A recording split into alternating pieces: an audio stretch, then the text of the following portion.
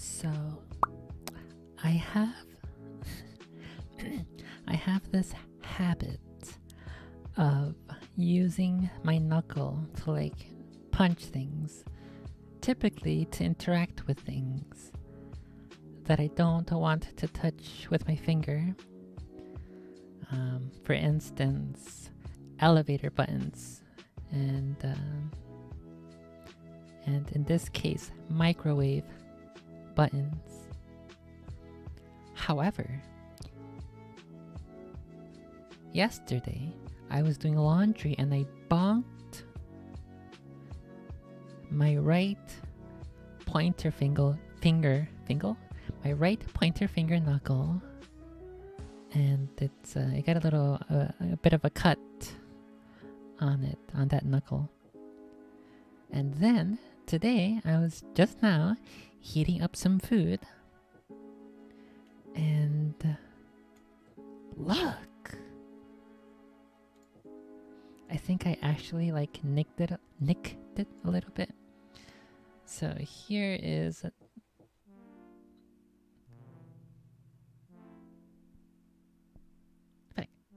does it want to focus? I think that's focus enough there. Maybe no, it's not. Fuck. Maybe if I go down centered. Well, regardless, you can see how it's red there. Okay, there we go. That looks a little bit better. You can see how it's a little bit red there. So that's the injury I got yesterday. Or it was either yesterday or 2 days ago.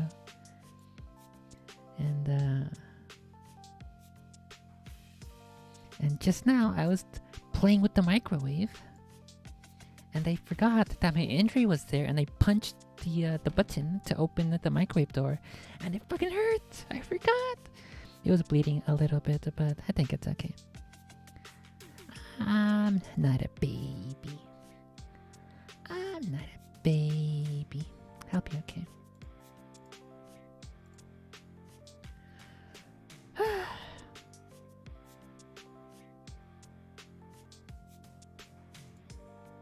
Okay, so since I have to eat, we will first and foremost start off with a video that I found the other day that was recommended to me. I don't think it's gonna be a super duper good video. I'm pretty sure it's like a video for normies and other people who are not like me. People who are easily spooked, more than likely. But we'll go ahead and listen to that while I have my foods. Hopefully it's not too bad. However, my expectations are not very high. Let's put it that way.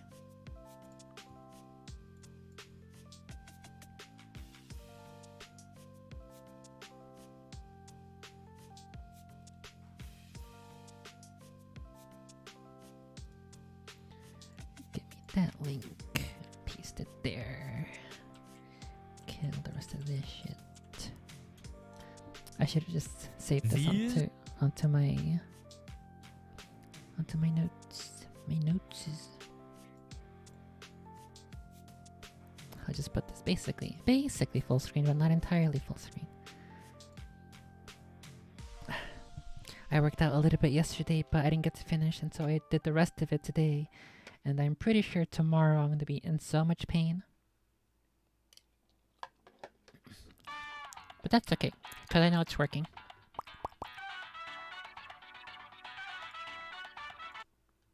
Okay, this is from the channel Jax.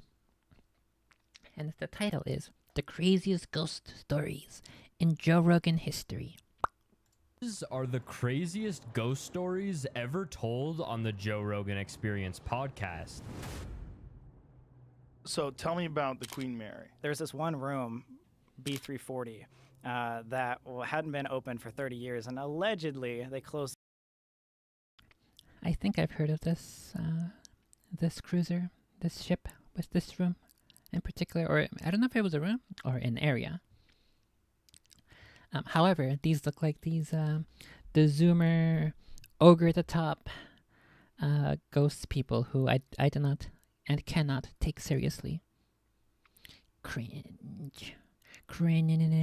It down because there's multiple unexplained murders and or suicides in that room, and we're like, whoa, like, you know, if this is the first week this is open after 30 years, this is going to be an amazing like story to tell, or, you know, video film. And so we went in there trying to make something, or like trying to get something. We obviously didn't really believe in that much, so we were like, all right, let's just see if it happens. If there's going to be a haunted location, it will be this. We toured around, did the whole thing. Weren't getting much, and we were kind of frustrated at that point because we're like, all right, this is supposed to be the cream of the crop. This is supposed to be the big wig. Like, why can't we get something to happen?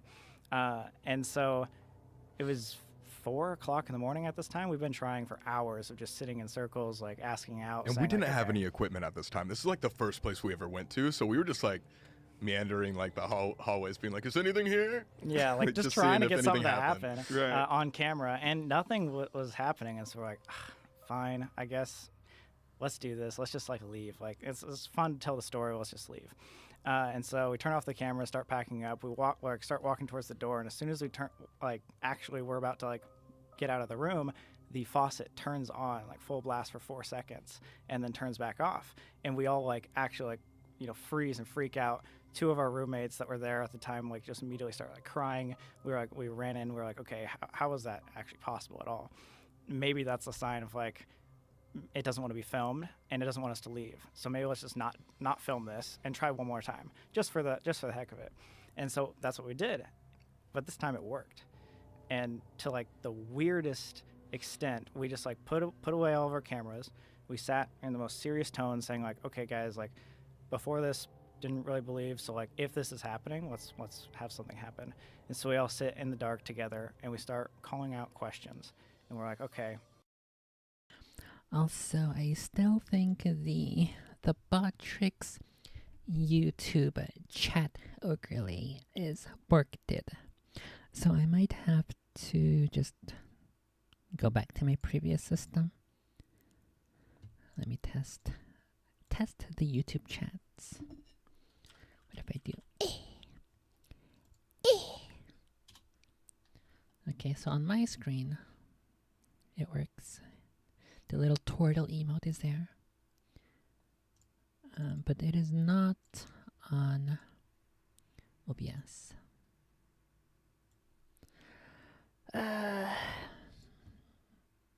Okay, let's do...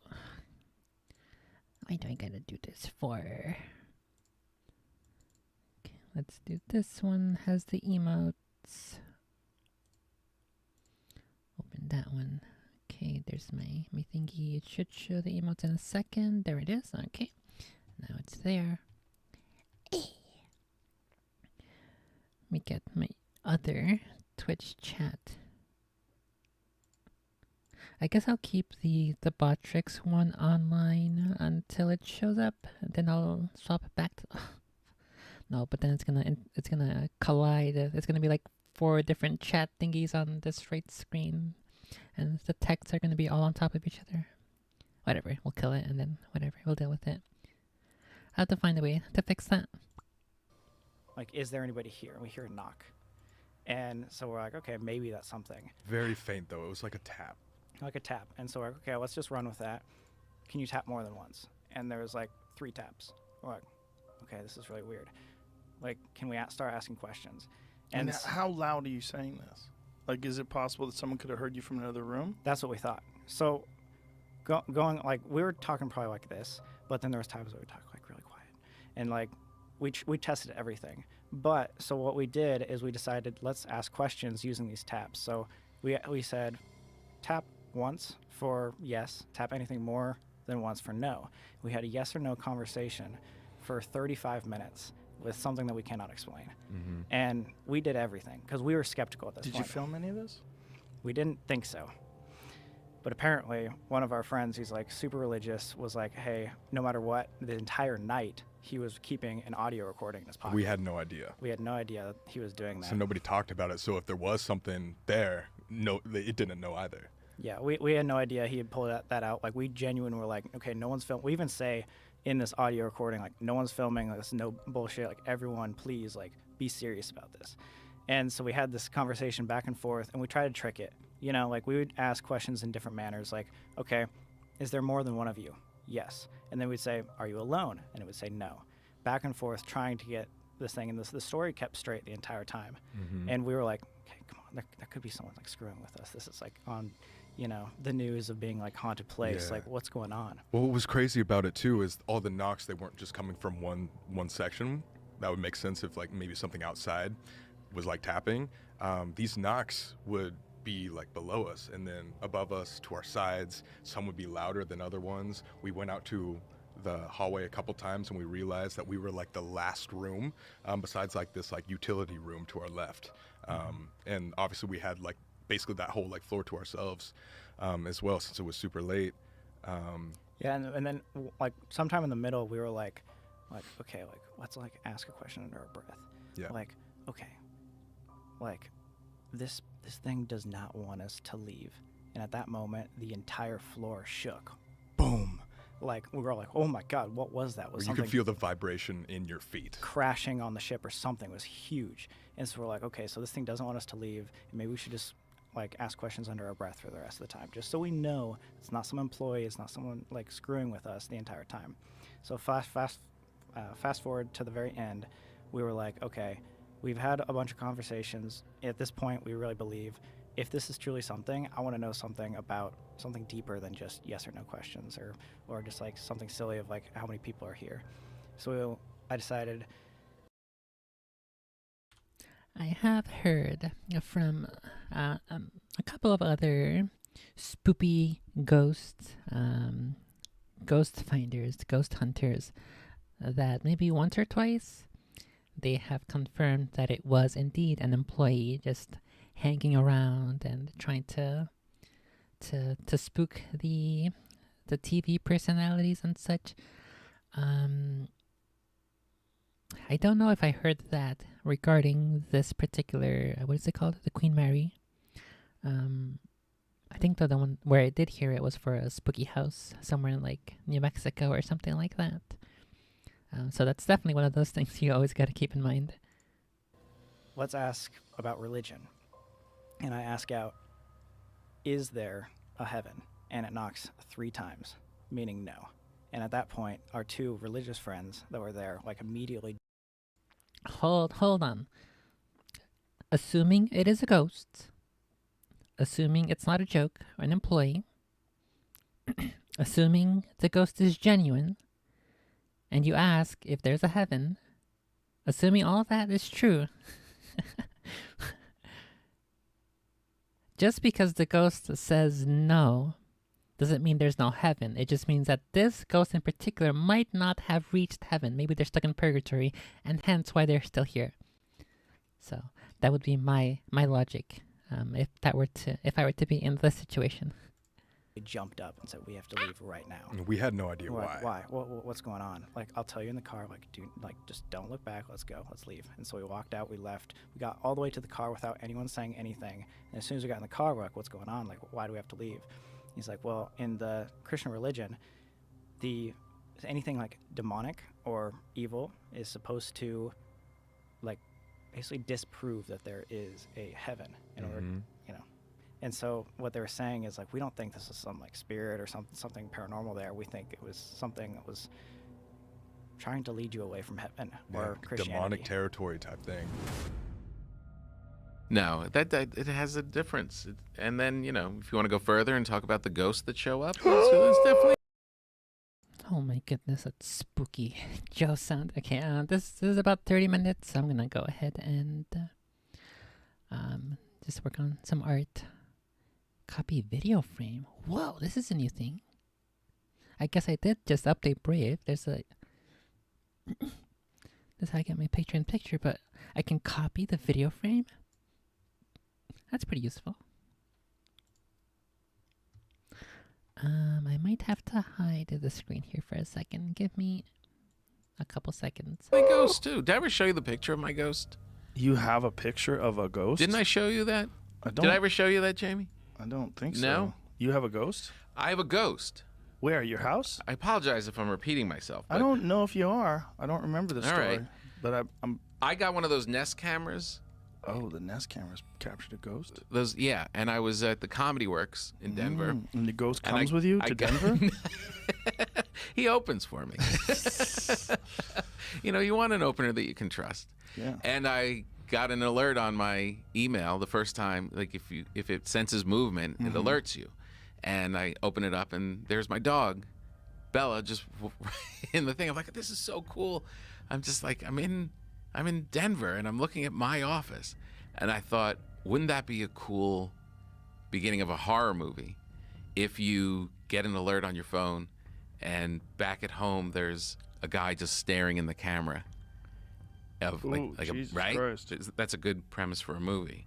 So then as I'm saying that to my opening act, Alright, I gotta go. Take the dishes. Give me 1 second.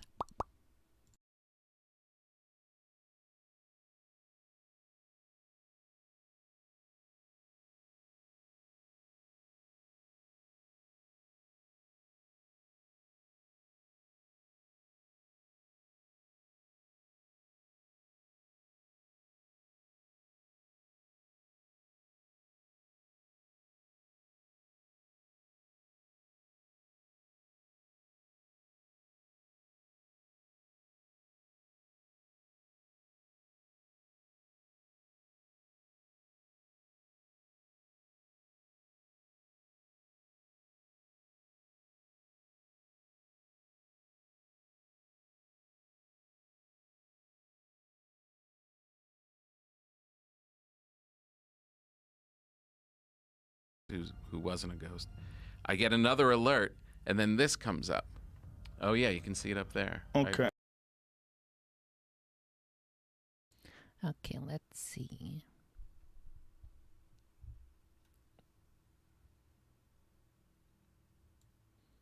I think I've seen this before. Is he saying that this figure here is the ghost? It looks like a person that's actually there.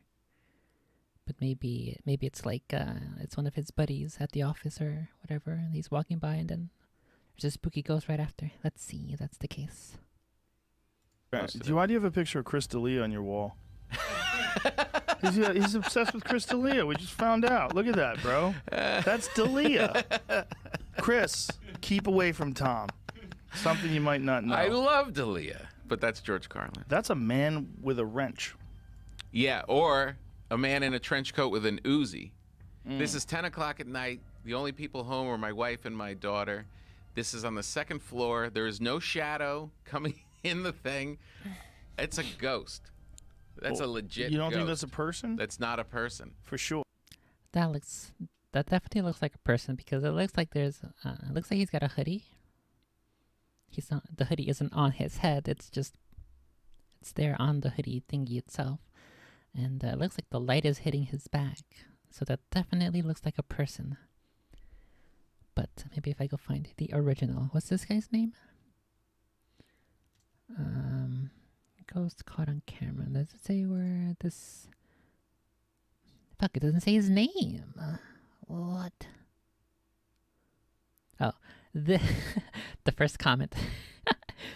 This fool's wife is cheating on him, and he thinks it's a ghost. That's hilarious. The quote ghost in that dude's office was most likely the wife's boyfriend sneaking around. That was a person, not a damn ghost. He says his wife and his daughter are home. So is the daughter in on it too? Oh no. We are asking questions we do not want answered. Oh no. Okay, let's go back a little bit. See if he confirms that it's his wife and his daughter. That's with Chris D'Elia. We just found out. Look at that, bro. That's D'Elia. Chris, keep away from Tom. Something you might not know. I love D'Elia, but that's George Carlin. That's a man with a wrench. Yeah, or a man in a trench coat with an Uzi. This is 10 o'clock at night. The only people home are my wife and my daughter. This is on the second floor. There is no shadow coming in the thing. It's a ghost. That's a legit You don't think ghost. that's a person? That's not a person. For sure. My wife is the only one in the house. Okay. He mentioned there's no shadow. There's definitely a shadow here on the floor. If you look here, the light's coming from this room to his right, so there would not be a shadow up against the wall where that George Carlin poster is. It would be here on the floor, and there is definitely a shadow there. Is this a still image or a video? Because if there's a video, then we would be able to definitely track that shadow. I don't know. This guy's on some major copium, I believe. Definitely looks like a person. Definitely see the shadow. Definitely do not think this is a ghost. Based off this still image here. House. And you think that's a gun in his hand? Could be a clipboard. Maybe he's just a really annoying surveyor from the dead.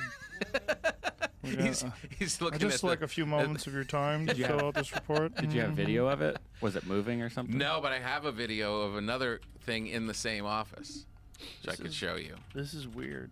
Yeah. Yeah, see, it does seem. It seems like the light is behind him, right? Yeah. Like the outside right edge of it is sort of highlighted, like there's a light behind him. Mm-hmm. Doesn't look like a gun though. It is weird. So, have you ever had an experience that you could say you think is probably a ghost that caused that? Everybody in the house has had a little something. Is your house old? It's not.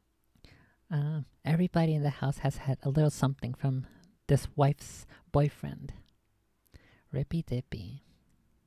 Rippy skippy. Not old, How old but is like it? poltergeist. Right, it's over an Indian burial ground. You never know. Dun, dun, dun. You never know. So in Yeah, that seems. If even the people in the comments are coming to the same conclusion that first of all it's a person, and secondly they're all in agreement that it's a wife's boyfriend, then it just seems like this guy's he's trying to he wants to stay as far away and as blind to the truth as possible. Unlucky. It would definitely be better if it were a ghost, but I do not believe it is a ghost. I do not have sufficient evidence to believe it is a ghost. In Zach Bagans' museum, one of the most haunted, if not the most haunted object in the whole museum, I don't know if you saw it, probably did, the Devil's Rocking Chair. Yes. There it is. So we You sat in actually it? were he able gave to us sit- permission. We were the first people besides him and his team to sit in this chair. Yeah, so basically that was the only exhibit that he's ever had to close Look at those girls. down. They're terrified. No. Look at their faces. Look at Look at their So- faces. so that looks scared. so real. They're like, why did you bring us here? Were We they feel with so you bad. guys? Yes. Yeah. Oh my god. Yeah, he had to shut down that museum or that exhibit specifically because a lot of people were like complaining about getting nauseous or throwing up or something like that. It's apparently the only artifact that he had to close off in that museum. But for some reason, he was like super nice to us and was like, guys, besides me, no one's sat in that since the exorcism that had occurred on that chair. So if you guys want to, you guys can sit in it for the first time ever. And that was one of those times, like, we're down to push the limit and stuff like that. But that was one of those times that I actually, like, gather myself and be like, we can do it. Like, let's figure this out. Let's, like, not actually, like, overthink about it. So what is? What are you talking to? Like when you're saying you've gone too far, like you have headphones on and you have your blindfold on. Yeah. Yes. So what's method. going on? So this is one of like our favorite experiments. It's called the Estes method. It relies on the theory that if you take away certain senses, other ones are enhanced. And so there's this thing called a spirit box that like shuffles through different radio frequencies. And what I'm doing is I'm like focusing on like whatever it says, and I can't hear the questions that Colby and What are other you? people. You're hearing something in your ears? Yeah, where I'm hearing radio static basically. It's going. Hello. Really, Like, really. Every once in a while, we'll break into a radio station where it'll be like a song or something that like will be something saying or like just a word will pop out. But mostly you just hear static. And these are like noise canceling headphones, and I can't see what they're saying. So it's Because basically like, you're blindfolded. You have this thing on. It's static, and occasionally sounds come through that are words. correct. And so you're just repeating those words. Well, so I'm like watching him and I'm asking questions out, and whatever's there is supposed to use the Estes method or like use Sam basically as the vessel to The speak out. conduit of. So these. for example, I'd be like, are you here right now? And then he'd be like, yes, over there, or something like that. And so you're in there's no way this of him. haunted rocking chair, Yeah. and you're using this method with blindfold on and the earplugs. Yeah, and- basically to sensory deprive myself so that no matter what, I couldn't be just faking an answer and hearing what he said and say Right. something random. So the theory is, yes, there will be other random words that happen because it's radio frequencies. However, but down to the coincidence theory, if things make sense over and over and over again to the questions that he's asking, then that is said to be more paranormal. So what did it feel like for you to be sitting in that creepy chair? So during that, it was a whole different world. But A whole what new was really, world? really interesting is like Colby said, after doing this a lot, like it takes a lot for us to have a physical reaction.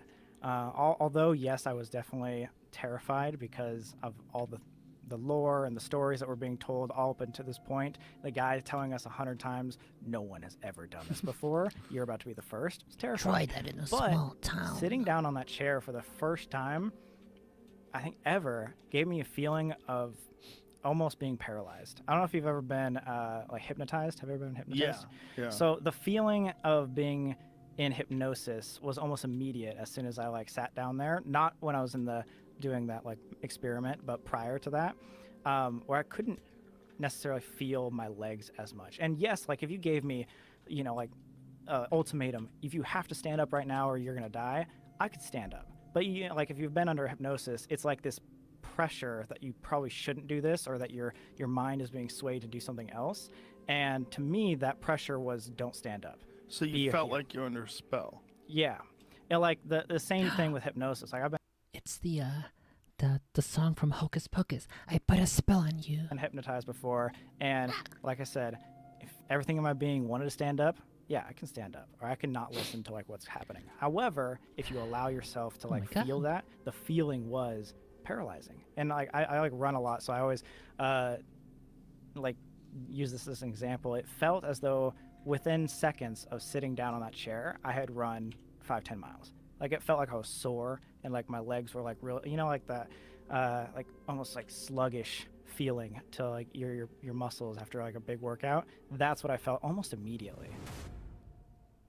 Theater ghosts are some of my favorites. I don't know. I think that's mostly like the realm of psychics who do that kind of stuff, where they try to interact with the spookies, the spooky ghosts. But it is common in the spooky ghosts shows that they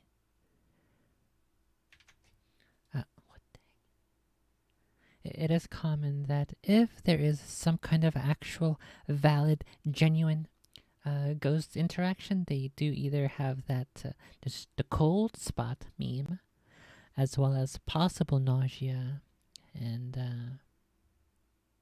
some kind of hypnosis-like thing, but not exactly. Not a hypnosis where not like in Pokemon where you go to a sleepings, but the kind of hypnosis where it's sort of like in a trance. That's probably the better word, trance, rather than hypnosis. So, I don't think I ever heard about that particular chair. What's it called? The Devil's Chair. But if it is an artifact that's connected to the Devil's Chair, yeah. If it is an artifact that's connected to an actual historical event where there was an exorcism there, then that could definitely be an actual spooky item. Which, if things like that are real, if spooky ghosts leave their residue and part of their spirit on objects or locations where extreme amounts of like emotion and or stress took place, then I guess that's one way it could work. I have no experience. I haven't really looked into that, like into items and objects. Most of the time, it's just places that I've heard about hauntings, not necessarily items. So I can offer no further commentary on something like the Devil's Chair. I will have to take these guys at their word for now and perform some research at a later date. Okay, what's this one called? Oh, I think this one's why do children see ghosts? And it's the same guys before whose Nest camera caught the wife's boyfriend walking around. Same dude. Let's see if he copes here. He's gonna say, my daughter saw a man that was caught on camera. And then the story that happened is the mom is gonna say, oh no, it was a spooky ghost. There wasn't a man here in the building. It was a spooky ghost. Tell that to your dad when he comes back. That's what the story's gonna be. theaters. When you go perform in these theaters and you Oh. talk to the people, I always asked, "Do you have a ghost?" Mhm. Yeah. There was a little boy. I was in, where was I? Oshkosh. And there was an old theater, and the guy who runs the theater said, there's legendary, they keep talking about, there's like 3 ghosts in the thing, and they were having a cocktail party upstairs in this like cocktail lounge off the balcony, and this guy's son ran into the balcony, and he's talking with people. He goes, I gotta go get him. And he goes in there, and the kid's leaning over the balcony, talking to the stage, having a conversation with someone. He's like, yeah, no, this is my dad. What? He wants us to go down there. Who wants us to go? That guy. He wants us to go down there. There was no one down there.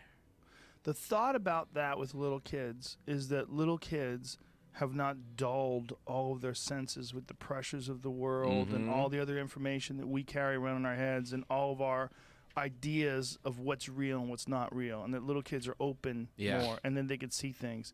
Well, Flea from the They see Red Hot dead Chili people. Peppers was talking about that with his son, that his son is like, I think it was Flea, Yeah. but his son is like tuned in to spirits in a way.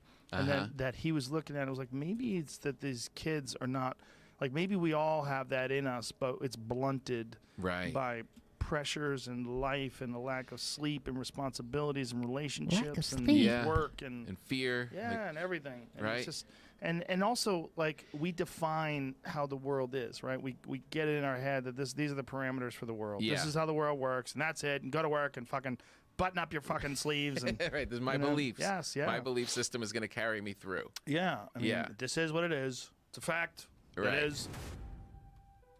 There's so many things that we've seen that are like, Is this whole entire video just these 2 guys? These Colby and Sam people, and then this supposedly cucked guy?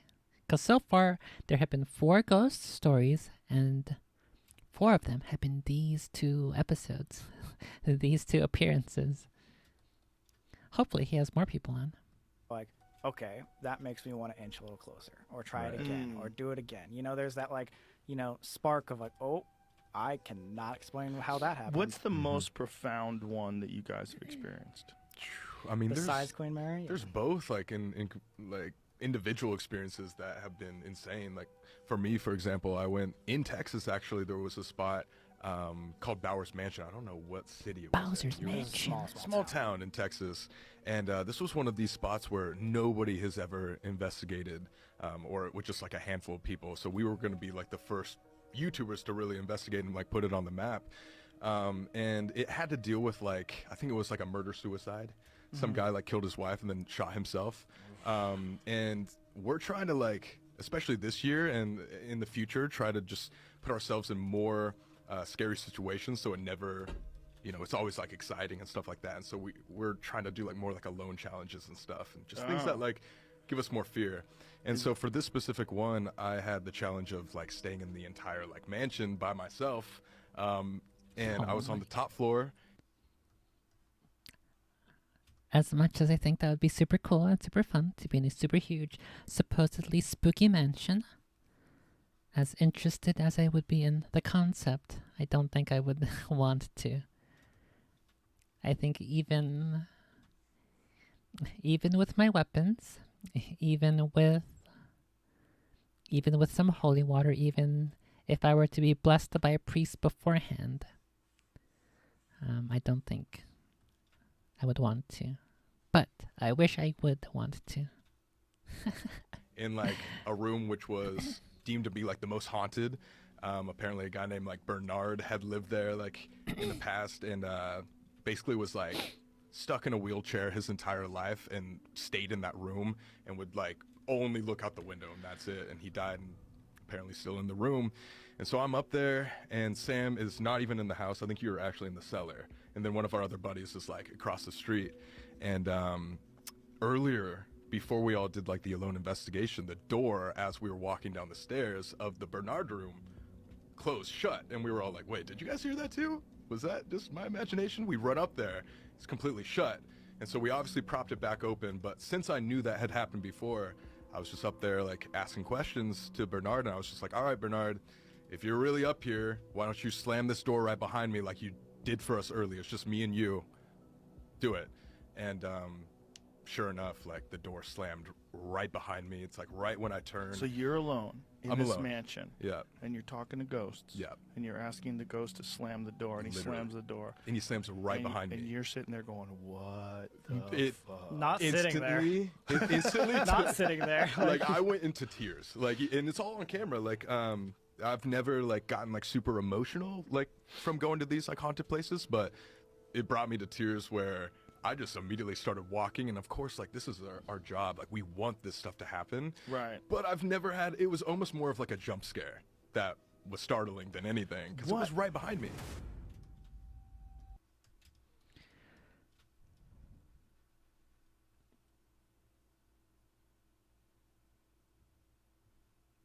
Well, you're invading this dead guy's room. What do you expect? Of course he wants you to leave. Of course he's gonna summon as much. It reminds me of that movie, Ghost. I think that was one of the tapes that we had. I watched it a couple times, even though I was a kid and I didn't really fully understand it. Maybe that's why I'm so into spooky ghosts. It's because I watched Ghost as a kid. But it's like one of those thingies where, like, in the movie, I don't know what their sources and references were, but in the movie, immediately after, I guess no spoilers, but he had to work up to the ability to interact with living people and physical objects, and it required quite a bit of energy. It's not just like a thing that all ghosts can do. So if this is if whatever spiritual, spectral, psychic, a holy,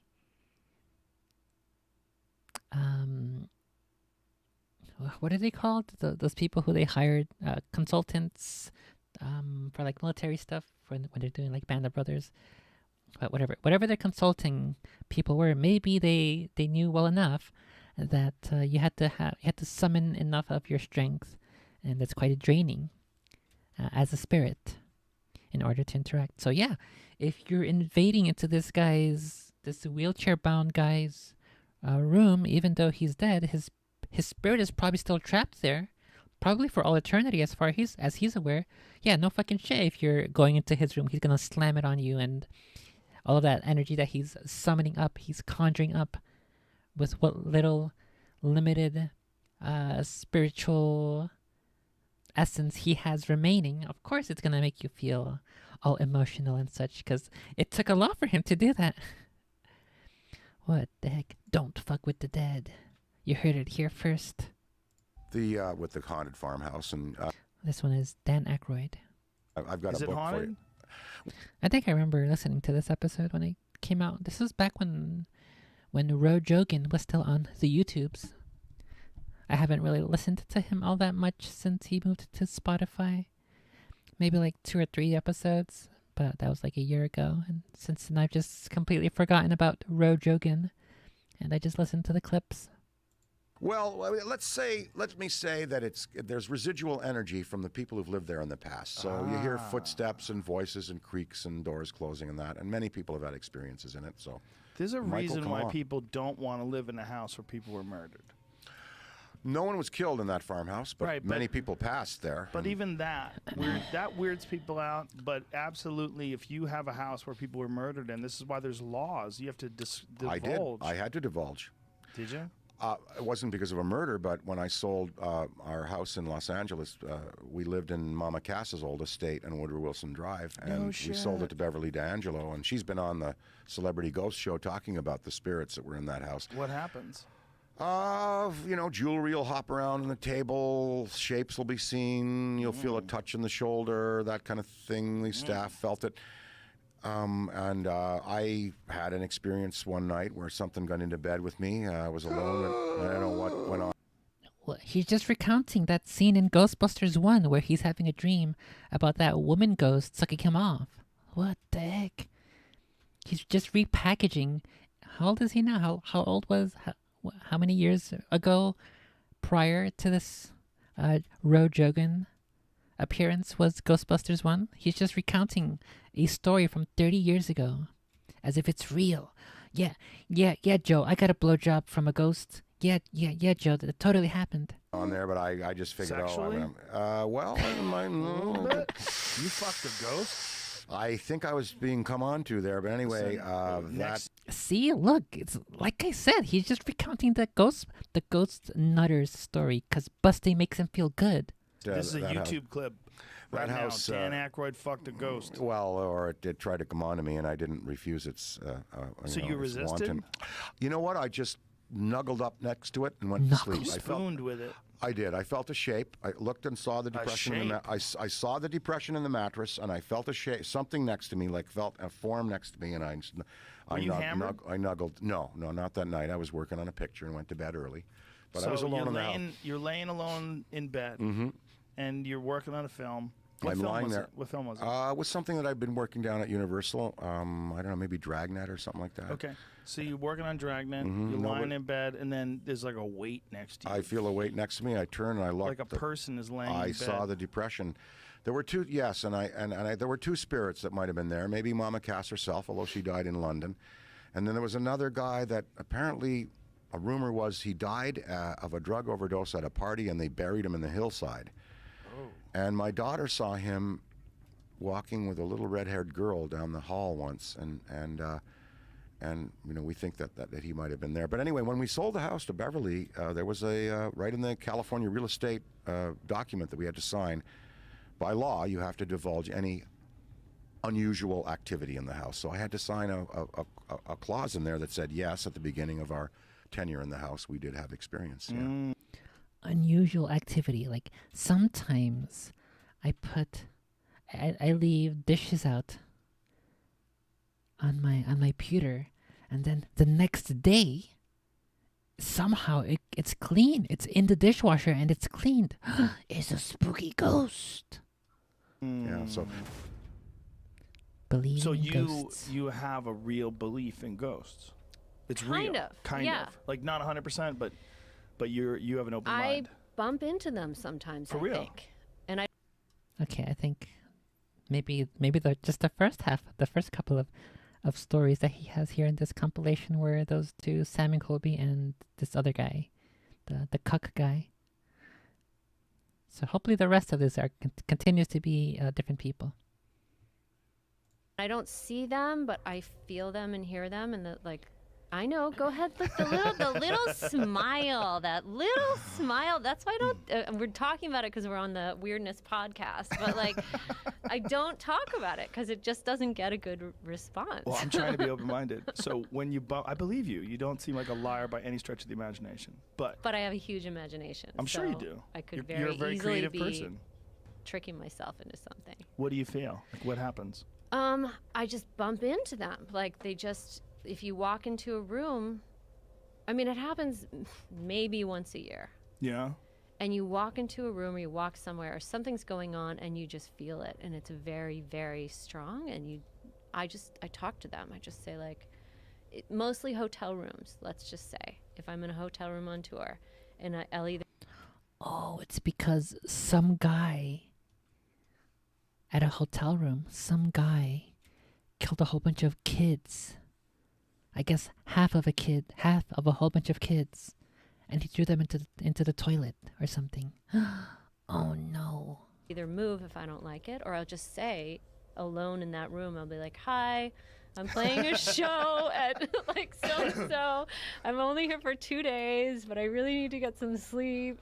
You can come to the I tell them they can come to the show if they want. Oh, that's hilarious. I'm like, this is what I do for a living. The fuck does it mean? She's not being funny. She's just talking to the ghost like a ghost, like a person. When is the last time you talked to a ghost like a real person? Because they were people at some point. They're not like fucking. Oh my god, he thinks it's all a joke. What the heck? Fuck this guy. Who gave this guy a huge platform? when all he does is make fun of ghosts and big feet. And I try to like hear and think what they do for a living. I would be psyched if I was a ghost and I found you. I'm like, this chick's cool. She's gonna invite us to a show. Exactly. See, look, that's what I'm saying. Was he fucking saying, that's so weird, that's so funny, ha ha ha, ghost, ha ha ha. I don't even want to scare her. Let her sleep, man. Let her sleep. Fuck that. I got the pots and pans ready. I'm ready to make a racket. Let's wake this chick up. Nah, man. Let her sleep. She's cool. Let's go to the show. You want I to put them on my guest list. That's like, nice. you've got a +1. That's nice. You don't have to reserve a seat for them. They could be everywhere.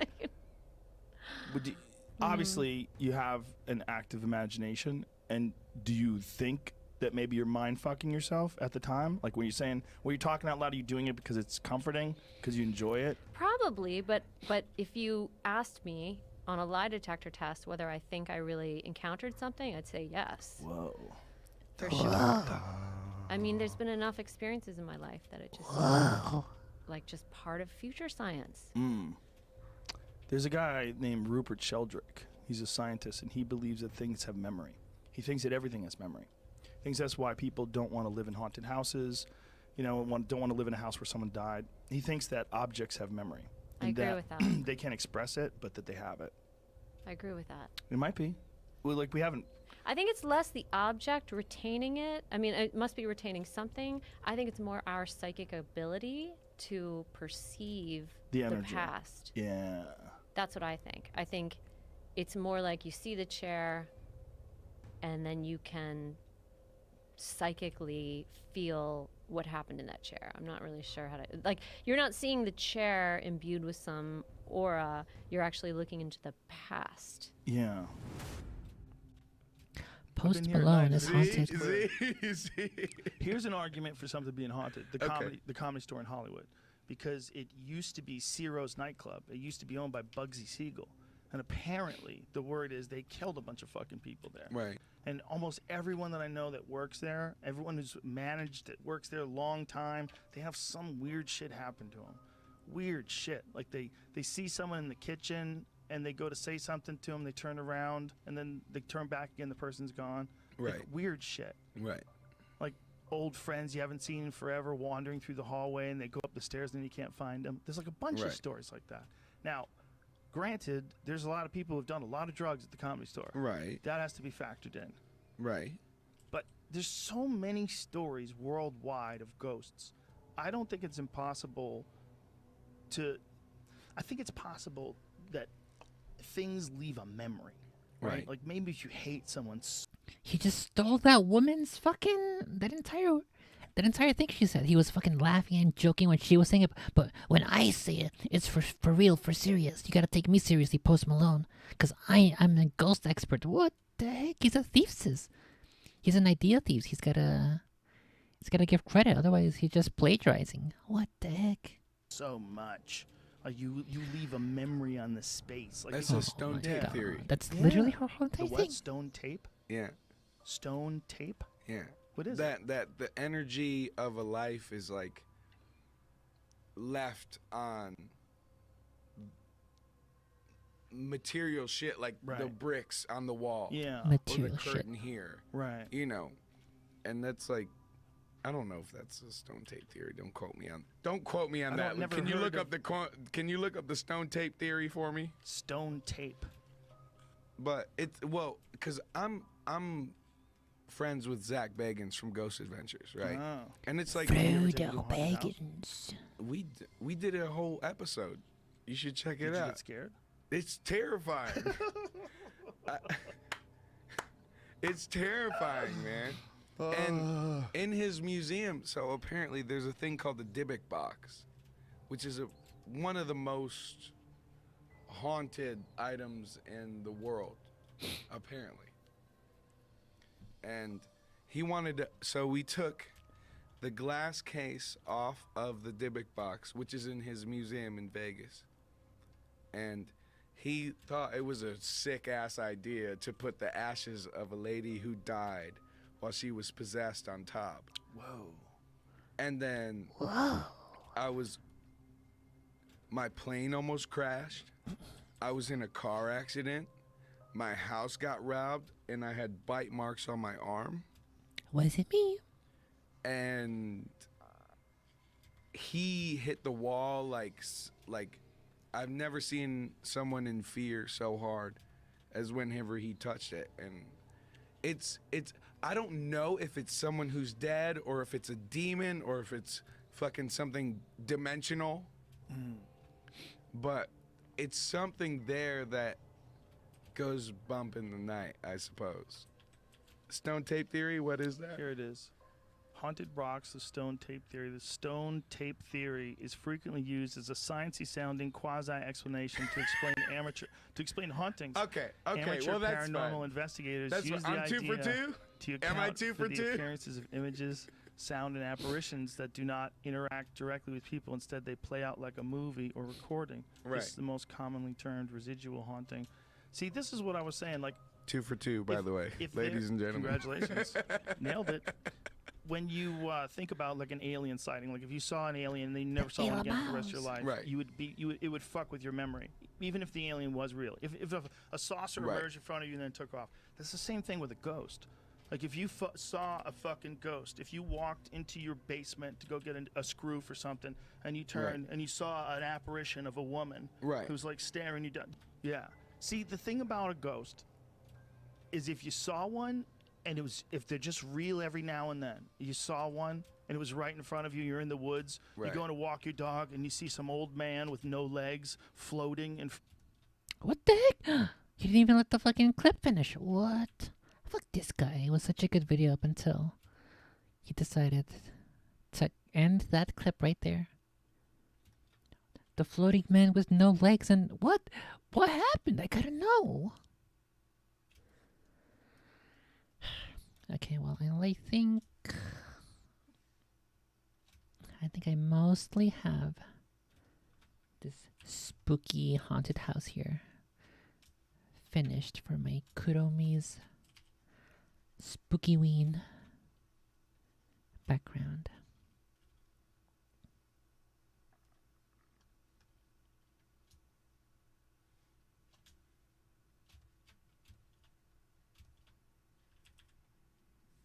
Okay, let's see. Okay, that's not too bad. I can definitely touch up the edges here with the window. What's this thingy called where like the thingy extrudes further outside of the window to keep the rain out? I can definitely touch that up. And then I'll also have to figure out the shading here for the non-shadowy parts, which we will do later, next time that I open up this arts. Phew. Okay, save that. Kill that. Kill this. Oh wait, I forgot to do.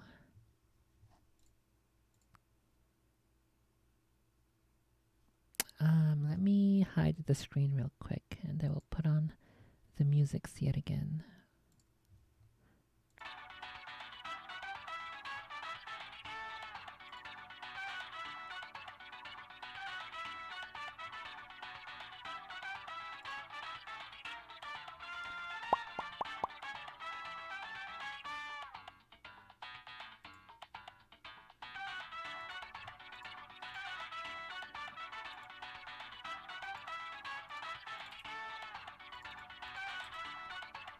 Should be open this one, and then let me really quickly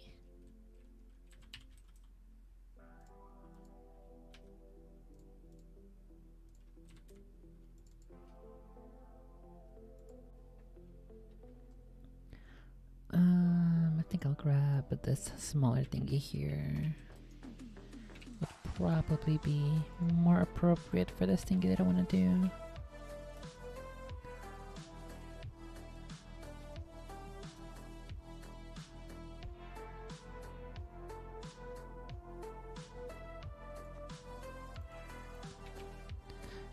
Okay, I'm gonna have to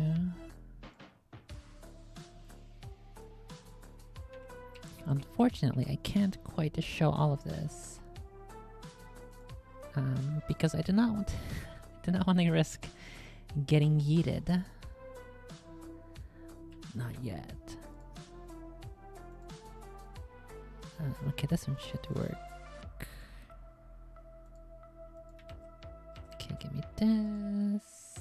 Plop that into here.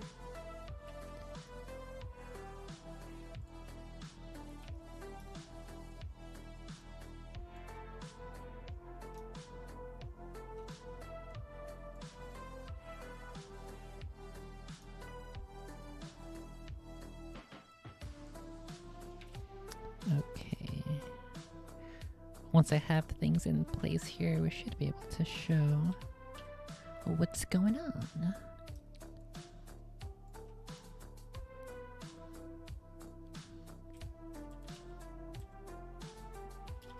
Okay, I think this will work. Okay, now you can see. That's what I'm working on.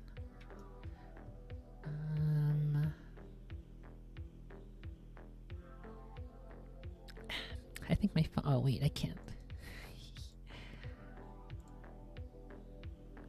Oh fuck! No.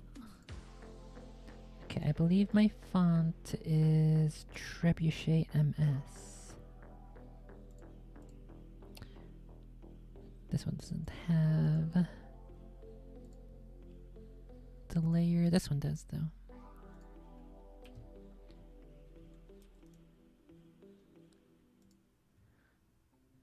Yeah, Trebuchet MS with black.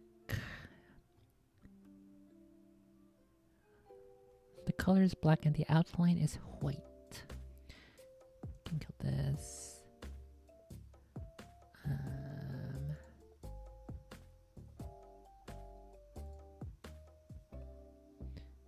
Don't save that. Okay, this is the one I want.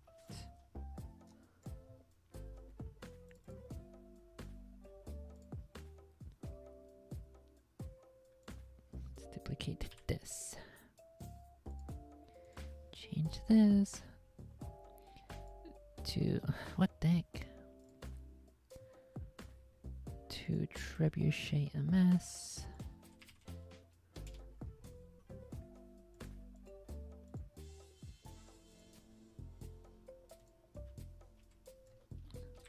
Midnight Skull Press. Then let's get a good size, a good font size. Actually, I don't think I want it to be as big as the entire width because then you won't be able to. Oopsie, you won't even be able to see the actual logo. Let's make it a little smaller. It's currently 32 pixels. Oops. No! Let's do 20. Is 20 okay? Let me do my proper colors. Let's do the text is black and the outline is white. One day to load.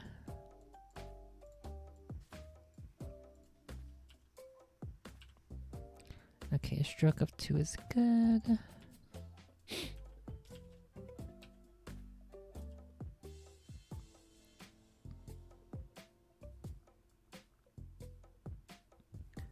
The question is,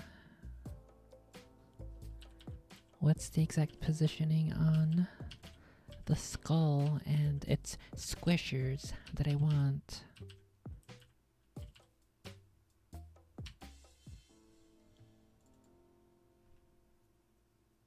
This looks a little weird where the rasterization is trying to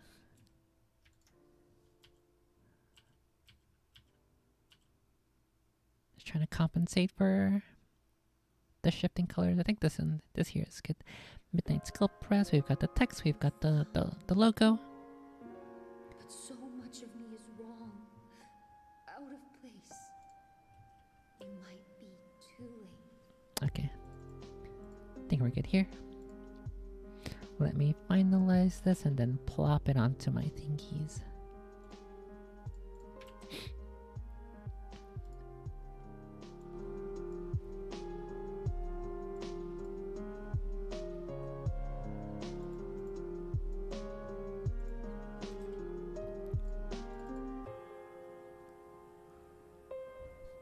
And this one should be whereabouts? Over here.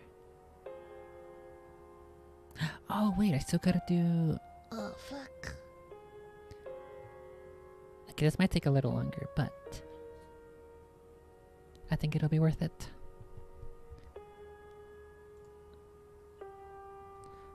Let's do this 40.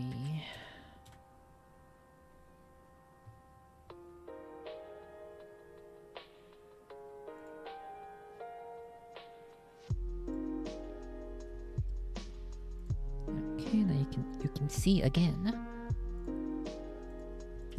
However, I gotta put the rest of my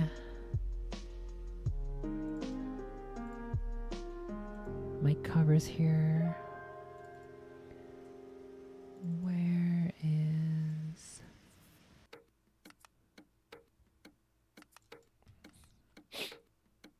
This should be good here.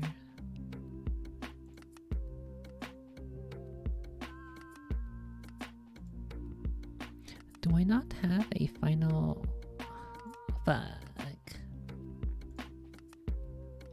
Okay, we'll just make a new... Apply image. Do that. Grab this. Fuck. I keep being a done goofed.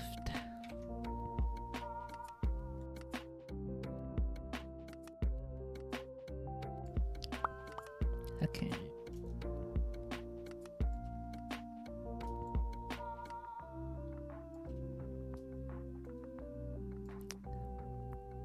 Uh-oh, I'm gonna have to edit this so I can properly fit this in here.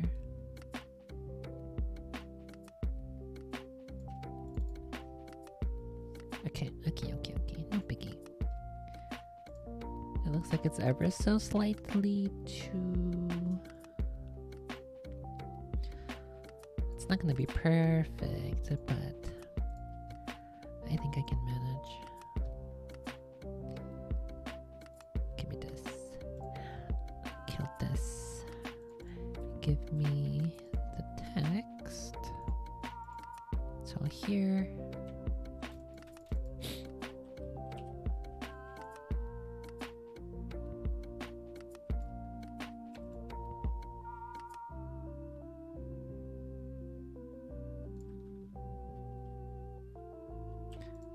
It's gonna look a little wonky for this poem collection, but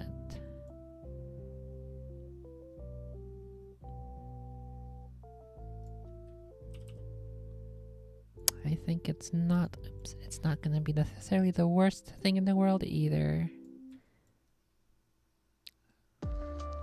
Sometimes you just gotta make compromises. Oh fuck, what the heck?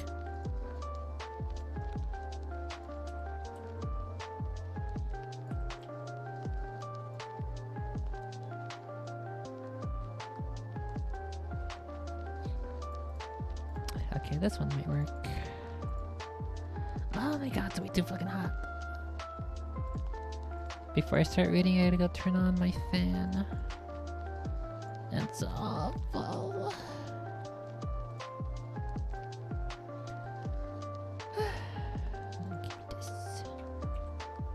Give me this.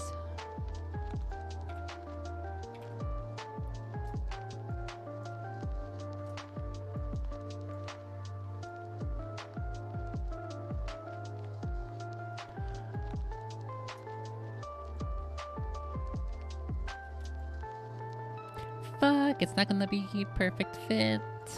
Okay. I'm gonna have to continue making little adjustments, but...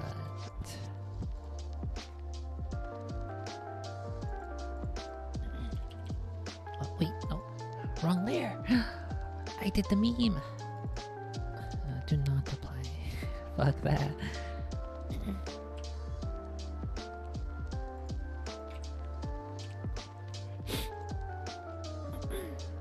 Okay, give me this.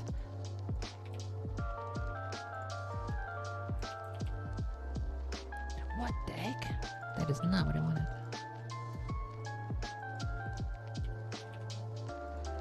Okay. This time I think I can do it properly.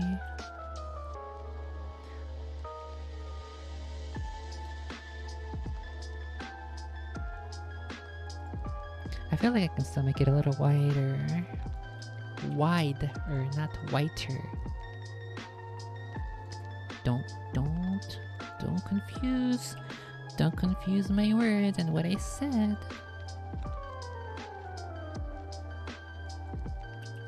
I think it has to be more like this.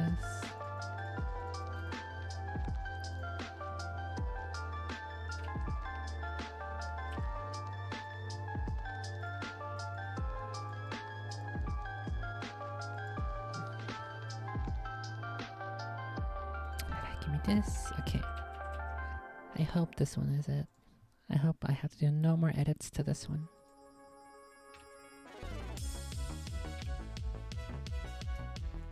Oh fuck. Okay, that seems pretty good. However,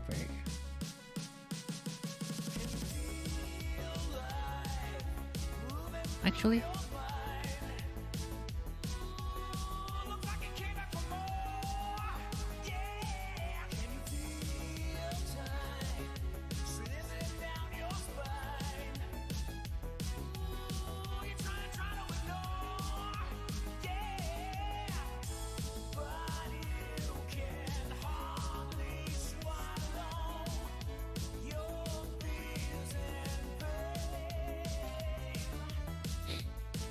okay, there's my stuck in circulation. Let me hide the screen again real quick.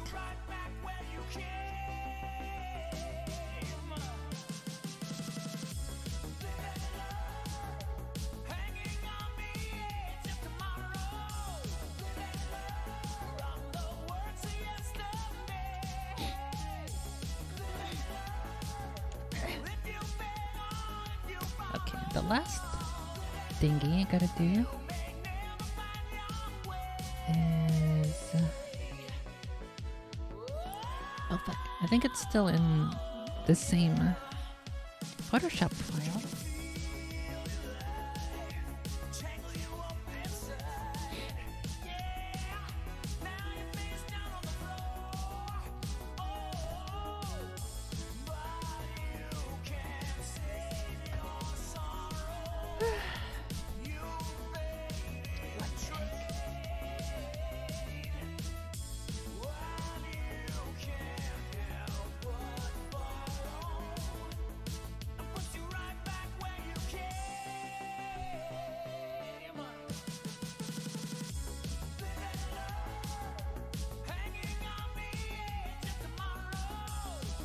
I think my other thing that I want is also here in this file.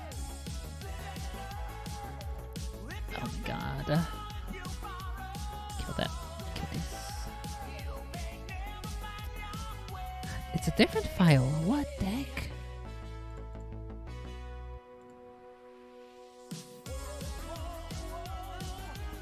Let me just make sure I'm opening the correct file. I don't want to open the incorrect file and get wrecked.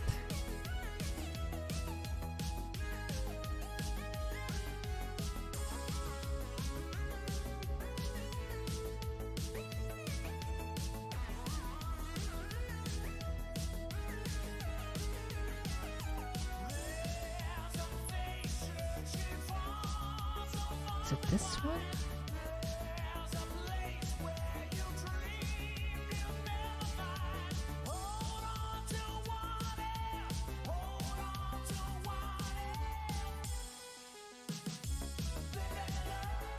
Okay, I think it's this one here.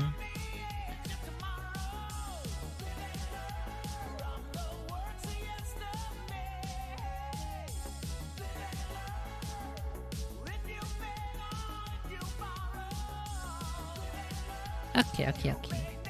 I think this one's it. It will probably be way too big as well, but let me test it first. What? Not duplicate, apply.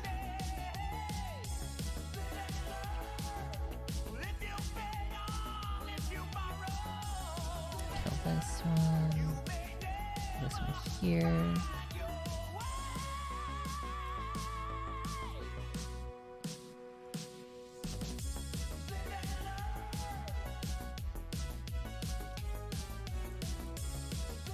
Okay, the good thing is this one will not require as much difficult work for adjusting. Okay, kill that. And get the text. Oh, fuck. Just to make sure I don't fuck anything up. Duplicate that. Kill this bottom half. Okay, that should be good there. No! Okay, let's merge those. I think I did 80 for the previous one. I think 85 for this one should be okay. 85%. Let's try that.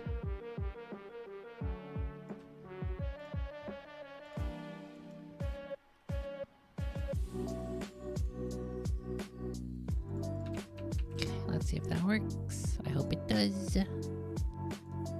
Get this. Paste that. Resize this.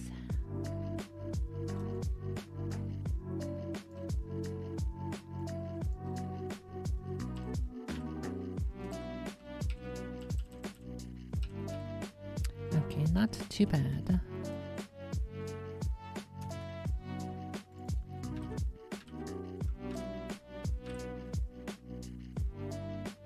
Okay, that's good. I like it. Let me hide the screen one last time, I believe.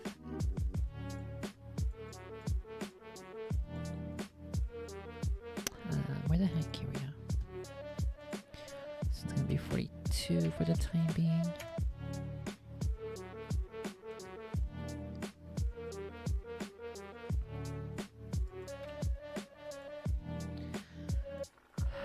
And now I just need to do my proper order on my slideshow. Let's see, so that would be, gotta move all of these ogre. Make this one 39. Oh fuck. 38. 37. 36. 35, 34, 33, 32, 31, 30, 29. Midnight Skull Press will be the first one, so that will be 18. And then I guess we'll go in order of publishing, so that will be Redemption first, and then Religion's Gather, it will be 20. Stuck in Circulation will be 21. And then when I have the final thing, that will be 22. Oh, I guess I should also do the Sophie Storehouse. I'll do that one next time.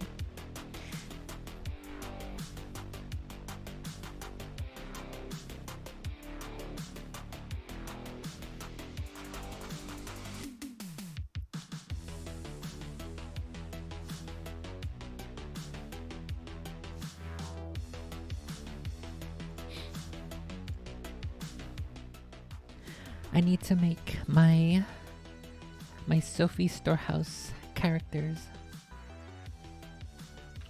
so I can make a stylized font text stuff. Okay, before you start reading, I gotta go do the PPs real quick, so give me a second, and then I will do my plugs.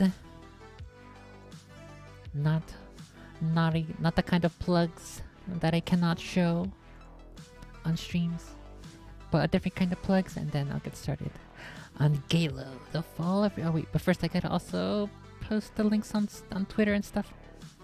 So I will be right back.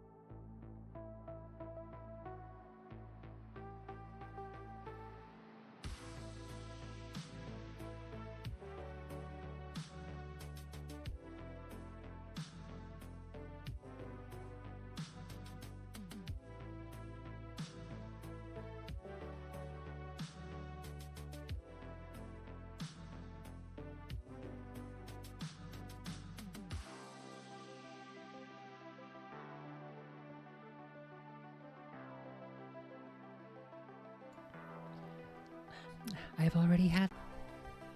It has been. Oh my god!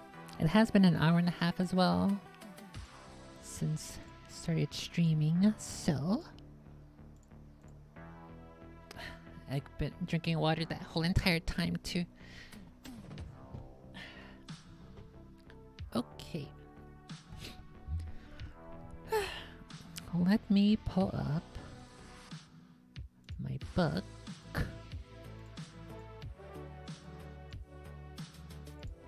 Log in. Oh fuck, I gotta hide my screen for this again. No, I don't.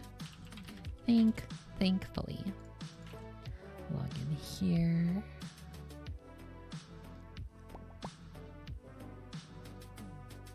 Ow! Borrow Galo, The Fall of Reach. Okay, perfect. The book is mine. The rule of Regondor is mine, and no others.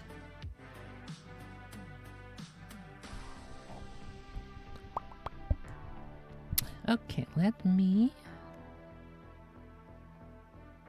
do my. Gotta post on Twitter and stuffs. Give me the link. Copy that. Let's do. What's a good thingy? What's a good meme? Nighttime Halo. Sleepy Spartan stories. Galo ASMR. Maybe comfy. Let's do comfy Halo. The Fall of Reach. Ah, the Fall of Reach. Let's do streaming. Comfy Halo, The Fall of Reach. Live reading. Let's do that. What the heck?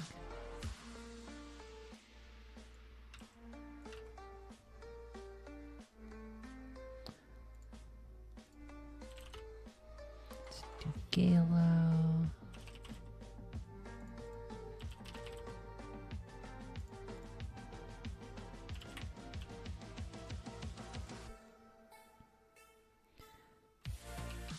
Then where is...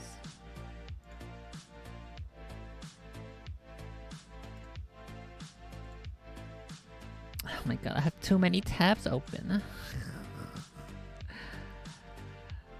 Too many tabs and too many windows. I gotta take care of. Ah! Look!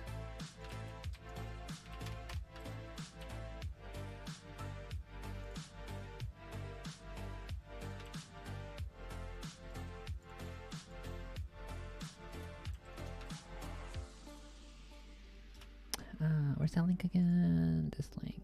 I hate that on Twitters. In order for the live stream link for the thumbnail, the site preview to show up, you have to copy the link to the stream.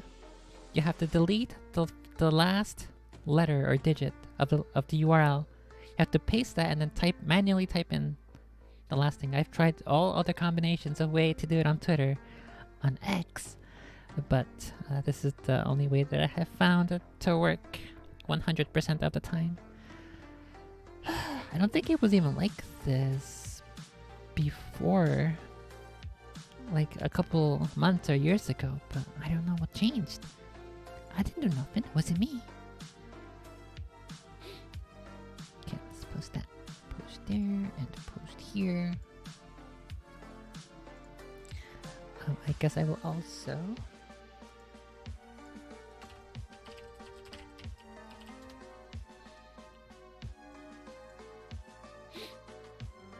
do this. Okay, so you can support my works and my streams down below in the links. You can support me for as little as $1 a month. Subscribe star, which will let you download the uncompressed episodes of the RB and the Chief Fun and Games fan series. You can also download the first episode for free, as well as my segment for RB Retold 4. You can tip with Streamlabs at $3 or more. Will get you a alert notification with a pretty cool sound, probably.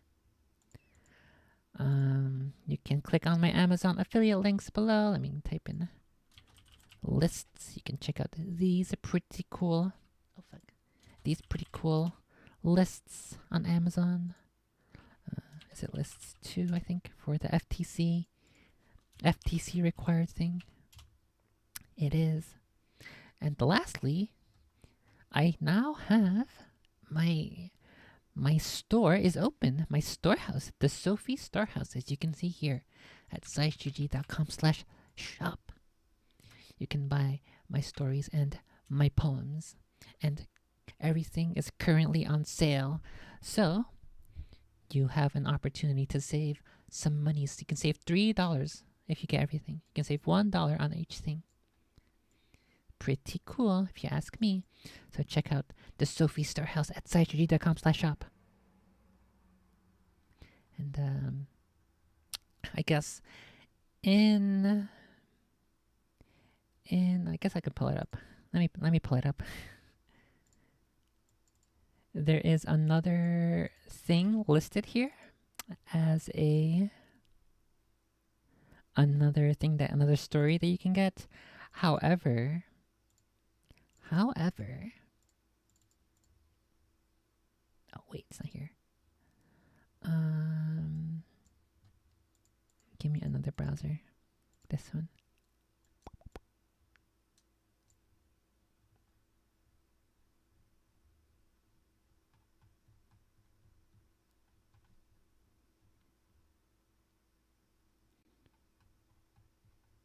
Okay, there's also this. This is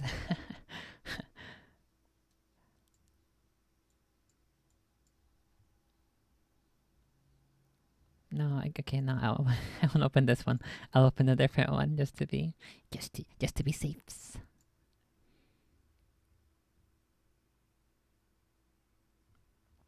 Okay, so if you get my stuff, here in my other list of my...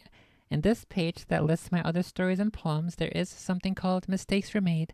However, that is currently not available because I think I want to release a different version that is better suited for modern audiences. By which I mean, Mistakes Were Made is a story about esports. And because esports are filled with young internet dwellers who are memers, it is integral to truly capture the essence of esport. It is necessary to include teenage and young adult cringe. And there's a lot of it in Mistakes Were Made. So, when I say I want to release and update a version for modern audiences, I mean that I want to remove a lot of the cringe, but still keep intact the core and the soul of the story and the characters in a way that doesn't make you want to close the book and never think about it again. You know, the characters are supposed to be relatable, but also reasonable-ish enough. So I will leave in some cringe because the cringe is what makes esports what it is. It's what makes the players who they are. It's what makes the audience gravitate toward them because he's just like me for real, but literally actually for real. So you cannot currently get Mistakes Were Made, but you can get all these other ones. You can get Where Legends Gather, you can get Redemption, and you can get this one, Stuck in Circulation. You can get these. Later, at a later point, I will publish Mistakes Were Made in a way that is not going to make you cringe yourself to death. And I think that is an acceptable compromise. I will include the cringe version, the default 2015 published cringe version. I will include that for free when you buy the new modern 2023 or 2024 Mistakes Were Made. Whenever it's published, you will have access to that if you so want to indulge in the cringe. I will give you that option. You will have that opportunity. But for now, that's not available. So yeah, you can get these two collections of poems on the right side, Where Legends Gather and Stuck in Circulation, or you can also get my super cool story, Redemption. It's kind of like the wings of Redemption, kind of like, but not exactly.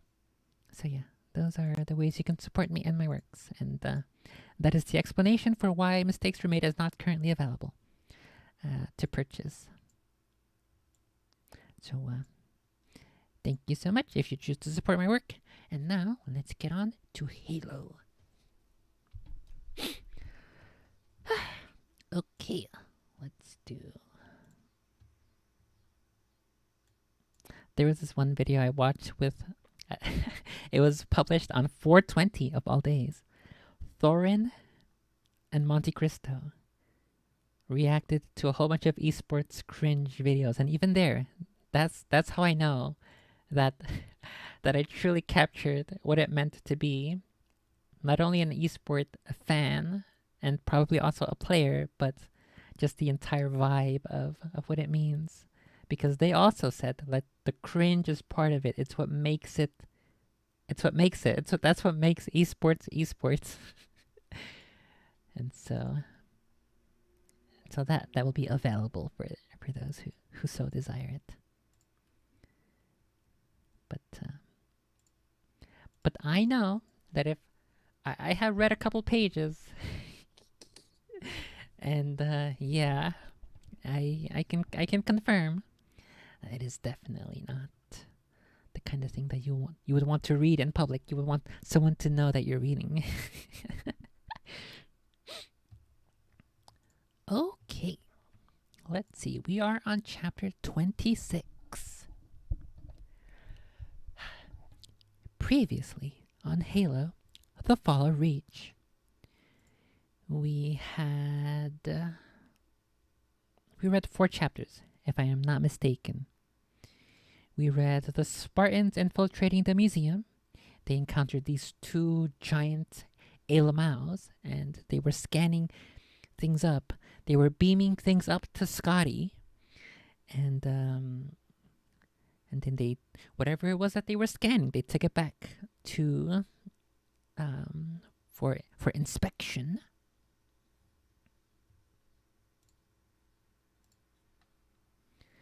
And then there was a thingy where Captain Keyes and I was about to say Lord Hood, but it is not Lord Hood. Where Vice Hood, oh my god, where Vice Admiral Stanforth, he said he himself, Stanforth and Keyes had to go back to Oni to, was it Reach? I believe they had to go back to. And then at Reach, John 117, Keyes, Corporal Harland, and Dr. Halsey, they had to report to the spooks at Oni who were trying to interrogate them and ask them about the most recent mission. And it was kind of spooky because they were all in the shadows.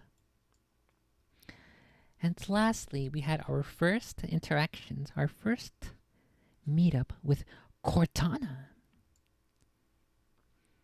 Dr. Halsey and Cortana were deciding which Spartan to pick for their next mission, which we do not know what it is, which Spartan to pick, which vessel to pick, as in a ship, and which captain to pick. I wonder who they'll pick. Blackton Keyes. And Dr. Halsey likes all of Cortana's decisions. She picked Master Chief, she picked the Pillar of Autumn, and she picked Blackton Keyes. And so that is where we are now. That is where we left off.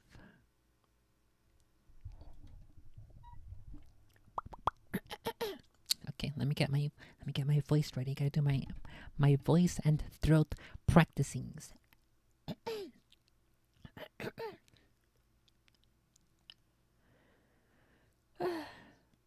I heard of this voice training thing where like you, oh look, my new thingy's up. My midnight skull press is here. Pretty cool. It was Soph. She had one of her voice training teachers said that like one of the practicing things that you could do is like take a straw and you try to breathe through the straw in and out using only your mouth. And I've tried it just pretending that there's a straw there, and I can see how that works. It's pretty cool. Okay, one last sip of water.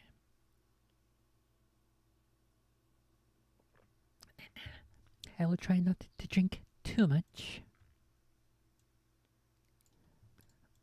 to try to avoid having to go pee all the time. Okay.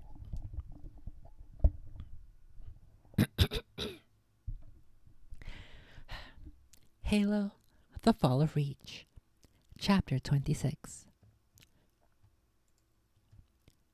0800 hours, August 27th, 2552.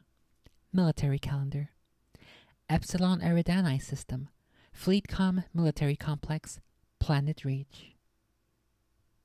Also, I forgot to mention we are on page 278. So we can keep track of how many pages we read today. This was the third time John had been in this highly secure briefing room on Reach. The amphitheater had an aura of secrecy, as if matters of grave importance had regularly been discussed within its circular wall. Certainly, every time he had been here, his life had changed. His first time was his indoctrination into the Spartans a lifetime ago. He recalled with a start how young Dr. Halsey had looked then. The Spartan. The second time was when he graduated from the Spartan program, when he had last seen Chief Mendez. He had sat on the bench next to him, where the Master Chief was sitting now. And today, he had a feeling that everything was about to change all over again. Clustered around him were 24 Spartans: Fred, Linda, Joshua, James, and many others he had not spoken to for years. Constant battle had kept the tight-knit Spartans light years apart for more than a decade. Dr. Halsey and Captain Keyes entered the room. The Spartans stood at attention and saluted. Keyes returned the salute. "At ease," he said. He escorted Dr. Halsey to the center stage. He sat while she stood at the podium. "Good evening, Spartans," she said. "Please, take your seats." As one, they sat down. "Assembled here tonight," she said, "are all surviving Spartans, save 3, who are otherwise engaged on fields of combat too distant to be easily recalled. In the last decade of combat, there have only been 3 KIAs and 1 Spartan too wounded to continue active duty. You are to be commended for having the best operational record of any unit in the fleet."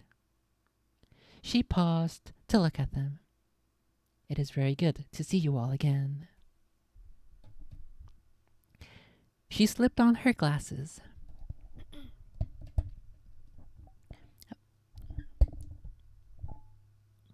Okay, hopefully the mic stays still now. Oh wait, I gotta turn on the fan, I forgot. 1 second. I desperately need a fan to blow me.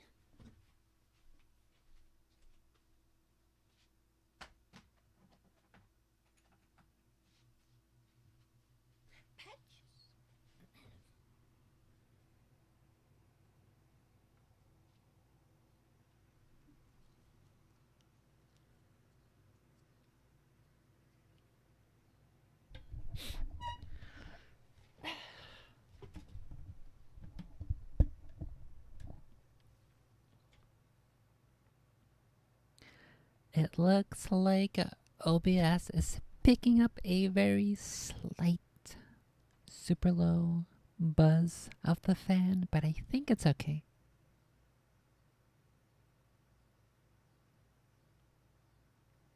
I think it's mostly when I'm making sounds that are higher than a certain level that it actually goes through. So we'll go with this.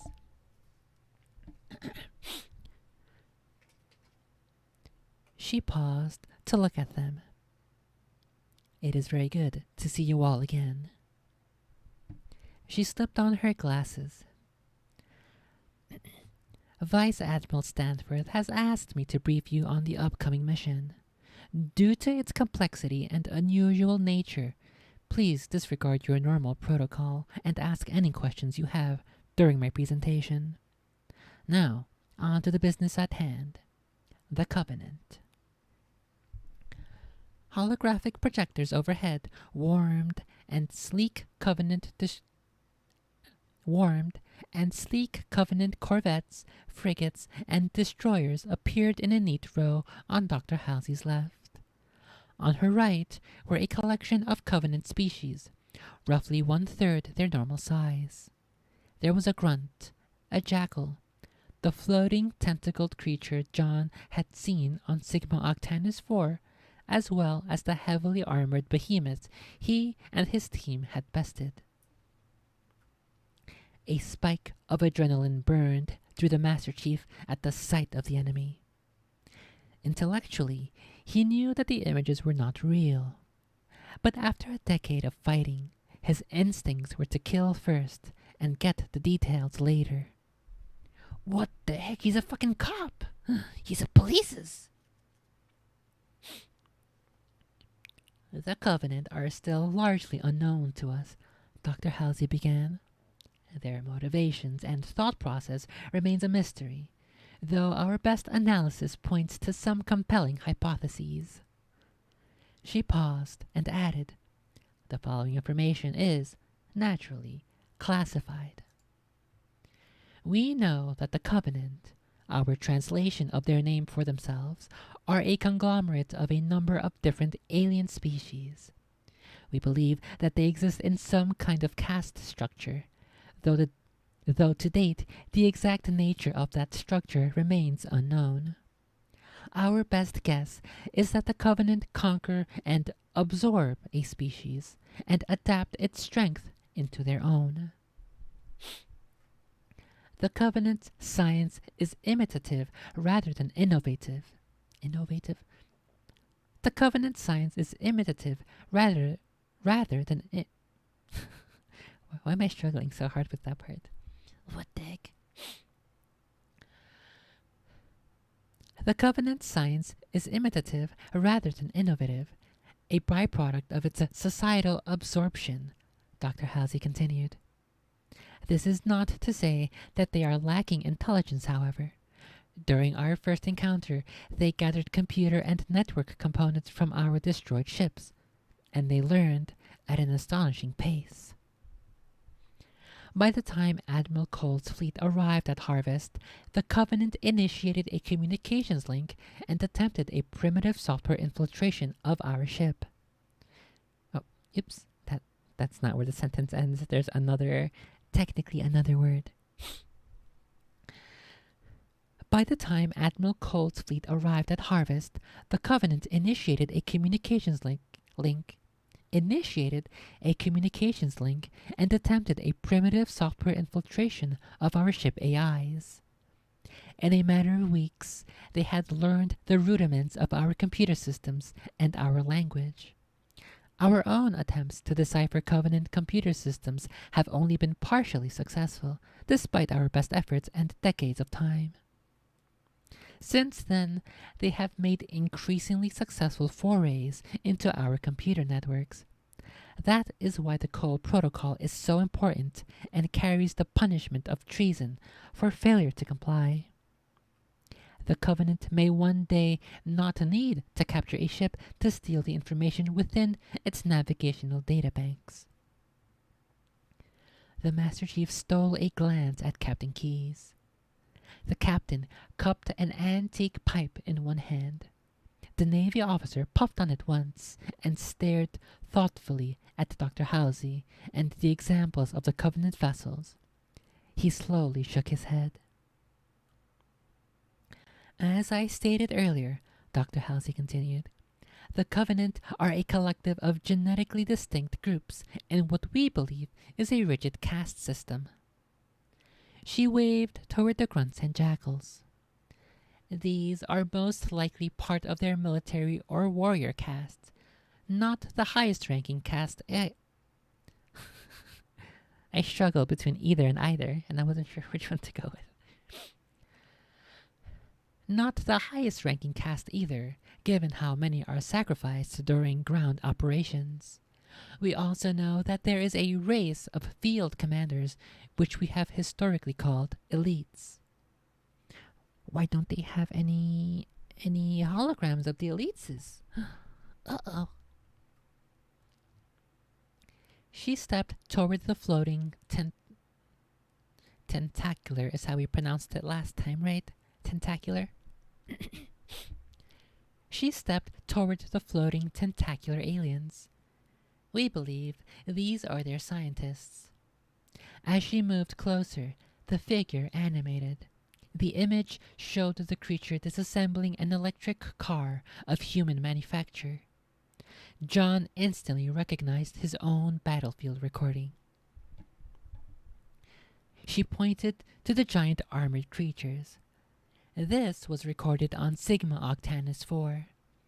Hunters, which very well may be superior to either grunts or jackals. I kind of feel like I just need to stick with either. I feel like that's typically what my mind wants to default to. Either.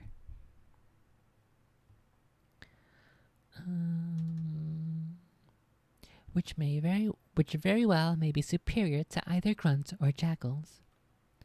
The massive aliens also sprang into motion, lumbering into combat, until Dr. Halsey froze the images in place.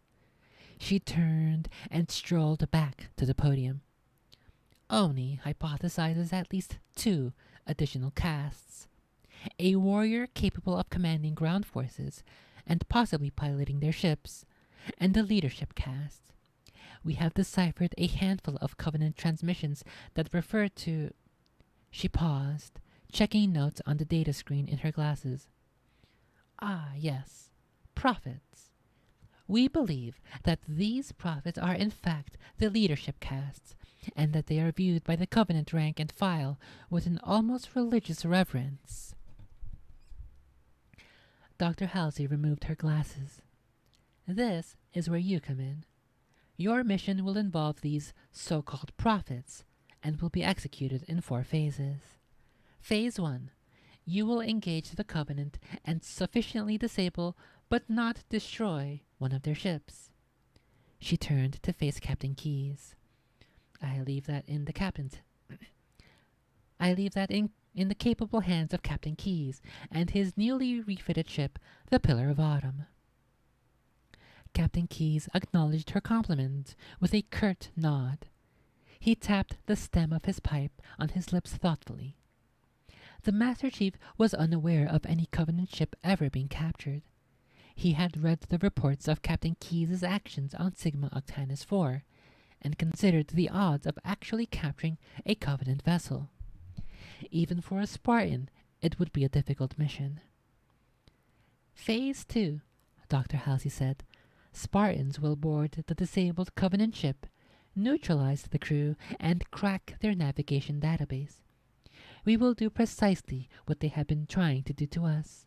Find the location of their home world. The Master Chief raised his hand. Yes, Master Chief.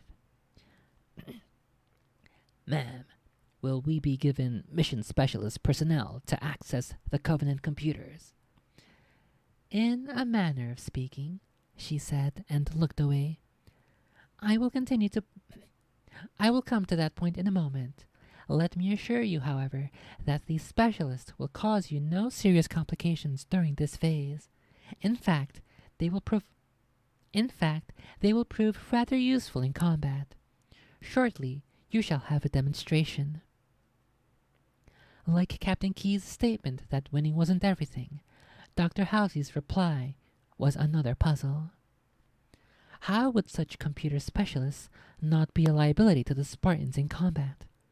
Even if they could fight, it was unlikely they'd be anything but weak links in combat. If they couldn't fight, the Spartans would be forced to babysit a vulnerable package in a hot combat zone. Phase 3, Dr. Halsey said, will consist of taking the captured Covenant ship to their homeworld. Several questions immediately formed in the Master Chief's mind. Who would pilot the alien ship? Had anyone ever deciphered the Covenant control systems? It seemed unlikely, since the UNSC had never captured one of their ships before. Were the Covenant recognition signals? Okay. Were the Covenant recognition signals? Oh my god, my brain saw symbols. Were the Covenant recognition signals that had been sent when entering their space? Wait, what? Were there? Okay. Were there Covenant recognition signals that had been sent when entering their space? Or would they just steal their way in system? When a plan had so many missing pieces of data, the Spartans had been trained to stop and reconsider its effectiveness. Unanswered questions led to complications, snags, and snags led to injuries, death, and failed missions. Simple was better. He held his questions, though. Dr. Halsey surely would have planned for these eventualities.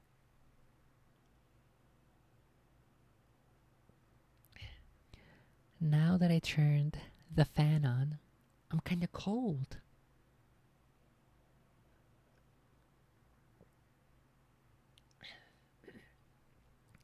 And also I am a tiny little teeny weeny baby bit tired. I think I'll go grab an energy drink real quick. 1 second. I think I haven't had the mango one, so let me go get that one.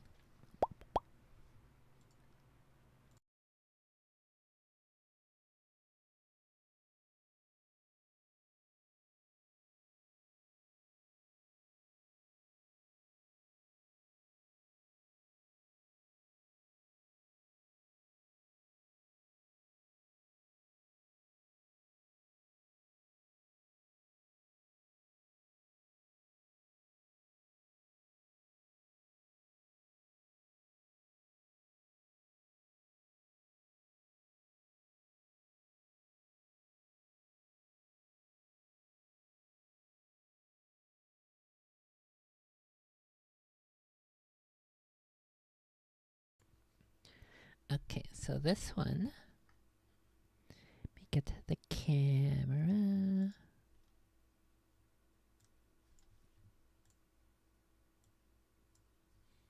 So this one is the Bucked Up Energy Mango Tango.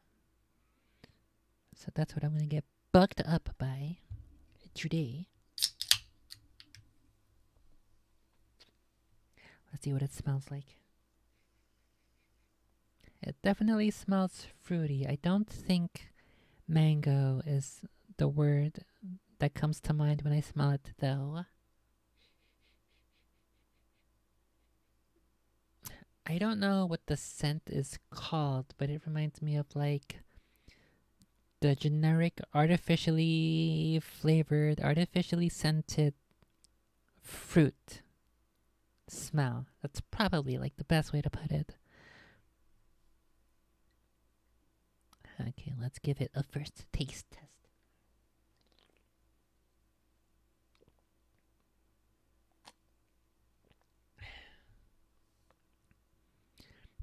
Okay, so at first it tastes kind of like medicine.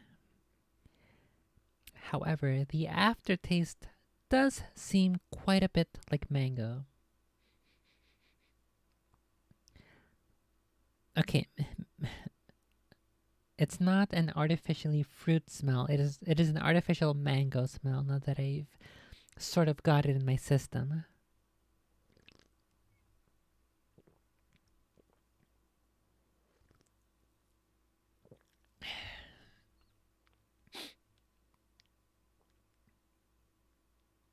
Okay. I think now I understand the reason why I thought my initial thoughts, my initial instincts. It's because it reminded me of the mango Jaritos flavor. That's what I was thinking of.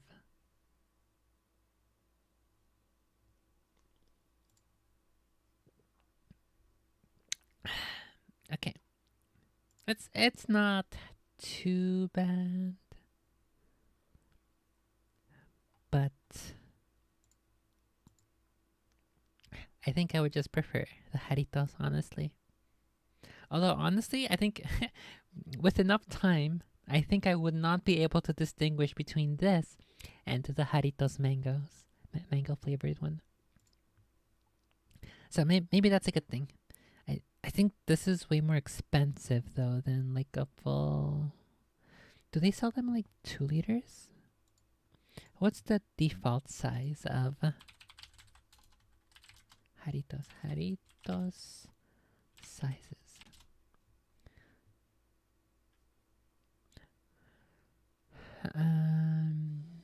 Their Sultramar Jaritos comes in 370 milliliter, 12.5 ounces, and 600 milliliters, 20 ounces, as well as 1.5 liter bottles.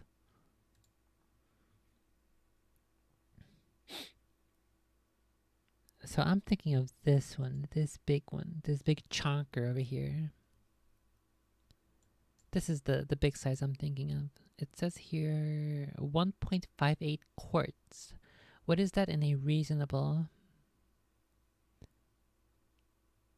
unit of measurement?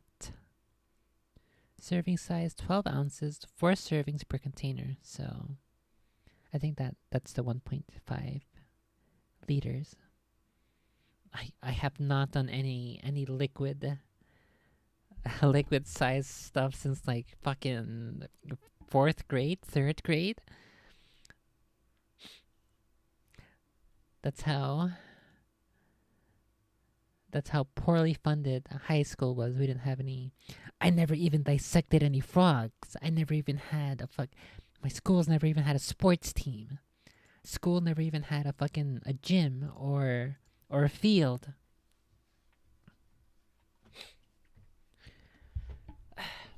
Our school didn't even have an auditorium.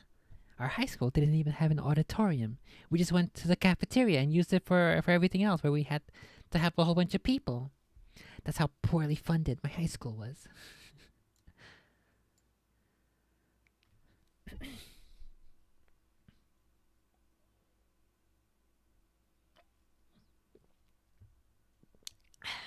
Okay, I definitely gotta be careful here though with my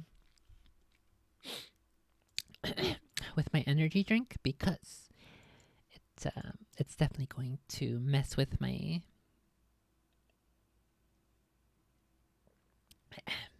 ability to read clearly and use my throat properly, because I already felt it there. I don't know if you heard it. I assume you did. I can already tell that it's gonna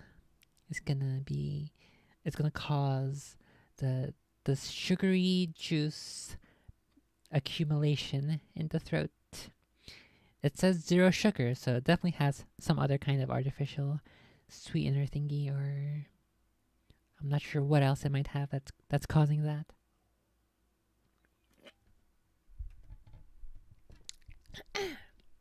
Okay. Back to the story.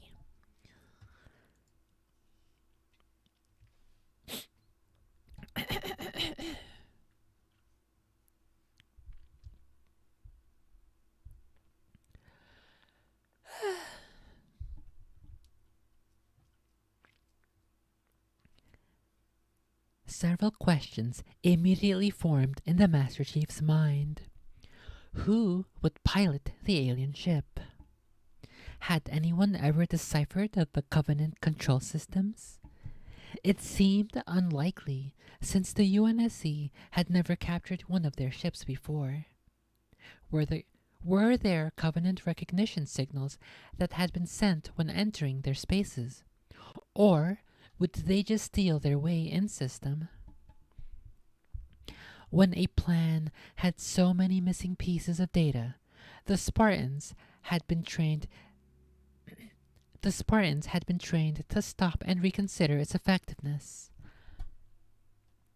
Unanswered questions led to complications, snags, and snags led to injuries, death, and failed missions. Simple was better.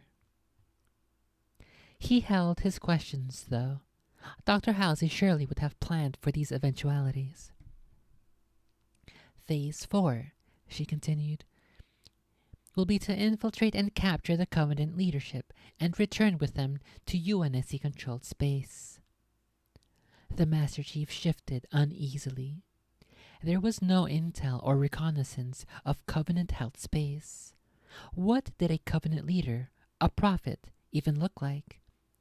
Chief Mendez had told him to trust Dr. Halsey. The Master Chief decided to hear all the details before he asked any further questions. To do so might undermine her authority. And that's the last thing he needed the other Spartans to see. And yet, there was one thing he had to clarify. The Master Chief raised his hand again. Dr. Halsey, he said, did you say capture the Covenant leaders, not eliminate them? Correct, she replied. Our profile of Covenant Society Our profile of Covenant Society indicates that if you were to kill one of their leaders, Our profile of Covenant Society indicates that if you were to kill one of their leader caste, this war could actually escalate. Your orders are to preserve any captured Covenant leaders at all costs. You will bring them back to UNSC headquarters, where we will then use them to broker a truce, possibly even negotiate a peace treaty with the Covenant. Peace? The Master Chief considered the unfamiliar word. Was that what Captain Keyes had meant? The alternative to winning wasn't necessarily losing. If you chose not to play a game, then there could be neither winning nor losing. Dr. Halsey took a deep breath and slowly exhaled. Some of you already suspect this, but I shall state it anyway for emphasis. And it is my opinion, and that of many others, that the war is not going well. Despite our recent victories, what is not widely known is how badly it is going for us. Oni predicts that we have months, perhaps as much as a standard year, before the Covenant locates or destroys our remaining inner colonies, and then moves against Earth.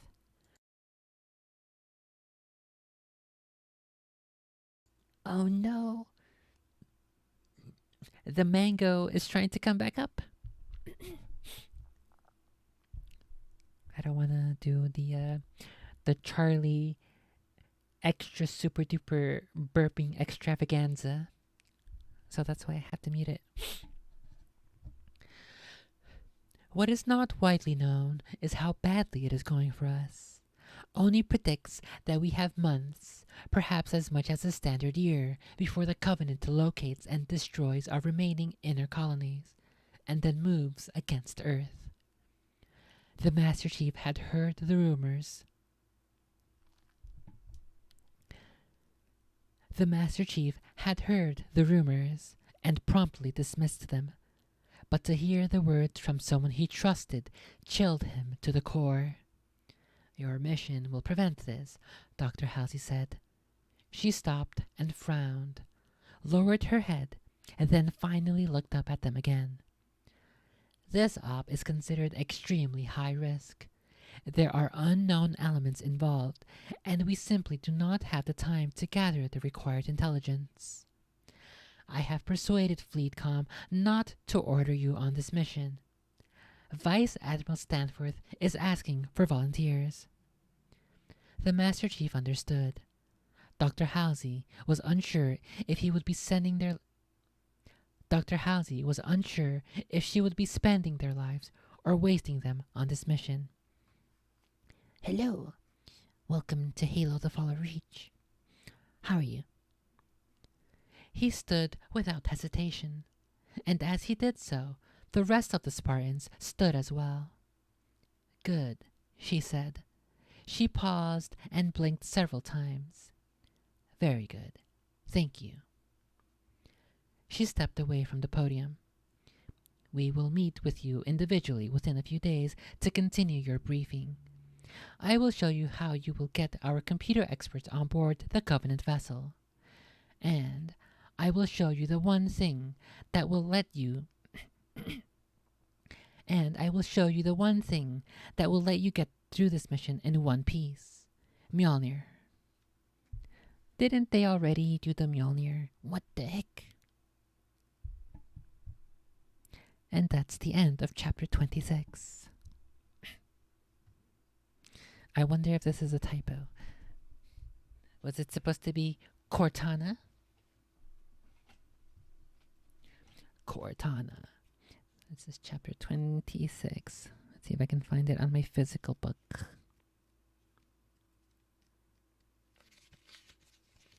'22.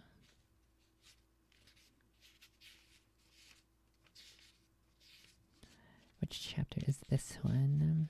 24. Okay, we're getting there. 26. Okay. In this initial copy, it does also say Mjolnir. Let me put that on screen. Get the camera up here. Mom, get the camera! As you can see here, it also says Mjolnir and not... Oh, fuck! I'll put it upside down, but you can definitely see that says Mjolnir, not Cortana. So, that's this one. Which is weird. I'm assuming what this specifies is the fact that the armor has the armor of Mjolnir. What the heck? It has the ability to house an AI.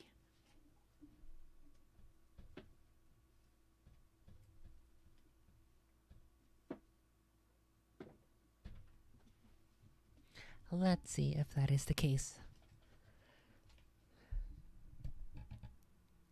Chapter 27. 0600 hours. August 29th, 2552. Military calendar. Epsilon Eridani System. UNSC Military Reservation 0147-B. Planet Reach. The firing range was uncharacteristically quiet. Normally, the air would be filled with noise. The sharp staccato crackle of automatic weapons fire. The urgent yells of soldiers practicing combat operations. And the barked... Is that supposed to be barked or barked? If it's supposed to be barked, then I would expect an accent, a grave. Is it grave when he goes to the left? Or to the right? A grave accent on the E. I don't think I've really seen barked like this in the past tense for...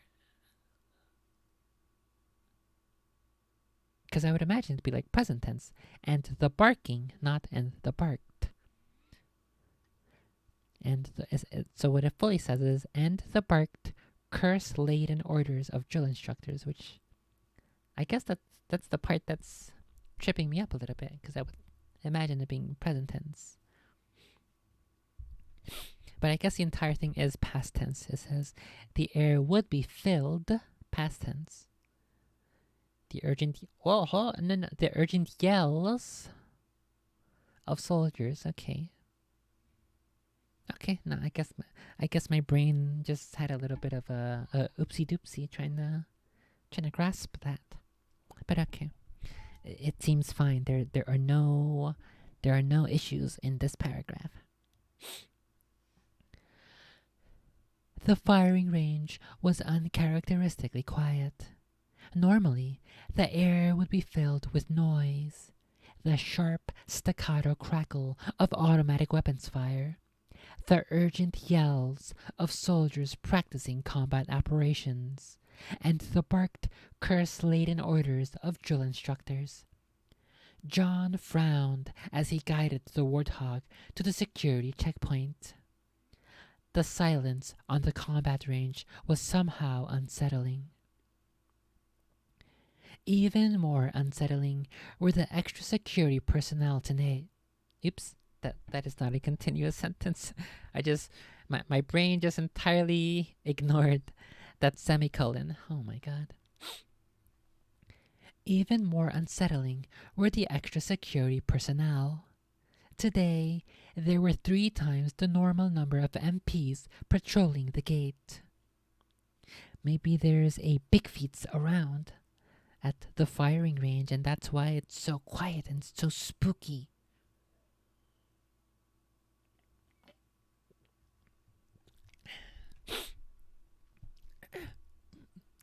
John parked the warthog and was approached by a trio of MPs. "State your business here, sir," the leading MP demanded.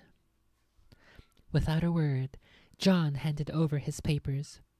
Orders direct from the top brass. The MP visibly stiffened. "Sir, my apologies. Dr. Halsey and the others are waiting for you at the P&R area." The guard saluted and waved the gate open. "Patches? Patches, what's up, baby?"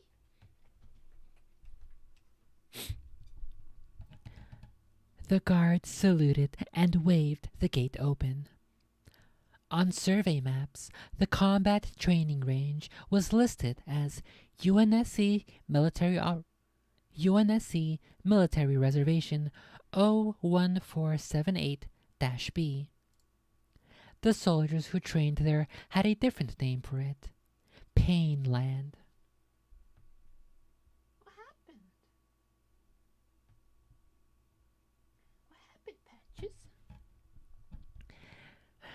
That's gonna be the name of my country. We have the land of Ing, the land of Ire, the land of Green, the land of Ice, and then my country, the land of Pain.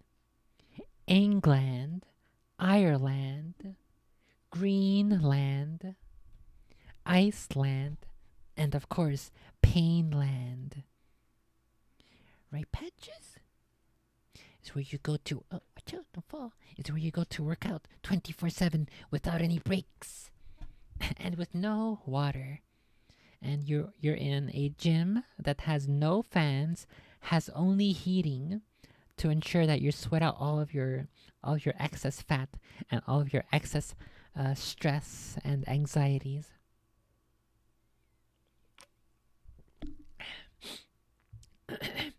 And then you create a chiseled gamer girl abs and a chiseled gamer girl biceps and thighs, and then that is how people know that you are a resident of Painland.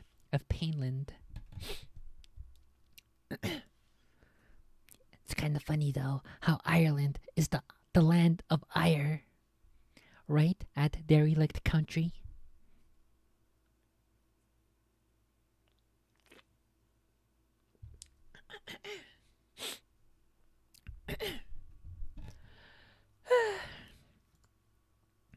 The soldiers who trained there had a different name for it: Painland. John knew the facility well. A great deal of the Spartans' early training had taken place there. The range was divided into 3 areas: a live fire obstacle course, a target practice range, and the P&R, prep and recovery area, which more often than not doubled as an emergency first aid station. John had spent plenty of time in the aid station during his training. The Master Chief walked briskly to the prefabricated structure. Another pair of MPs, MA-5B assault rifles at the ready, double-checked his credentials before they admitted him to the building. "Ah, here at last," said an unfamiliar voice. "Let's go, son. On the double, if you please." John paused. The speaker was an older man, at least in his 60s, in the coveralls and lab coat of a ship's doctor. No rank insignia, though. John thought with a heap... a heap? What the heck would I get heap from? That is not anywhere here.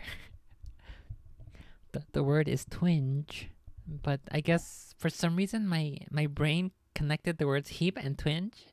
What the heck? How'd that happen? Okay, what kind of a voice should I give this older man? Should I give him another European accent? Let's see. Let me think. So Stanford is just like a regular, more gravelly voice. I guess I gave one of the Oni guys a sort of Scottish, English, Welsh, a gravelly voice. Maybe we'll assume this is the same guy. Oh no. Why are there so many Europeans on this base? What the heck? What the heck? Ah, here at last, said an unfamiliar voice. Let's go, son. On the double, if you please. John paused. The speaker was an older man, at least in his 60s, in the coveralls and lab coat of a ship's doctor. No insignia, though, John thought with a twinge of concern. For a moment, the image of his fellow Spartans, very young and clubbing, kicking, and beating ununiformed instructors into unconsciousness, flashed into his memory with crystal clarity. Who are you, sir? He asked, his voice cautious. I am a captain in the UNSC Navy, son. Okay, I forgot his accent already, so we'll just do whatever European accent comes to mind as I'm reading him. Well, that'll just be it. He'll be the all European man. That'll be him.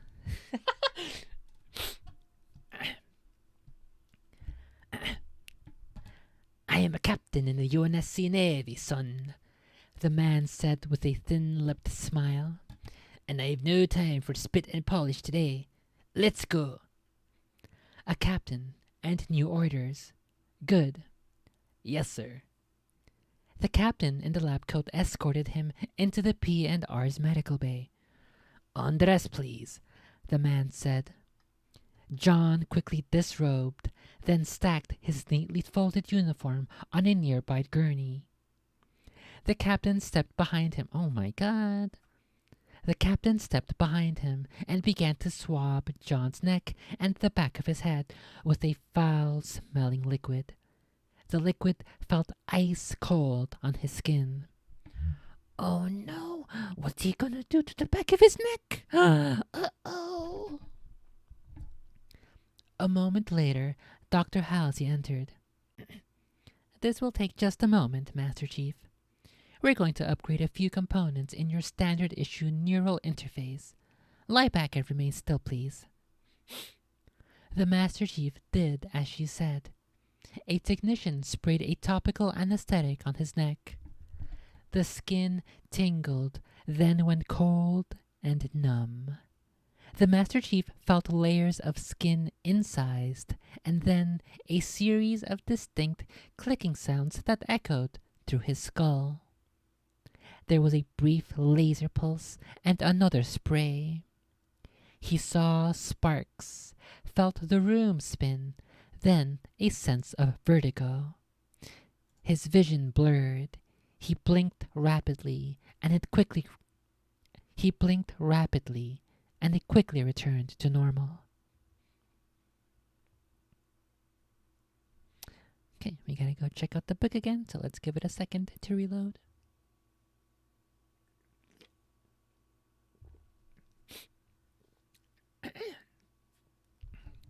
Hopefully I get a name for this new captain, so I can keep him in mind that anytime I see him in any of the other Halo books, I'll just bring out my all European accent again.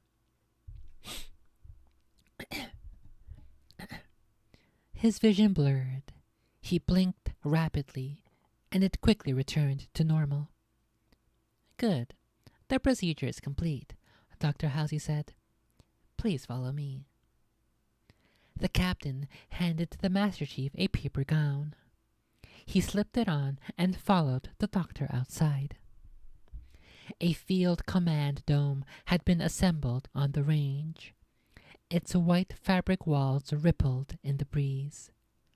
10 MPs stood around the structure, assault rifles in hand. The Master Chief noted these weren't regular Marines. They wore the gold comet insignia of Special Forces Orbital Drop Shock Troopers, Helljumpers. tough and iron disciplined.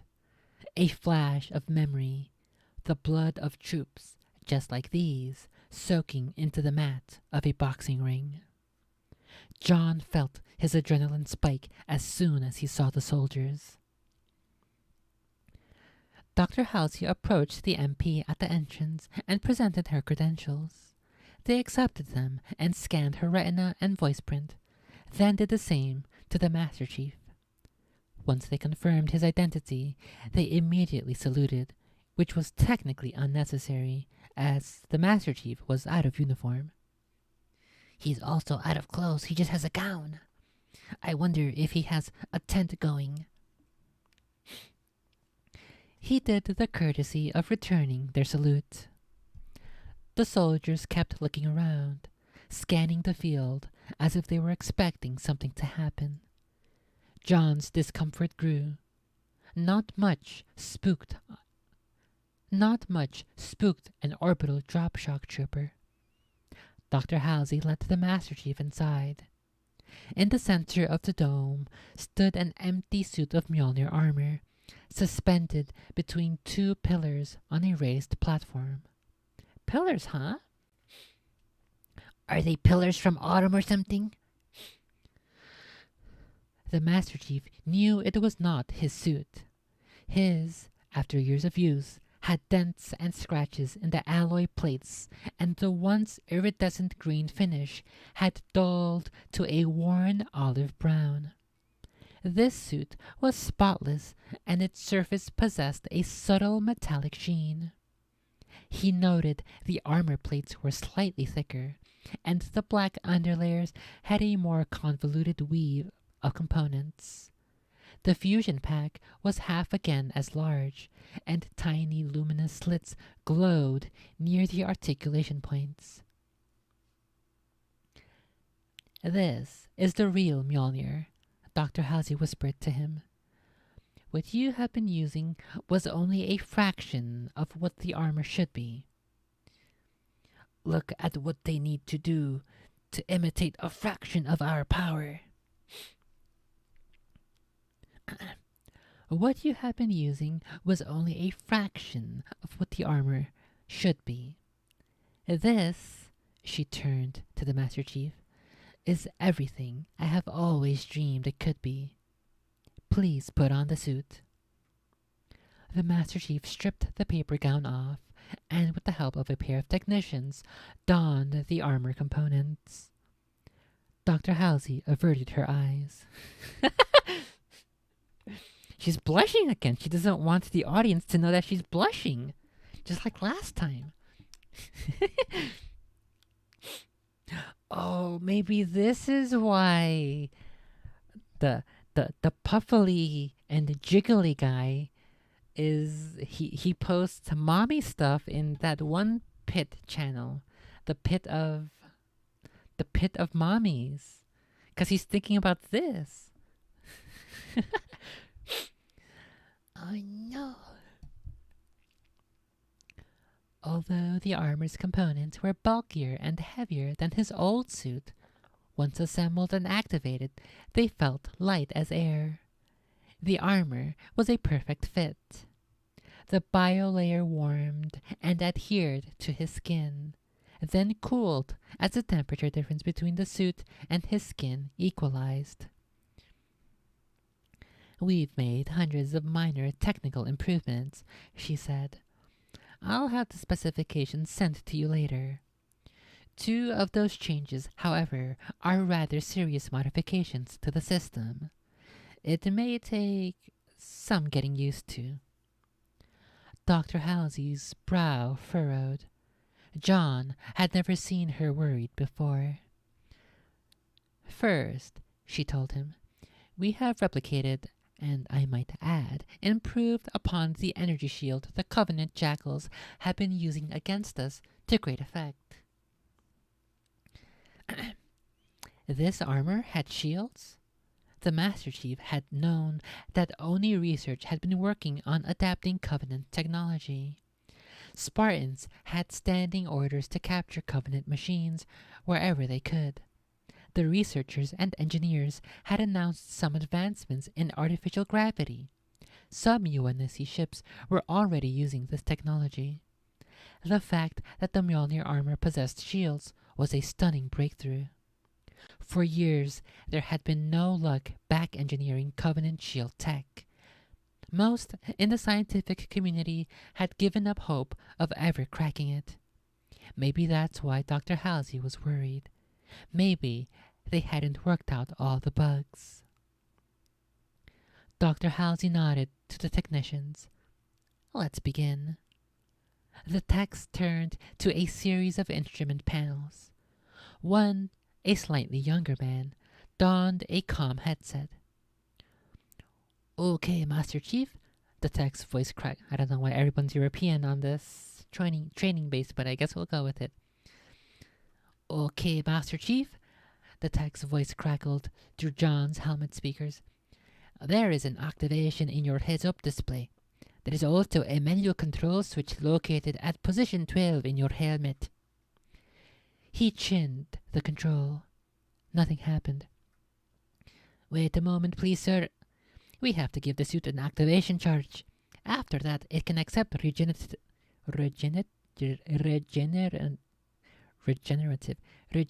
power. Okay. After that, it can accept regenerative power from the fusion pack. Stand on the platform and be absolutely still.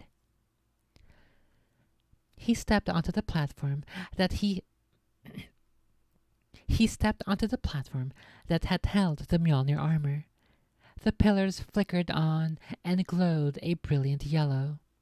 The pillars started to spin slowly around the base of the platform.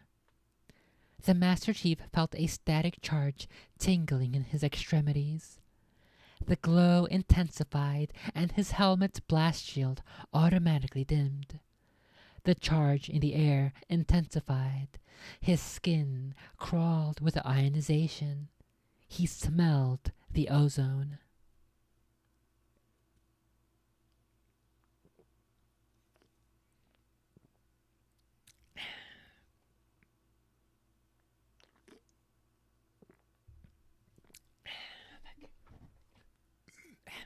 The mango is too good. Fuck, I haven't had mangoes in so long, and I haven't had oranges either. I need my yummy fruitses.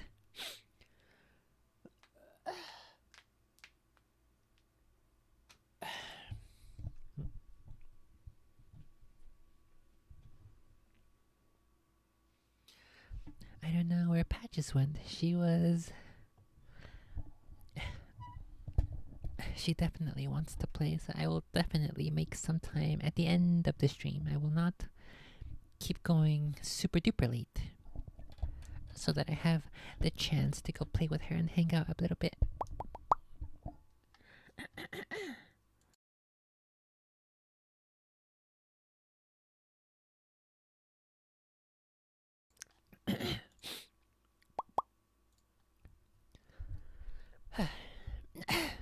He smelled the ozone.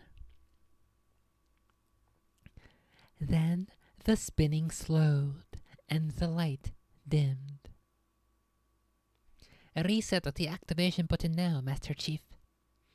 The air around the Master Chief popped as if it jumped away from the Mjolnir armor.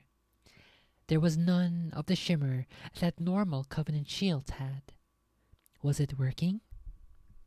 He ran his hand over his arm and encountered resistance a centimeter from the surface of the armor. It was working. How many times had he and his teammates had to find ways to slip past a jackal's shield? He'd have to rethink his tactics, rethink everything. It provides full coverage, Dr. Halsey's voice piped through the speakers, and dissipates energy far more efficiently. And it dissipates energy far more efficiently than the Covenant shields the Spartans have recovered, though the shield is concentrated on your arms, head, legs, chest, and back. The energy field tapers down to a hair underneath a millimeter, so you don't lose the ability to hold or manipulate items with your hands. The lead technician activated another control, and new data scrawled across John's display. There's a segmented bar in your upper corner of your HUD, the technician said, right next to your biomonitor and ammunition indicator. Okay. Slow down. Right next to your biomonitor and ammunition indicators. It indicates the charge level of your shield. Don't let it completely dissipate. When it's gone, the armor starts taking the hits. The Master Chief slipped off the platform. He skidded, then came to a halt. His movements felt oiled. His contact with the floor felt tentative. You can adjust the bottom of your boot emitters as well as the emitters inside your gloves to increase traction. In normal use, you will want to set these to the minimal level. Just be aware your defenses will be diminished in these locations.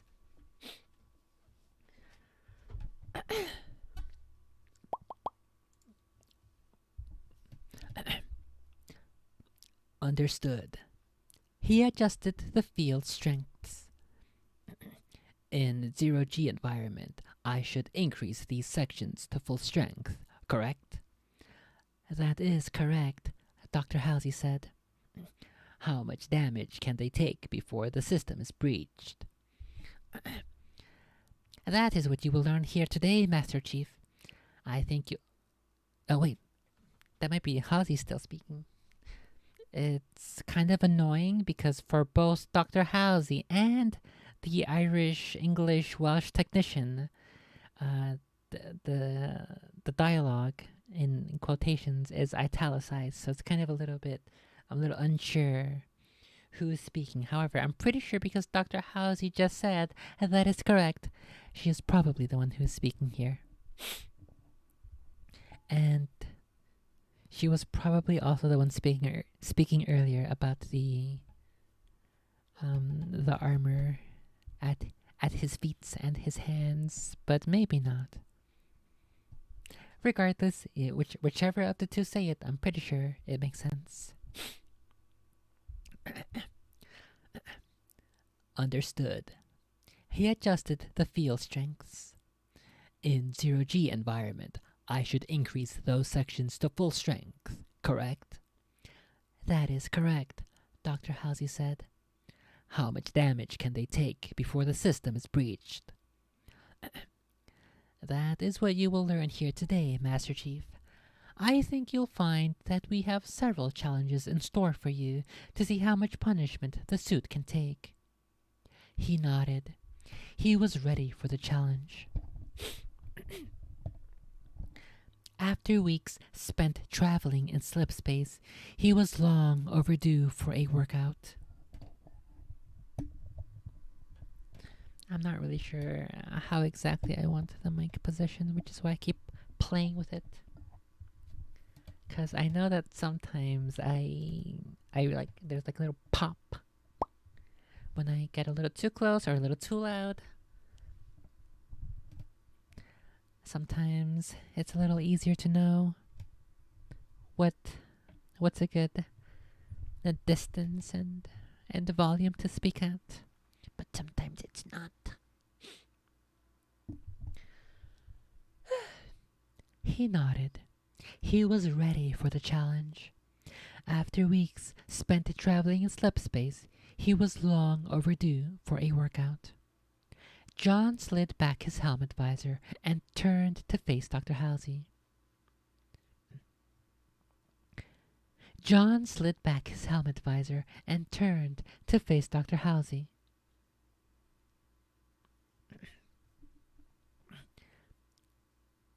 You said that there were 2 major system improvements, Doctor. She nodded and smiled. Yes, of course. She reached into her lab coat and withdrew a clear tube. I doubt you've ever seen one of these before. It is the memory processor. It is the memory processor core of an AI. Like Deja. Yes, like your former teacher. But this AI is slightly different. I'd like to introduce you to Cortana. The Master Chief looked around the tent. He saw no computer interface or holographic projectors. He cocked an eyebrow at Dr. Halsey. There is a new layer sandwiched between your reactive circuits and the inner biolayers of your armor, Dr. Halsey explained. It is a weave of additional memory processor superconductor. The same material as an AI's core. Yes, Dr. Halsey replied. An accurate analysis. Your armor will carry Cortana. The Mjolnir system has nearly the same capacity as a shipborne AI system.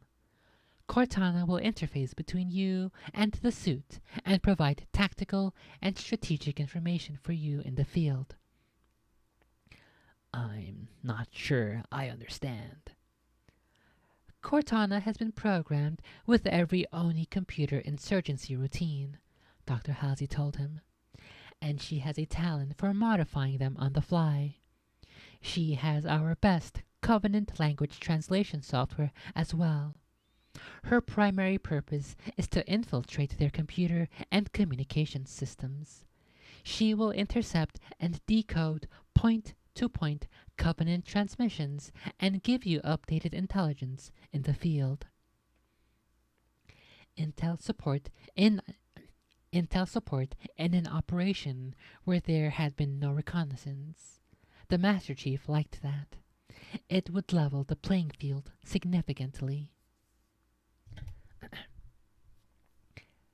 This AI is the computer specialist we'll be taking onto the Covenant ship, the Master Chief said. Yes, and more. Her presence will allow you to utilize the suit more effectively. John had a sudden flash. AIs handled a great deal of point defense during naval operations. Can she control the Mjolnir armor? He wasn't sure he liked that. No. Cortana resides in the interface between your mind and the suit, Master Chief. You will find your reaction time greatly improved. She will be translating the impulses in your motor cortex directly into motion. She can't make you send those impulses. Wait, but then that means that the TV show got it wrong because Cortana can shut him down. What the heck? They lied to me. This AI, he said, will be inside my mind. That must have been what that upgrade to his standard issue UNSC computer interface had been for. That is a question, isn't it? Dr. Halsey replied. I can't answer that, Master Chief. Not scientifically. I'm not sure I understand, Doctor. What is the mind, really? Intuition, reason, emotion? We acknowledge they exist, but we still don't understand what makes the human mind work. She paused, searching for the right words. We model AIs on human neural networks, on electrical signals in the brain, because we just know that the human brain works, but not how or why. Cortana resides between your mind and the suit, interpreting the electrochemical messages in your brain and transferring them to the suit via your neural implant. Sorry, for the lack of better terms. So, for the lack of better term, yes, Cortana will be inside your mind. Ma'am, my priority will be to complete this mission. This AI, Cortana, may have conflicting directives. There is no need to worry, Master Chief. Cortana has the same mission parameters as you do. She will do anything necessary to make sure that your mission is accomplished, even if that means sacrificing herself or you to accomplish it. Even if that means sending some feet pics to him. Uh-oh.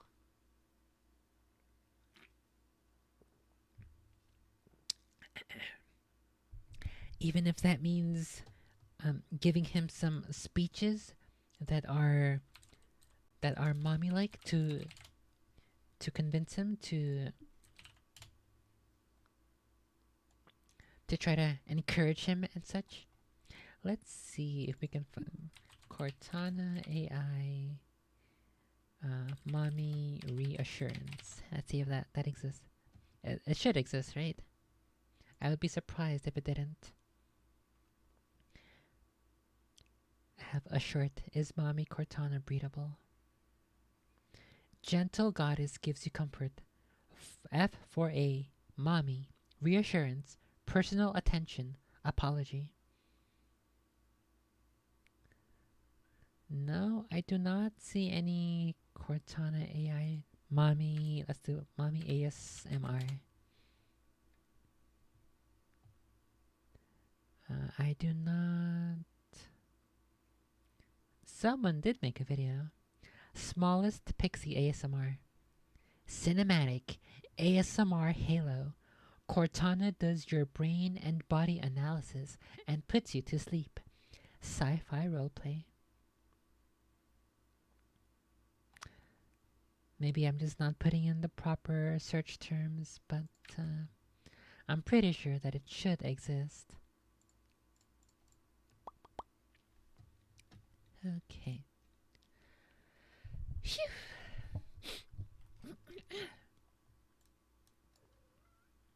Patches? What's a patches? There is no need to worry, Master Chief. Cortana has the same mission parameters as you do. She will do anything necessary to make sure that your mission is accomplished, even if that means sacrificing herself or you to accomplish it. The Master Chief exhaled, relieved. Now, please kneel down. Uh-oh, what's she gonna do? Uh-oh. Now, please kneel down. It's time to insert her memory. It's time to insert her inside your head. I gotta get the meme right now, where she says, "Me inside your head now." Let's do Cortana, me inside your head now. There we go. It autofilled. It will probably be copyright, but let me check.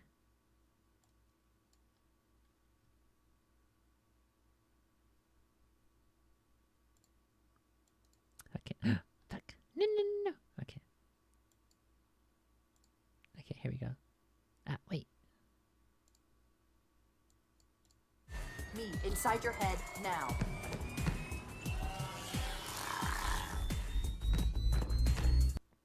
Okay, well, that wasn't. How much time was left? Okay. That's a good edit. I was looking for the meme where it, after she says "me inside your head now," it shows a whole bunch of pictures that may or may not get me banned from YouTube and such, but that works. But that's a pretty good edit. Oh, fuck, no, I gotta go pee again. Okay, 1 second. Too much water and too much energy drink.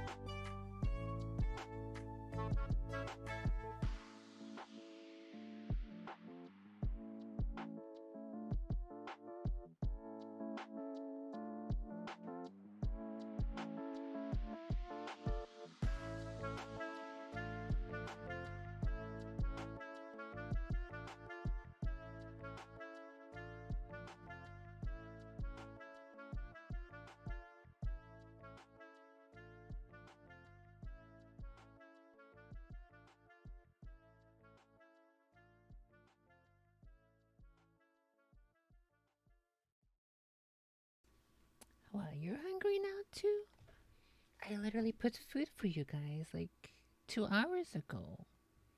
You got food over there. Don't pretend. Don't pretend you don't have any food, you silly.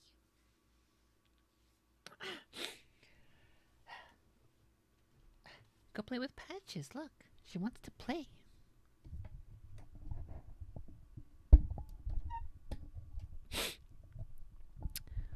Okay. I hope that this time there is a detailed description of what Cortana looks like when she is inside Master Chief's head. Hopefully it's like it's a scene that depicts her feet inside his head. That'd be pretty cool.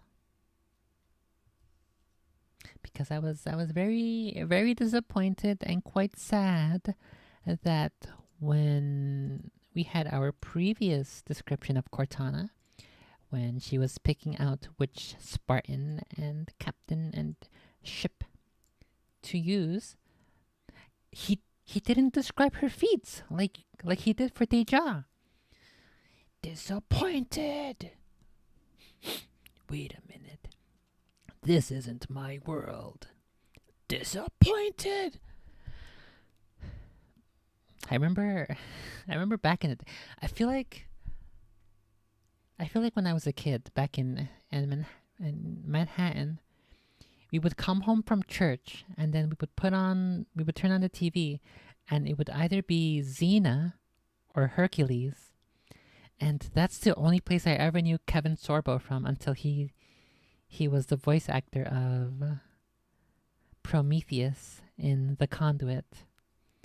And then he recently just popped up again as as an anti-government, contrarian, right-leaning, anti-vaxxer, anti-mandate guy. I don't know. It's so weird.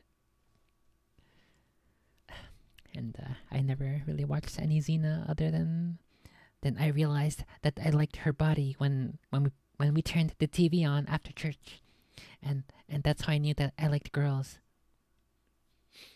But yeah, that's that's all I know about Kevin Sorbo, the disappointed beam that he had from Hercules.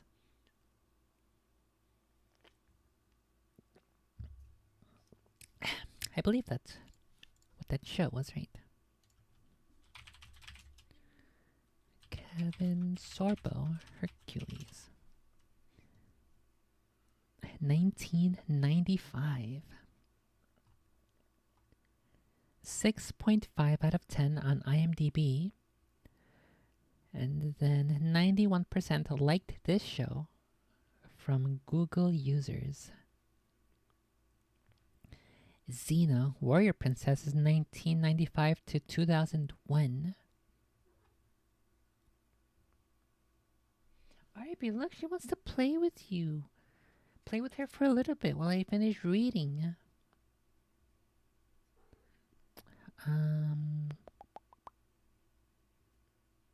Where the heck is the wiki page? What the heck? Oh, okay, here we go. Hercules, The Legendary Journeys. From 1995 to 1999.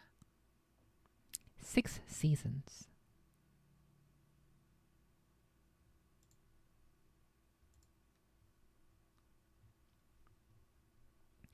Maybe this is one of those shows that I gotta go check out now that I am an adult and I can understand it a little bit more. Is there sex in this show?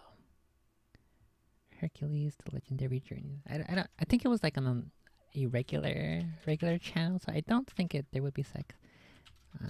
Nudity. Sex and nudity for Hercules, The Legendary Journeys. Is this just like an episode title? Oh, it's like a trivia thingy. Let me go pull this up on screen here. Let's see. Sex and nudity. Mild. 3 of 5 found this mild. There are episodes where women wear skimpy outfits, but no less than what would be considered modest underwear. Some of the episode have sensual moments with passionate kissing and or non-explicit nudity. Women wear cleavage revealing dresses. I mean, I would imagine so in a show like Hercules, which is based off of ancient stories. There's even nudity in the Bible. How about Xena? Is there any nudity in Xena? Xena, warrior princess. Nudity. Let's go have a look at the IMDb page for that one. There's definitely a couple shots.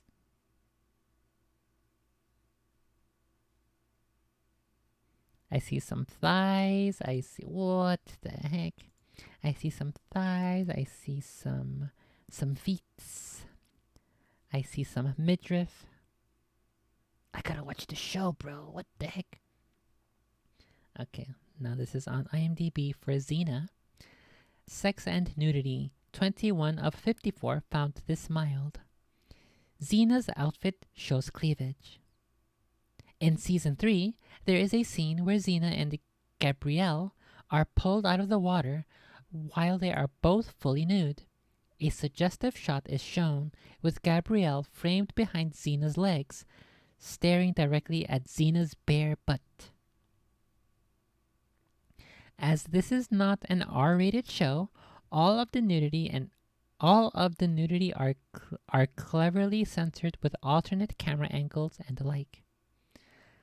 I struggle with this one because the person who typed this did that thingy where they capitalized the first letter of certain words, but in the middle of a sentence where they don't need to be capitalized. Why do people do that? Oh, and then the last thing about nudity, sex and nudity is kissing. Kissing. That's the last thing, kissing. There's kissing in the show, and that counts as sex and nudity.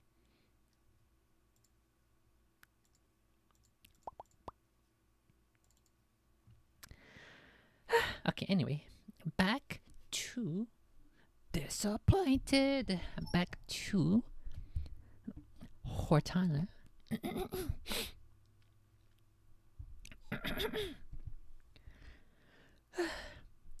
There is no need to worry, Master Chief. Cortana has the same mission parameters as you do. She will do anything necessary to make sure that your mission is accomplished, even if that means sacrificing herself or you to accomplish it. The Master Chief exhaled, relieved. Now, please kneel down. It's time to insert her memory processor matrix into the socket at the base of your neck. Me, inside your head, now. He's being knighted. What the heck? It's literally the echoes of history yet again being displayed in science, sci-fi, and modern times. The Master Chief knelt. There was a hissing noise. The Master Chief knelt. There was a hissing noise, a pop, and then cold liquid poured into the Master Chief's mind. A spike of pain jammed into his forehead, then faded. Not a lot of room in here, a smooth female voice said. Hello, Master Chief. Did this AI have a rank? Certainly, she was not a civilian or a fellow soldier. Should he treat her like any other piece?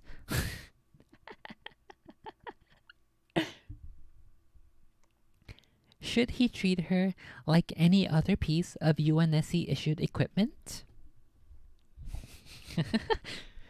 Yes, you should treat her like property. Fem Chad, yes. Then again, he treated his equipment with all the respect it deserved. He made sure every gun and knife was cleaned and inspected after every mission. And don't forget properly lubed up. It was unsettling. He could hear Cortana's voice through his helmet speakers, but it also felt like she was speaking inside his head. Hello, Cortana. I'm detecting a high degree of cerebral cortex activity. You're not the muscle-bound You're not the muscle-bound automatons the press makers. I don't know if the mic caught that, but my tummy was like, roar. Disappointed, roar. I'm detecting a high degree of cerebral cortex activity. You're not the muscle-bound automatons the press makes you out to be. Automaton? The Master Chief whispered. Interesting choice of words for an artificial intelligence. Dr. Halsey watched the Master Chief with great interest. You must forgive Cortana, Master Chief. She is somewhat high-spirited. You may have to allow for behavioral quirks. Yes, ma'am. I think we should begin the test straight away. Wait. Okay, that is her. That is her. Dr. Halsey talking. I think we should begin the test straight away. There's no better way for you two to get acquainted than in simulated combat. No one said anything about combat, Cortana said. The Only Brass have arranged a test for you and the new Mjolnir system, Dr. Halsey said. There are some that believe you two are not up to our proposed mission. I'm getting pretty hungry, so I hope this chapter ends soon. Oh no. Oh no, there's quite a couple more pages. 1, 2, 3, 4, 5, 6, 7, 8, 9, 10, 11, 12, 12 more pages. What the heck? 1, 2, 3, 4, 5, 6, 7, 8, 9, 10. So there's 22 pages. Oh my god, I'm too hungry. I'm gonna have to take a break, I think. Okay, I think we will take a break. We will cut off right before the actual training starts. We will read the entire lead up, and then I'll go get some yummies at that point. The Only Brass have arranged a test for you and the new Mjolnir system, Dr. Halsey said. There are some that believe you two are not up to our proposed mission. Ma'am, the Master Chief snapped to attention. I'm up for it, ma'am. I know you are, Master Chief. Others require proof. She looked around at the shadows cast by the Marines outside the fabric walls of the command dome. You hardly need a reminder to be prepared for anything, but stay on your guard just the same. Dr. Halsey's voice dropped to a whisper. I think some of the Oni Brass would prefer to see you fail this test, Master Chief, and they may have arranged to make sure you do. That was like a good 5-second long growl from my tummy. Holy Christ. I'll have to go back and see if, if the mic picked it up. I think some of the Only Brass would prefer to see you fail this chef? I think some of the Only Brass would prefer to see you fail this test, Master Chief, and they may have arranged to make sure you do, regardless of your performance. I won't fail, Doctor. Her forehead wrinkled with worry lines, but then quickly disappeared. I know you won't. She stepped back and dropped her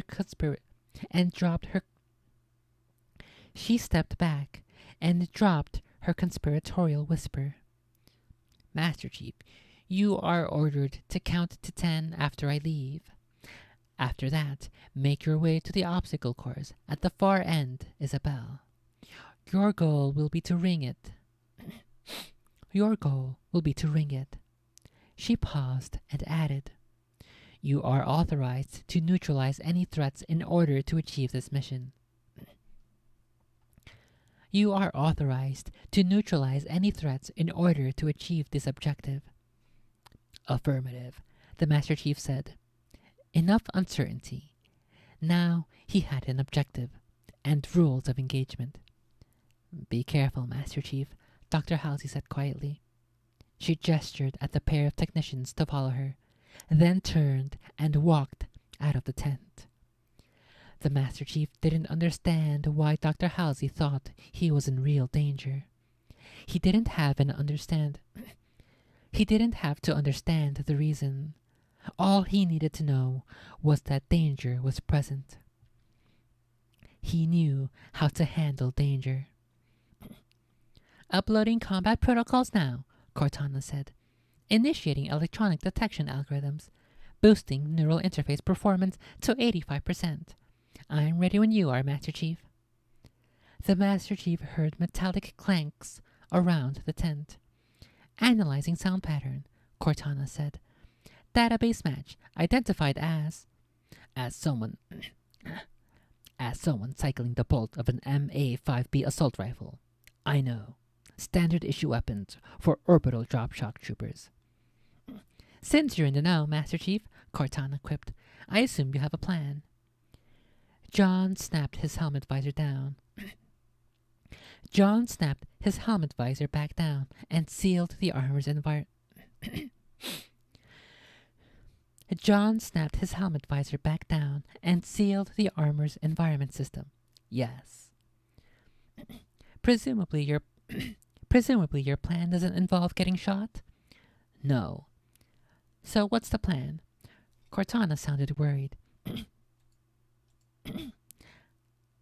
I'm going to finish counting to 10.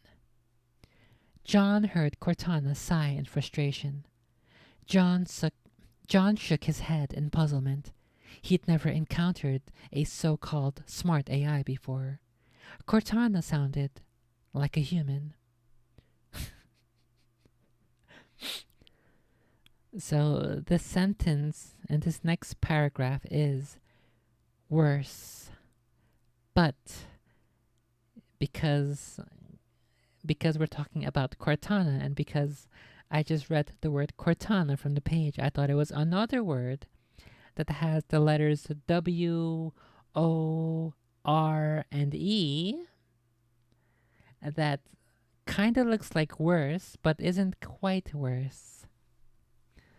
Oh my god. Why am I like this? Why do I do this to myself?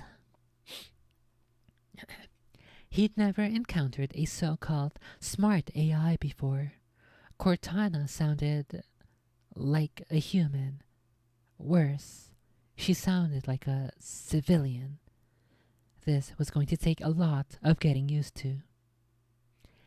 Shadows moved along the wall of the tent. Motion from outside. 8.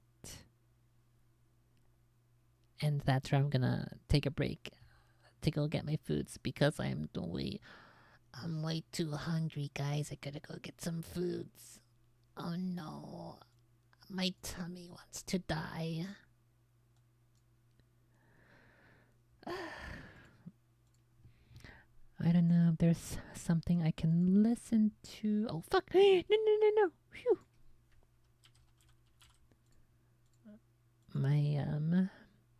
My new tab did the thingy where there is a YouTube quick access link thingy, but it is a video. It's not my sub box.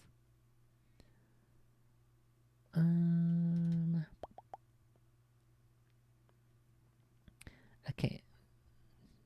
Oh, I was listening to a Spooky Stories video the other day while doing the dishes, and I don't think I finished it.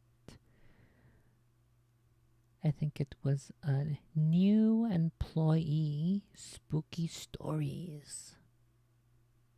Or first day on the job Spooky Stories.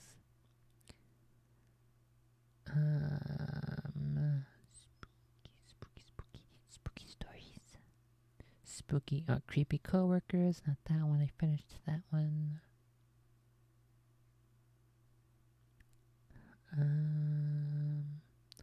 Where the heck did it go?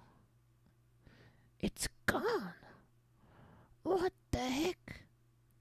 It disappeared. Wow.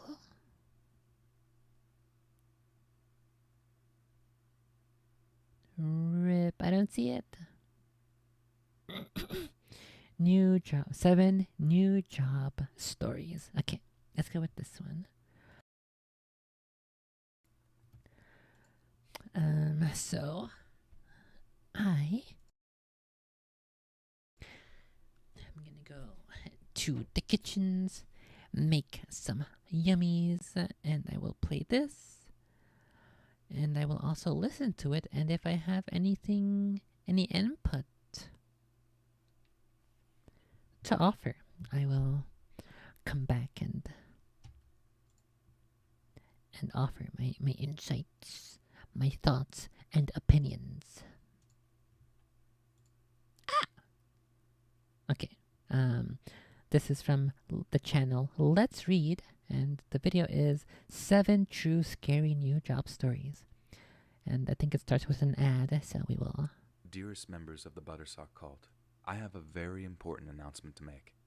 From this... Oh no, it's a 2-minute long ad, and it looks like it was for a certain... it's a sponsorship for... for a now hated sponsor that it was like a gimmick present, a gimmick gift that gives you a little piece of land somewhere in Europe, and they plant a tree for you, and you can call yourself a lord and or a lady. But the retards on the internet thought, this doesn't really make you a lord or a lady, it's a fucking scam. And I guess we'll go ahead and skip it then, since everyone hates that thingy now because they're retarded and they don't understand what a gimmick gift is, or the point of a title. They don't understand the point of that sponsorship. I'm still so fucking... Okay, whatever. I'm gonna go make my food. I will be back in a bit.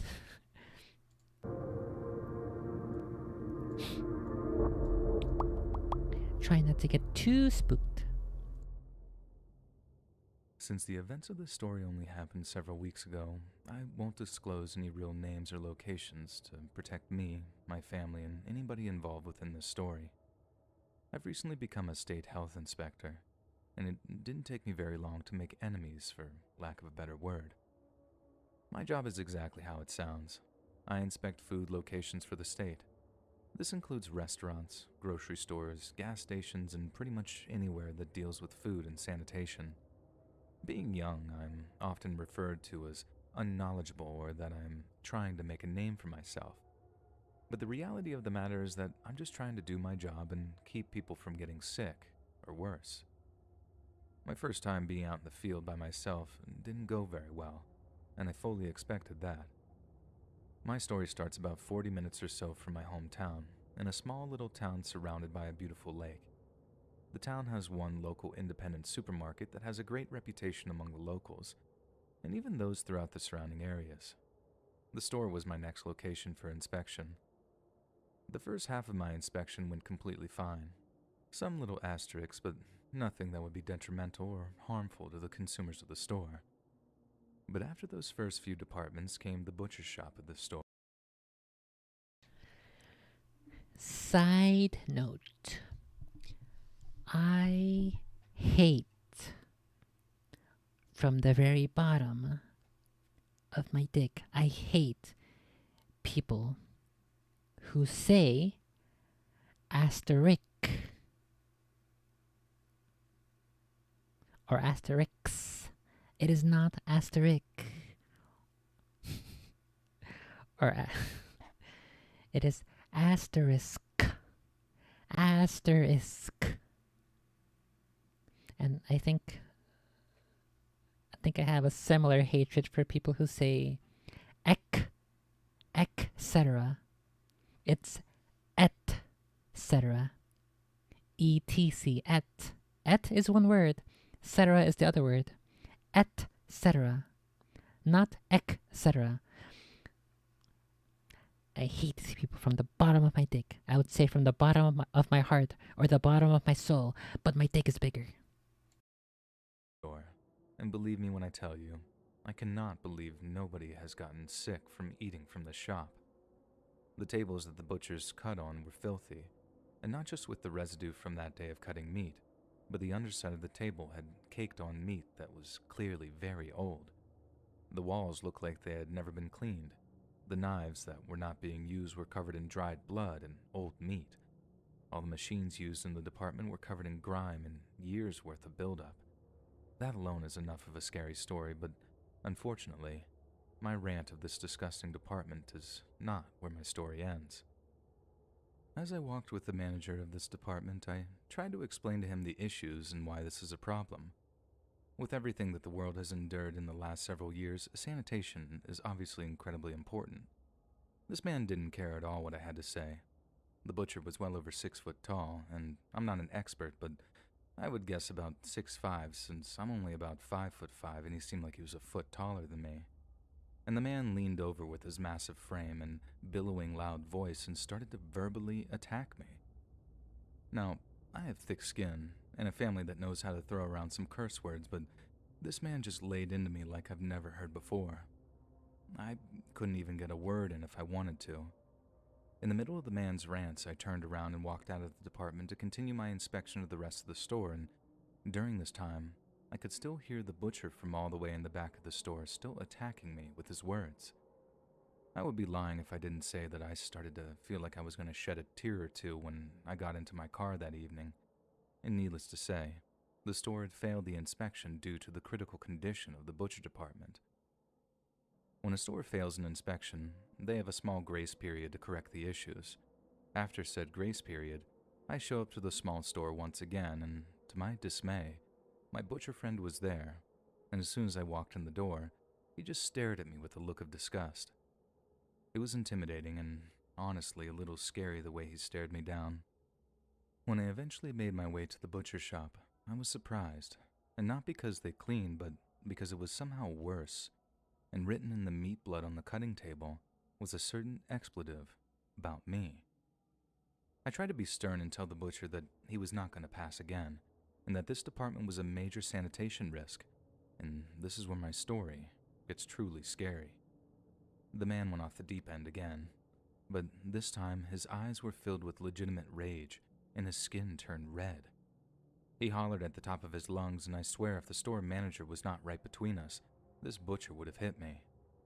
As I tried to leave the department like I did on the previous visit to the store, the butcher followed me and kept going on his verbal assault. Nobody could calm this man down, and before things got out of hand even more, I told the store manager that I would have to come back because I didn't feel safe in that store anymore. As I turned and walked away, the butcher said in a menacing and almost maniacal voice, "Goodbye, sweetie." And when I turned around, he was now smiling at me in an extremely creepy fashion, and then he said my name, which really freaked me out, because he either saw it on my name tag, but just the fact that he knew it really gave me the heebie-jeebies. The drive home that night was miserable. It was a long and tiresome day. I still live with my parents as this is my first real job post-college, and I couldn't wait just to sit down, unwind, and get that lunatic out of my head. In the middle of the night sometime, I'm not sure of the exact time, I was awoken by some chatter between my parents in the hallway. I walked out of my room to ask my parents what was going on and why they were awake. My father said that some tall guy was walking around the house, and I immediately asked why he didn't call the authorities, and my father basically just shrugged it off as some wandering fellow walking through the yard. I know that may seem jarring to some people, but in the small town I live in, people walk home late at night from the bars and cut through yards all the time, as we all know each other in the small community. But something about this didn't feel right. The next night it happened again. This time I heard my father calling to the tall man who was just standing in the backyard. The man didn't move or flinch. He just stood there for several moments. When my father asked if the man needed any help, he turned and walked out of the yard, but as he turned, I could see that he was holding something that seemed to shimmer in the light. I don't think I need to remind you what instruments butchers use, and what I was thinking in my head right at that moment. I slept with one eye open that night, jumping at every sound I heard outside. It was now Saturday, and I was ready to just stay home and relax. My parents left for some errands, and I ended up taking a quick nap in the living room. When I woke up, I was filled with an overabundance of fear. My front door was wide open in the middle of the day, and a note sat on my kitchen counter that read, "I missed you, but I'll be back tonight." Immediately, and I know I should have did it last night, I just called the cops, who really didn't know what to do at that moment in time, but said that they would keep an extra patrol in that area that night. And my father was clearly more than livid that I called the police without calling him first, and everybody seemed blown away that I didn't wake up to someone breaking inside, leaving a note, and leaving. That night, I clearly didn't sleep a wink, and when I saw the hall light go on from underneath my doorway, I figured my father had woken up again to the noise of the mysterious man. When I opened the door, what I saw at the end of the hallway was not my father, but it was the tall man from the backyard, and they were none other than the butcher from the store. He stood about 15 feet away from me at the end of the hallway. I was frozen in fear, and before the man could run at me or do whatever he had intended, a cop was there and tackled the intruder to the ground. My heart was racing. The cop was parked at the end of my street patrolling the area, and he actually saw the tall man walking down the street. He pursued him slowly and saw him walk to my family home and jostle the door until he broke it in. Being that we live in a small town, the cop knew that this man did not live here, and that is when the cop acted fast. The now former butcher was arrested right then, and as far as I know, is still in jail at this moment. I realize when people talk about dangerous jobs, they don't often bring up health inspectors, but in my situation, it truly was life and death. The butcher did in fact have a knife on his person, but he stayed quiet and didn't say what he intended to do to me or my family, and this event has left me mentally wounded and scared to do my job. I basically live off of Instacart and Grubhub now, and I triple-checked that my doors and windows are now locked. Nothing of note has happened yet since the initial arrest, but I'm sure this story isn't over yet. Any updates or new information, and I will share with the world when the time comes, but for the moment, I just want to try and move on from this and be happy that I'm still alive and that my family is safe.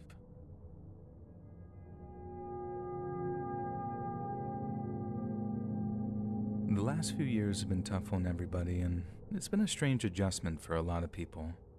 Many jobs have changed on how they operate, and this is both a blessing and a curse. Unfortunately for me, this change was a curse. Something that seemed like it was going to be the greatest news I'd received in a long time ended up being a horrific nightmare that I'm lucky to be able to walk away and tell the tale of. When the world was going through its struggle, I made the choice to go back to school at 30 years old to study video game design. I figured since life was morphing into a more online setting, this would be the perfect chance for me to get back and get my degree. In almost no time at all, I realized how much I loved this program and how much of a knack I had for game design. I fell in love with programming, designing, and all the boring stuff that game design entails, like game documentation. And I got my bachelor's degree in an accelerated program in just a little over 2 years, and then the job hunt started. By this point, the workforce was back in action, but the online workforce was still very strong and growing, as remote work seemed to be more popular than ever. I applied for dozens of jobs, but the competition in this industry is fierce, and I didn't even get a call or email back on any of my applications. And this is until about 3 months or so after my graduation, when I got an email from a game studio called Eye of the Rose Studios. They were a smaller startup company looking for fresh graduates to bring their unique vision to the company. I didn't care that they had no titles launched at this point, and I was kind of attracted to the fact that they were this new company and they wanted me. One of the other things that seemed really sweet about this gig was the fact that I could work remotely until the company was a bit more known. This was the perfect situation for me at the time. I could work from home, on my own, get paid by this company, and make a name for myself all at once, and life was finally looking up for me. I had a professional Zoom interview with a man whose name was Luke Delphine, and Mr. Delphine was blown away by my portfolio and he seemed fascinated in my ideas and everything I had to say. Now, it's important to note at this point there were literally no alarm bells going off whatsoever. The man in the Zoom call was clean-cut, wearing a suit, and was sitting in a room where the background was filled with gaming PCs. He seemed knowledgeable about the business and presented himself as a real player within the gaming industry. After the Zoom interview, we chatted casually for a while about our favorite games and gaming mechanics. Part of me thought this may have still been part of the interview, so I kept my professional attitude and demeanor on full display. After the long call, Luke finally said that he would be in touch with all the job information, including payment, start dates, hours, and all that fun stuff very soon, so keep checking my emails. I was over the moon about this job. I got along so well with this Luke guy, and it seemed like someone I would love to work with. I told my parents and my friends about the job, and I couldn't wait to start. But unfortunately, waiting was my life for the next 2 weeks. I was anxious, and after the first week, I sent Luke some messages and never heard back. It was discouraging and frustrating, and I didn't know what to do. And just as I was about to lose hope, I finally got an email from someone who wasn't Luke, but said they worked for Eye of the Rose, so I opened the email. The message looked kind of fake, like spam, but I wanted so much for this job and everything to be real, so I read the entire email. It wanted all my personal information, like my address, phone number, bank information for direct deposit, and then just some random questions like, do I live alone? Do I have children or pets? Just questions that didn't seem like they belonged. After I sent the messages back, which I know was a huge mistake, but this working online stuff was all new to me, and I didn't receive an email back until the next day, and the response to the email was just, great, thanks. It was not signed by anybody and didn't even have a company name attached. And this is where I finally started to get that pit in my stomach, that, oh God, what did I just do, feeling. Another 5 days go by and I hear nothing. I was messaging that email and Luke's email and still heard nothing. And I started to panic and was constantly checking my bank account, but the low dollar amount that was in there was left alone. That night, outside of my apartment, I heard a loud bang.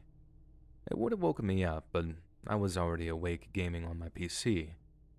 I heard the bang again and again. I had all the lights off and my room was only illuminated by my computer screen. I left the spare bedroom where my computer is located and made my way to the dark living room, and the loud banging had now turned to the sound of shuffling. I stared at the sliding glass door, which was concealed by the hanging blinds, so I couldn't see what was on the other side. It sounded like there was someone on my balcony. I lived on the second floor, so it wouldn't be impossible for someone to climb up there, but it also wouldn't be easy. I heard the movements of big birds or giant raccoons, but this was bigger, whatever it was. After a brief pause, which felt like an eternity, the sound was now unmistakable. Someone was trying to break into my slide. Okay, I got my foods.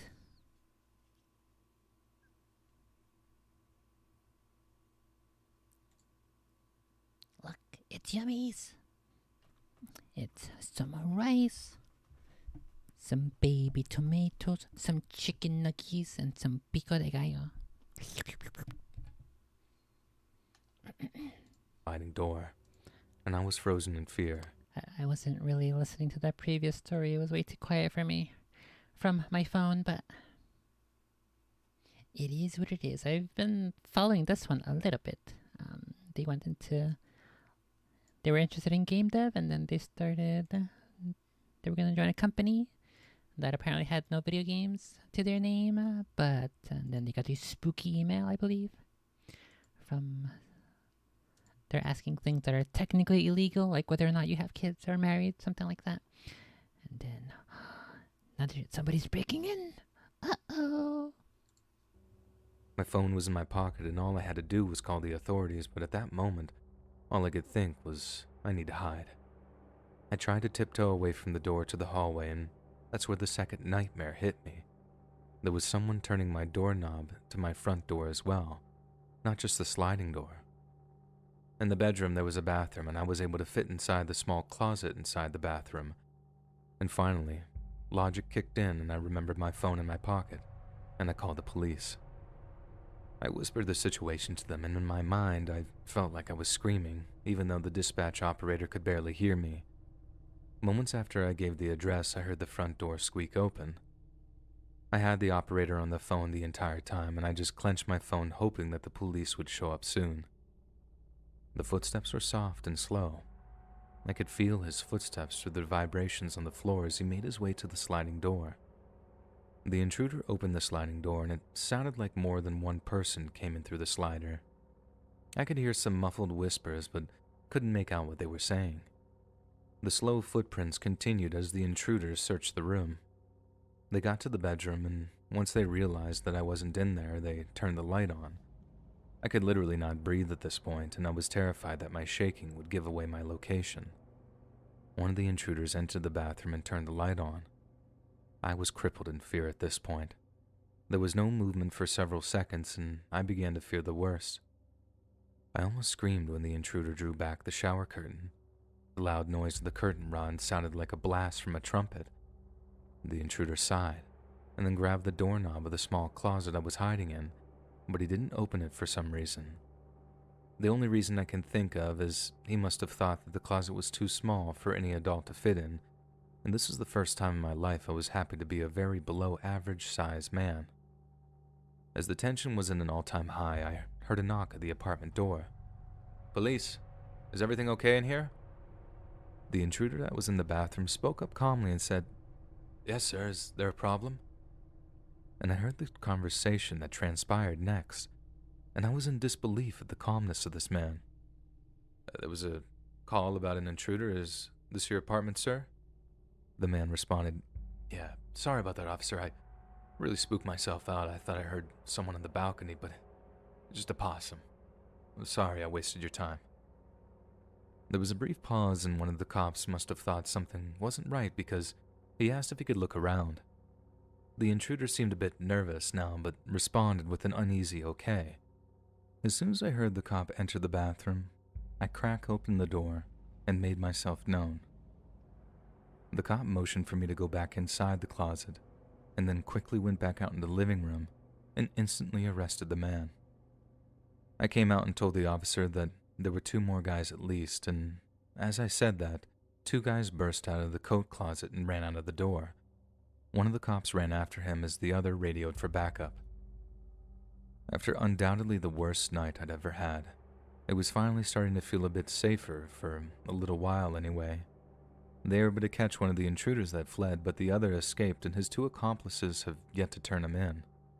The main intruder that pretended to be the apartment renter was none other than Luke, and I didn't recognize the other intruder that the cops arrested.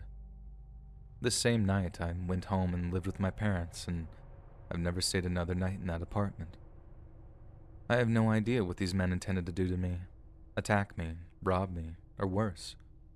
One very ironic detail, and one that I found humorous after all this was said and done, was the fact that I typed my account number for my bank account wrong, so they couldn't access my account, and that's why my account remained untouched.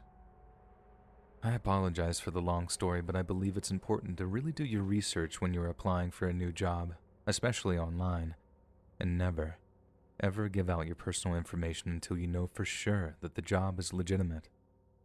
People are sick and twisted, and you never know what kind of evil and atrocities they're capable of until you find out for yourself on the other side.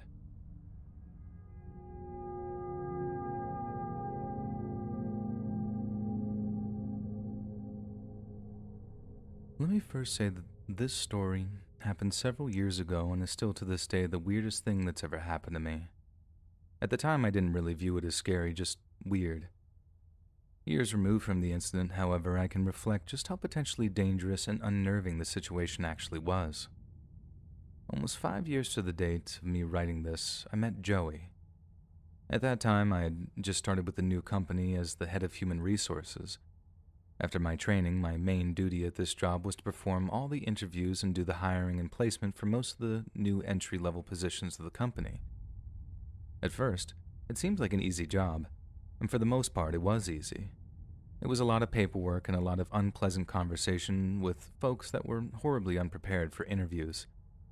The first week of the job, I had performed nearly 50 interviews, and nearly nothing of note had occurred. It was not until that Friday of my first week that I had a story to tell my wife at home. A story so strange that I still tell it to this day. As that Friday, I met Joey. The interview started like every other interview. It was friendly and cordial. Joey was a shorter man in his 40s. I didn't remember the exact age. I just remember he was close to my dad's age at the time. His resume was all right, nothing that jumped off the page, but nothing that was awful. He talked for a while about his work history, school history, and his personal interests. Again, nothing that was crazy or noteworthy, just a normal man up to this point.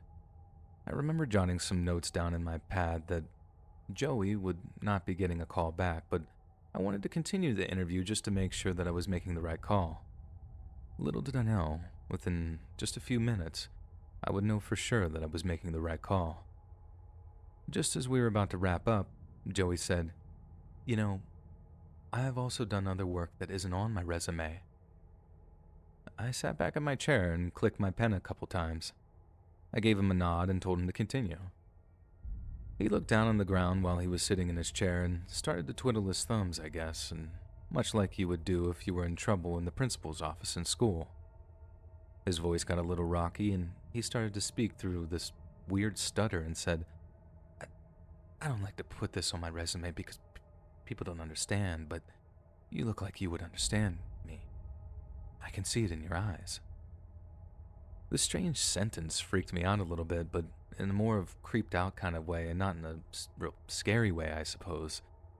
He continued, I used to repossess objects from people, and I really liked it, and I was good at it. And Joey piqued my interest, so I fished for some more information. I asked him to elaborate and tell me what company he worked for. No company, I was a business for myself. His tone was now way off, and he was talking slowly and almost with an ominous tone. I asked Joey to elaborate because at this point, I was lost. And the guy said that he would repossess things but didn't work for a repossession company. You know, some people are just ungrateful for the stuff they own. I would take one look at someone and say to myself that there's no way they pay their bills. So I would save everyone the trouble and repossess the car or whatever item may be. He's a thief.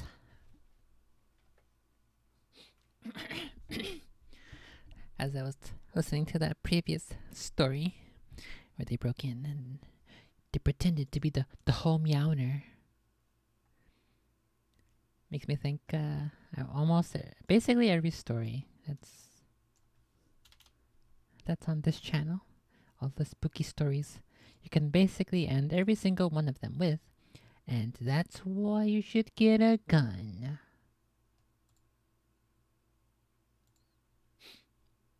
Oh my goodness.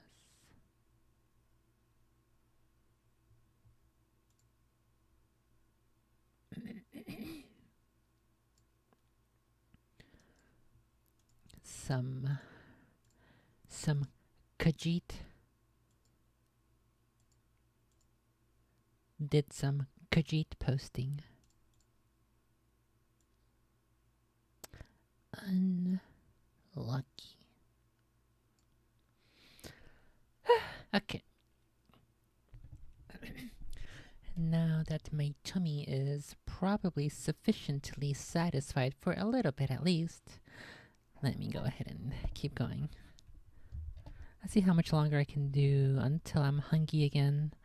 I will probably end at about maybe near midnight, between midnight and 1 a.m. probably, Central, so that I can go play with Patches. I play with her a little bit, but she definitely still wants to play a lot. So I will go hang out with her much more a little later. Okay, so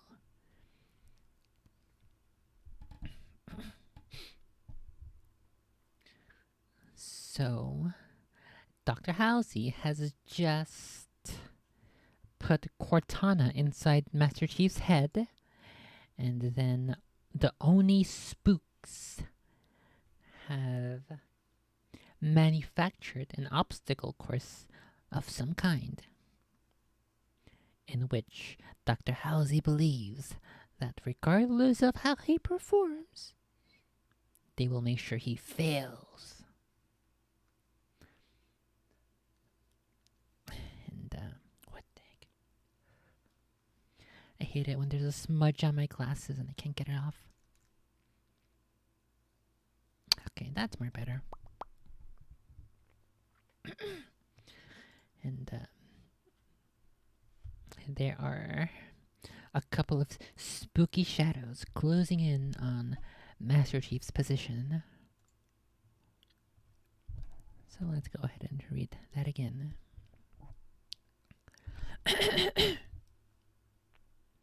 Should probably get some water to clear my throat real quick.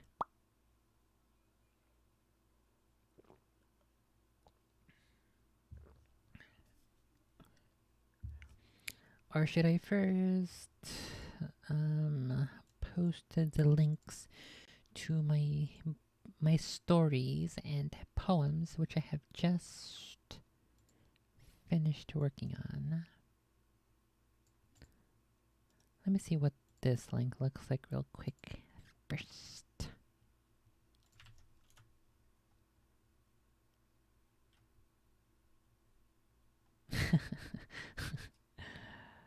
I don't know why the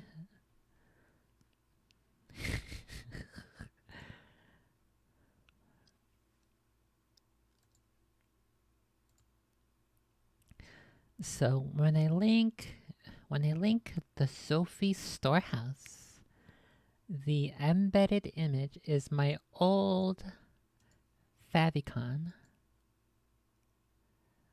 which is the cat girl Ahegao, and I don't know why it refuses to change.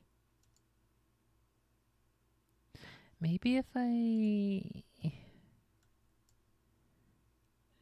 go to manually rename my new favicon to the same thing, maybe that'll work, but I don't think so. I believe I've tried it several times to no avail.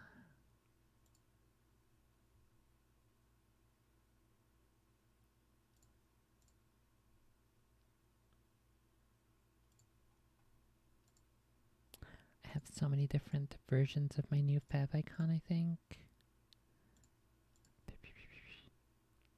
Yeah, maybe... Fuck, I don't know. Okay, let me delete.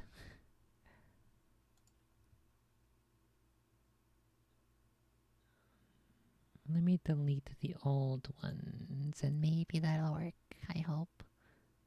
Maybe just the fact that they're both named the same thing makes it so that there's a conflict in the file name, and then that's what's causing... Okay, let me go refresh cache somewhere. Somewhere new. Let's open this. Go here.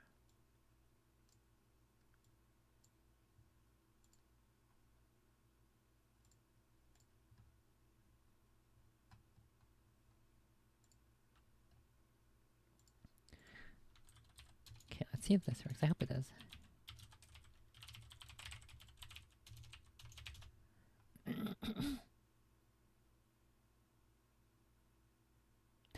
Now there's no favicon.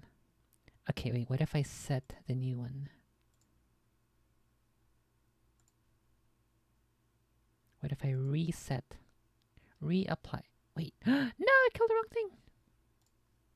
What if I reapply the new one?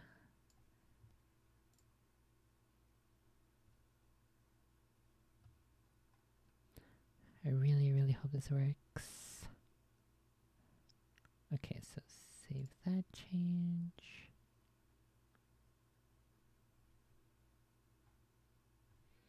Save this change. Let's reopen this with a new cache. Hopefully, I don't think it'll be new cache though.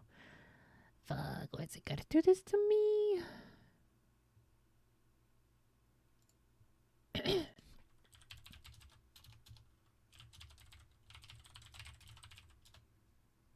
Fuck.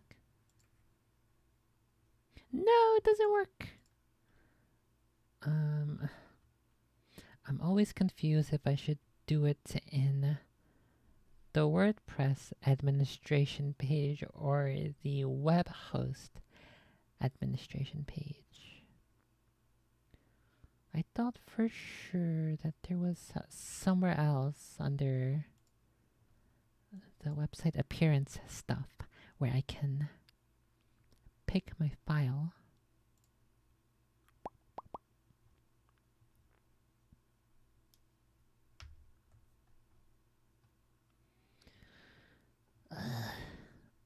I actually kind of hate. Oh wait, I think it's over here in the global. No. Menus, footer, sidebar page. Must be under global. Miscellaneous? No. Typography? No. No. Fuck.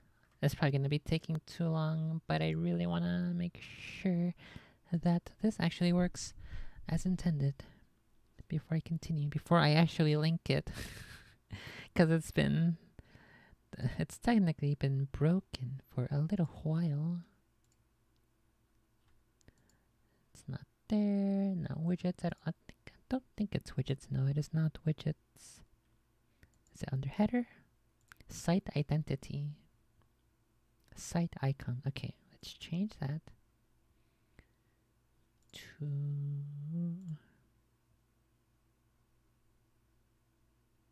this. Select this. Okay, publish. Okay. Oh fuck! I wish I had another way to. I don't want to clear cache right now, but I think I need to. Oh no.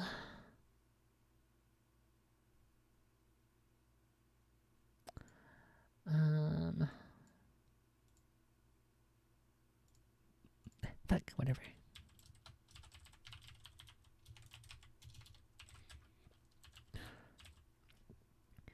/shop.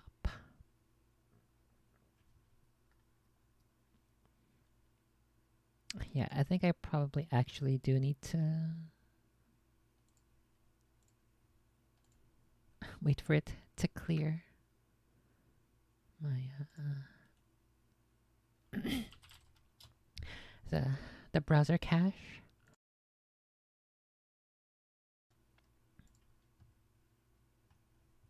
Okay, well, it's better now anyway because there's no favicon now, so there's no cat girl ahigao, which is definitely a step in the right direction. So let me go.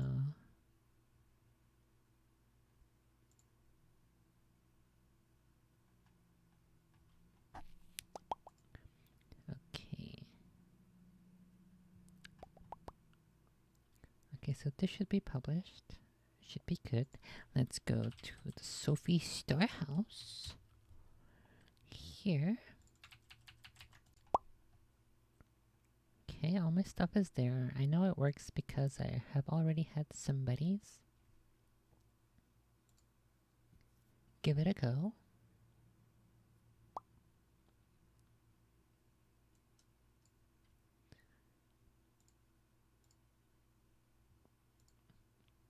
Okay, so how should I say this?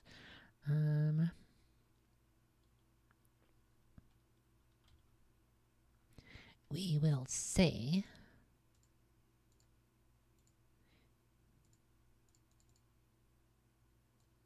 let's do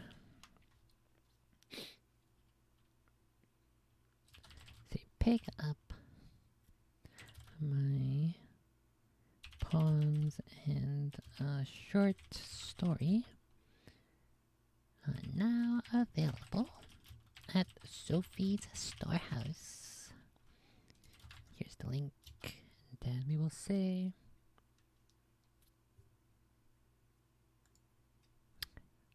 I mean, it's technically currently a sale for a little bit.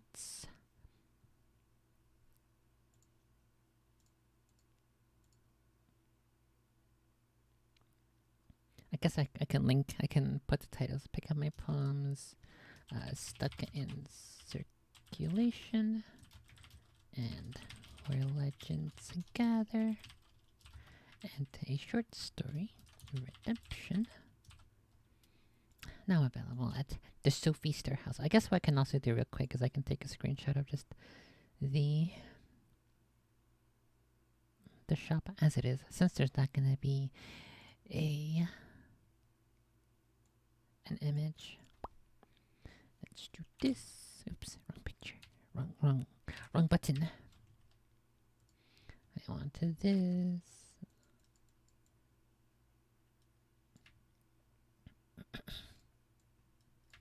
I guess even though the page has been up and available for quite a while now, I have just today finished finalizing and properly set up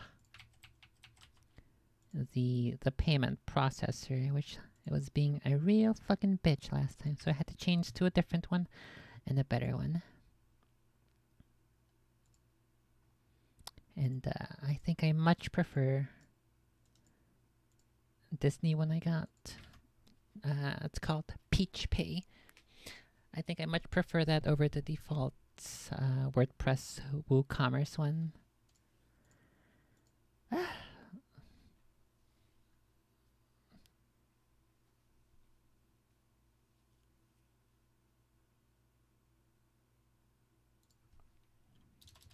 let's see. So Sophie's storehouse open for business. Pick up my poems, stuck in circulation, and where legends gather, and a short story, redemption.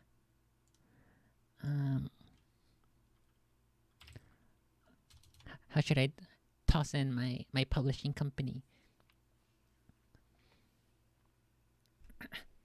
Should I say published with, published by?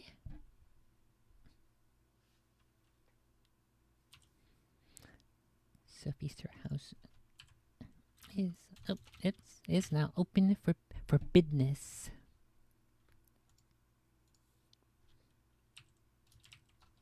See, published under the Midnight Skull Press.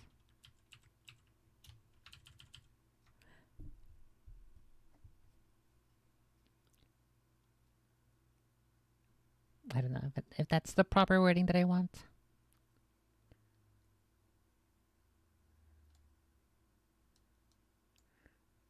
I kind of do. I want to have like a meme way of describing the Midnight Skull Press.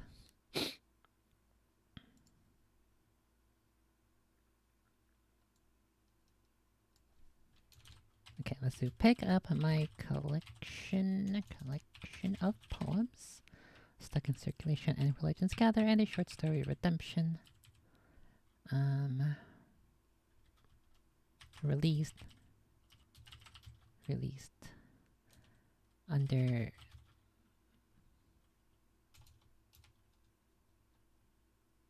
or I guess we'll do published. Yeah, published under the Midnight Skull Press. I don't want to say banner. That's not exactly how it's used.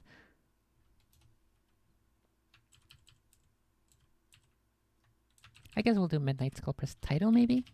Even though that's not really exactly what it would be considered. And then I'll also quickly pick up a picture. Oh fuck. What the heck? Uh-oh. What? Explorer.exe is not responding? How'd that happen? What the heck?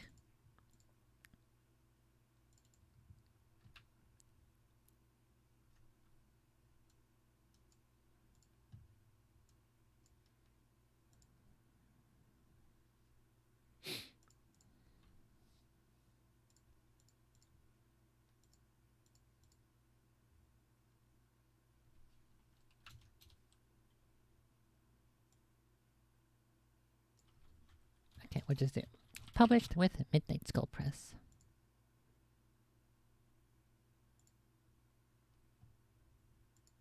And then that'll be that. We'll have the image there of the shop. It's not open for business. How do I say? Do I do a slight sale, slight discount?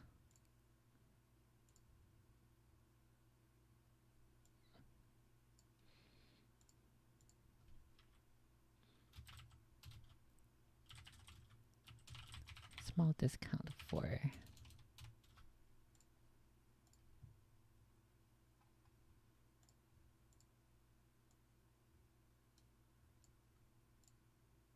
fuck. Okay, a small discount for a limited time.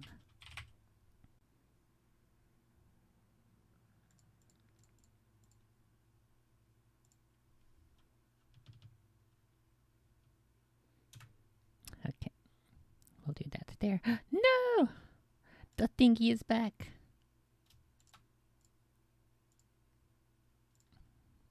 Okay. the cat girl I got shut up again. But I don't need that right now because I have the Sophie Storehouse screenshot. Okay, and then I guess under accomplished I will be posting the Midnight Skull Press. And I will say I made a pretty cool publishing company. Made a pretty cool publishing company.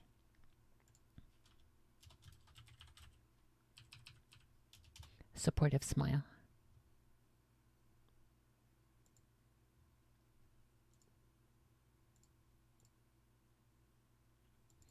And then I think I'll also post the full size image. Also, here's the full size logo, I guess.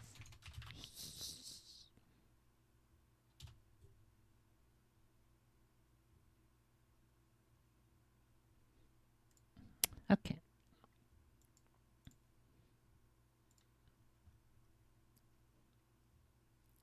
So once again, here we go. Here is the Sophie Storehouse. You can go to zygg.com/shop and then you can go pick up my pretty cool stories. And I am still gonna have to take some time to work on the revised for modern audiences esports story. That will be a little easier to stomach because as it stands now, I don't think it would be. I don't know if I want to say I don't think it will be an enjoyable experience. I don't think that's the way.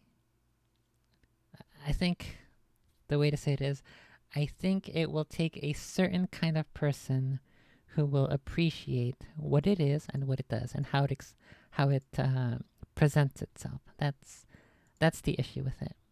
That's the issue that I have with it.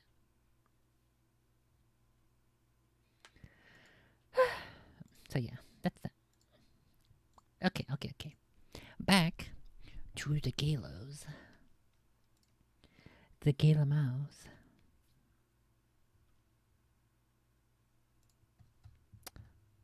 Okay, so Master Chief and Cortana will now be put to the test for the first time. Also, please notice that Eric Nyland has not yet described in excruciating detail Cortana's feats. Each word that goes by without this explanation makes me very angry. Okay. So Dr. Halsey leaves. She gestured at the pair of technicians to follow her, then turned and walked out of the tent. And then Cortana is downloading stuff from the Matrix like Neo. And Then we have our first banter. The Master Chief. Go away. The Master Chief heard metallic clanks around the tent. Analyzing sound pattern, Cortana said. Database match identified as someone cycling the bolt of an MA-5B assault rifle. I know. Standard issue weapons for orbital drop shock troopers. Since you're in the know, Master Chief, Cortana quipped, I assume you have a plan. John snapped his helmet visor back down and sealed the armor's environment system. Yes. Presumably your plan doesn't involve getting shot? No. So, what's the plan? Cortana sounded worried. I'm going to finish counting to 10. John heard Cortana sigh in frustration. John shook his head in puzzlement. He'd never encountered a so-called smart AI before. Cortana sounded like a human. Worse, she sounded like a civilian. This was going to take a lot of getting used to. Shadows moved along the wall. Shadows moved along the wall of the tent, motion from outside. 8. There was a snag in this mission, and he hadn't even reached the obstacle yet. He would have to engage his fellow soldiers. He pushed aside any questions about why. He had his orders, and he would follow them. He had dealt with ODSTs before. 9. 3 soldiers entered the tent, moving in slow motion. Black armored figures, helmets snug over their faces, crouched low, and their rifles leveled. 2 took flanking positions. The one in the middle opened fire. 10. The Master Chief blurred into motion. He dove from the activation platform and, before the soldiers could adjust their aim, landed in their midst. He rolled to his feet right next to the soldier who fired first and grabbed the man's rifle. John brutally yanked the weapon away from the soldier. There was a loud cracking sound as the man's shoulder dislocated. The wounded trooper stumbled forward, off balance. John spun the rifle and slammed the butt of the weapon into the soldier's side. The man inhaled explosively as his ribs cracked. He grunted and fell unceremoniously to the floor, unconscious. John spun to face the left flank gunner, assault rifle leveled at the man's head instantly. He had the man in his sights, but he still had time. The soldier was not quite in position. To John's enhanced senses, amped up by Cortana and the neural interface, the rifleman seemed to be moving in slow motion. Too slow. The Master Chief lashed out with the rifle butt again. The trooper's head snapped back from the sudden and powerful blow. He flipped head over tail and slammed into the ground. John sized the man's condition up before. Fuck. Where did I get that before from? Unlucky.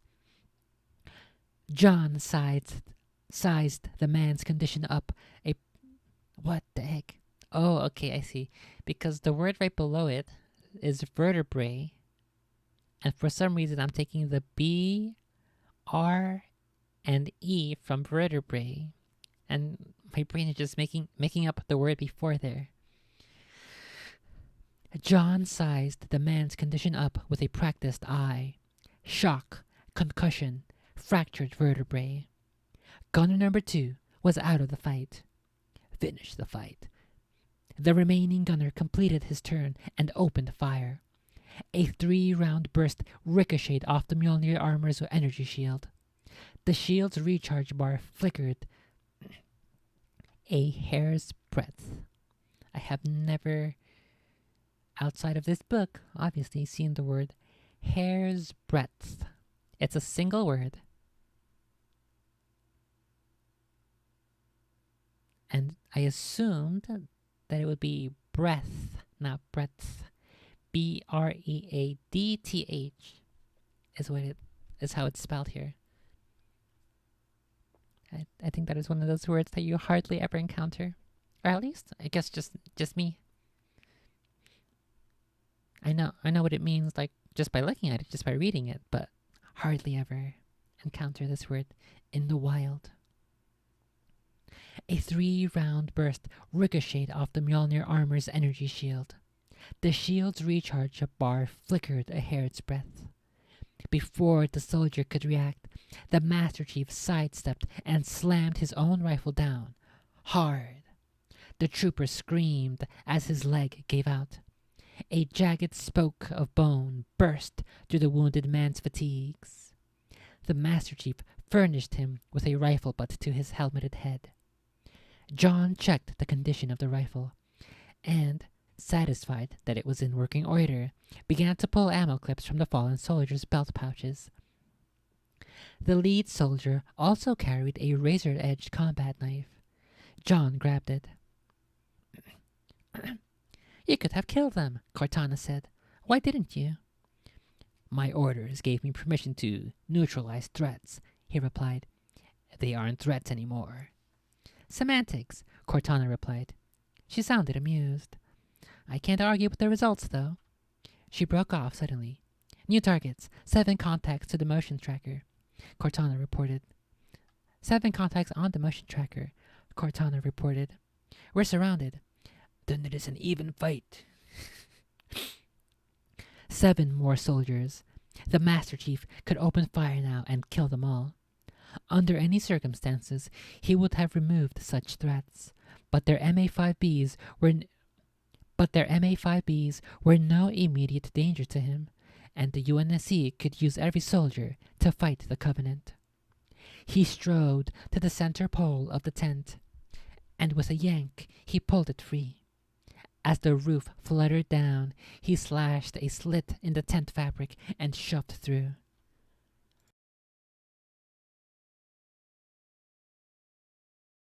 Oh no. I burped a little bit and Arby got spooked. He was like, "What the heck was that?" He didn't get like super duper spooked, but he definitely noticed. He turned his head, like, to try to go look at it, like, "What the heck?"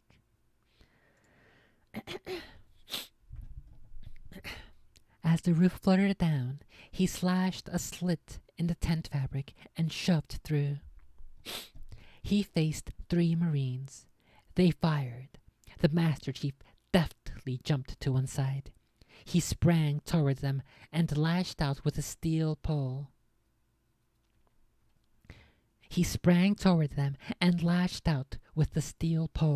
Swiped out their legs. He heard bones crack, followed by screams of pain. "That's welcome to Painland." The Master Chief turned. What the heck? Was that my phone? Did I leave the notification sound on? What the heck? Why did it sound like my phone? Oh my god, I'm kind of spooked. The Master Chief turned as the tent finished collapsing. The remaining 4 men could see him now. One reached for a grenade on his belt. The other 3 tracked him with their assault rifles. The Master Chief threw the pole like a javelin at the man with the grenade. It impacted in his sternum, and he fell with a whoomph. The grenade, minus the pin, however, dropped to the ground. The Master Chief moved and kicked the grenade. It arced over the parking lot and detonated in a cloud of smoke and shrapnel. The 3 remaining Marines opened fire, spraying bullets in full auto fusillade. I've only encountered this word. I think I was reading The Monkey's Paw, and someone's knocking with a fusillade at the door, like a fusillade. Fusillade. Okay. I'm gonna have to lower the volume here so it doesn't spook your ears. Fusillade. Yeah, fusillade. See, I know my words.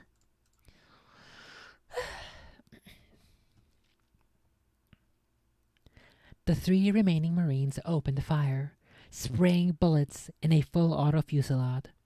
Bullets pinged off the Master Chief's shields. The shield status indicator blinked and dropped with each bullet impact. The sustained weapons fire was draining the shield precipitously. John tucked and rolled, narrowly avoiding an incoming burst of automatic weapons fire, then sprang at the nearest Marine. John launched an open-handed strike at the man's chest. The Marine's ribs caved in, and he dropped without a sound, blood flowing from his mouth. John spun, brought up his rifle, and fired twice. The second soldier screamed and dropped his rifle as the bullets tore through each knee. John kicked the discarded rifle, bending the barrel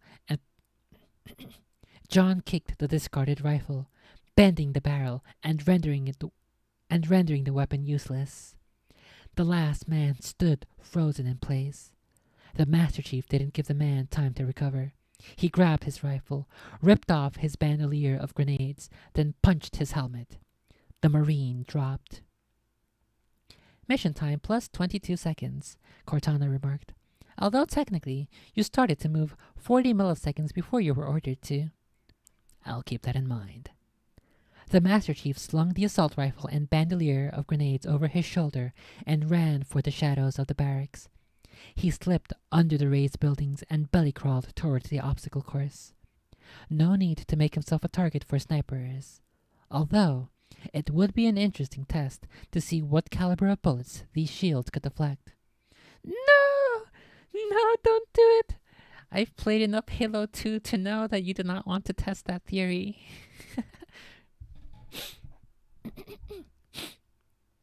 Although I suppose human snipers do not have the avian eyes of the jackals, so maybe he'd be able to make it through. Maybe.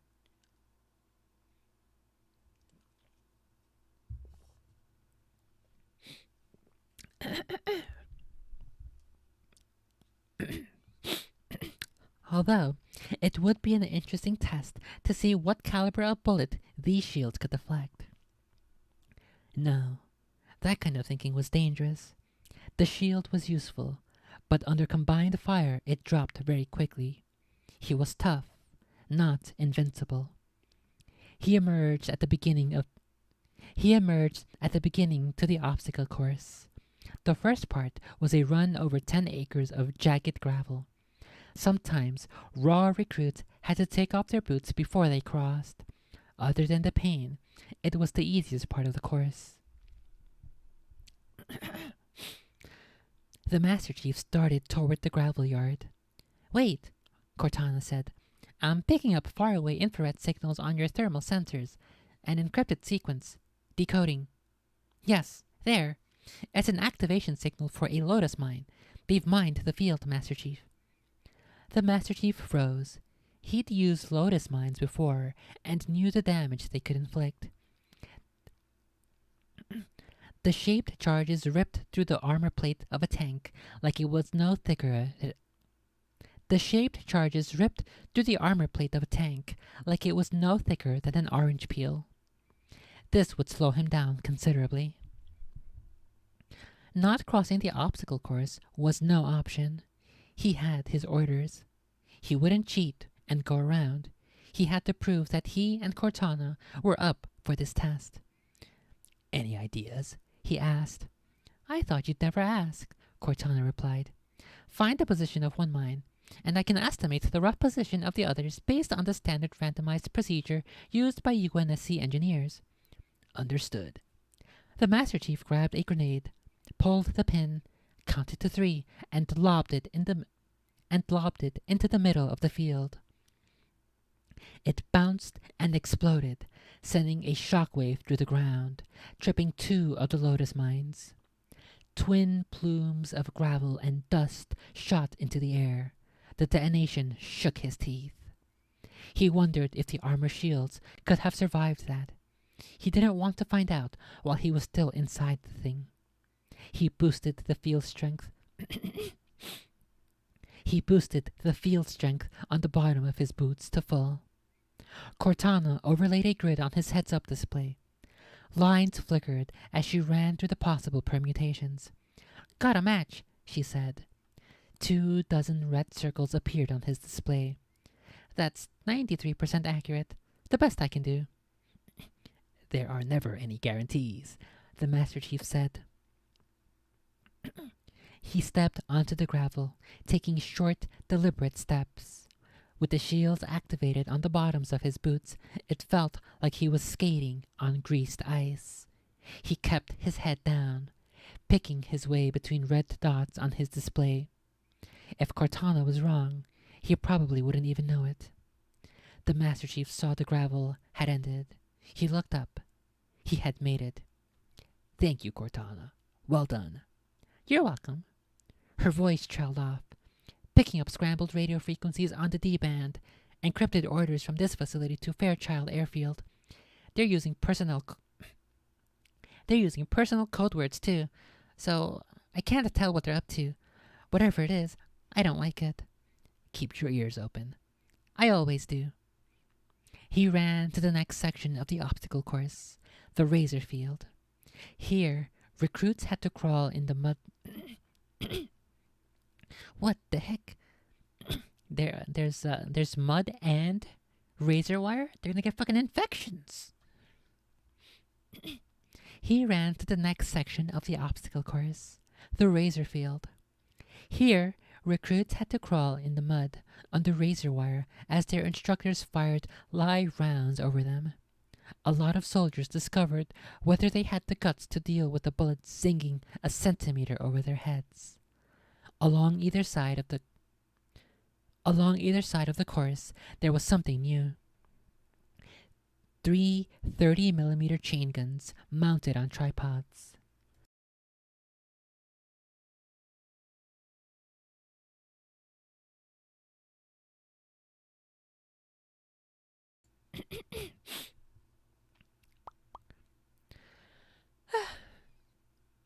Along either side of the course, there was something new. 3 30mm chain guns mounted on tripods. Weapons emplacements are targeting us, Chief, Cortana announced. The Master Chief wasn't about to wait and see if those chain guns had a minimum depth setting.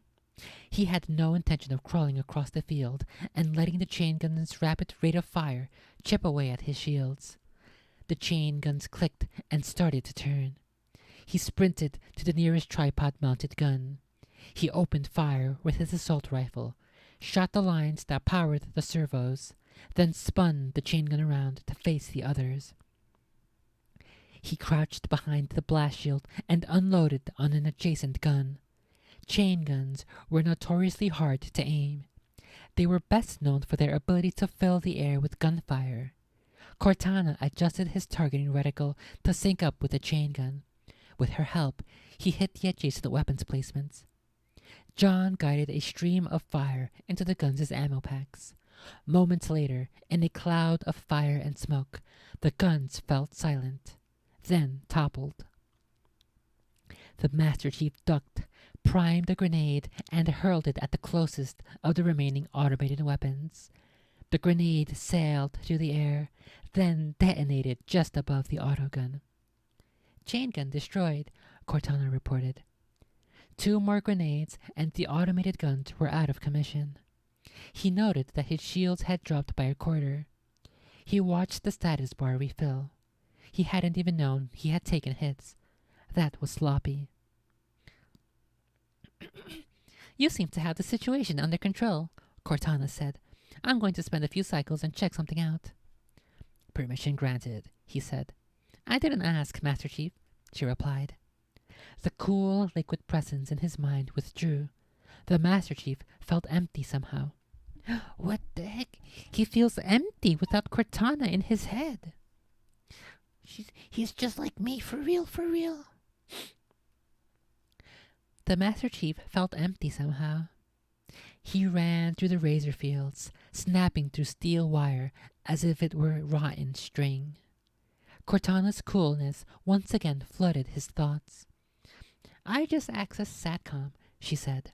I'm using one of their satellites so I can get a better look at what's happening down there. There's a Skyhawk jump jet from Fairchild Field inbound. He stopped. The automatic cannons were one thing. Could the armor withstand air power like that? The Skyhawk had a quartet of 50 mil... That's how that's pronounced, right? Quartet? I'm pretty sure it is.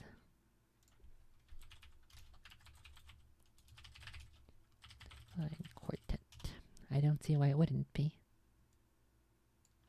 Quartet. Oh my goodness. That one was so high-pitched. Why did you do this to me? Yeah, it's quartet. Quartet. Quartet like a Cortana. Whoa.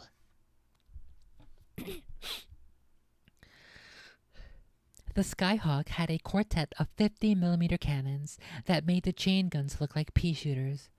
They also had Scorpion missiles, designed to take out tanks. Answer: he couldn't do a thing against it. The Master Chief ran. Wait a second. He's not supposed to be able to run. That's what makes CE, Halo 2, and Halo 3 such good games, because Master Chief can't run. That's not lore accurate. The Master Chief ran. He had to find cover. He sprinted to the next section of the chorus. The Pillars of Loki.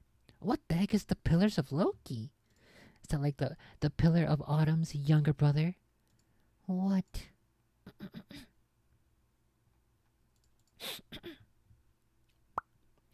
It was a forest of 10-meter-high poles, spaced at random intervals.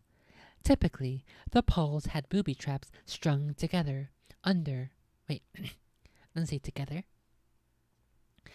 Typically, the poles had booby traps strung on, under, and between them.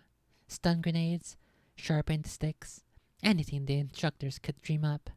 The idea was to teach recruits to move slowly and keep their eyes open. The Master Chief had no time to search for the trap.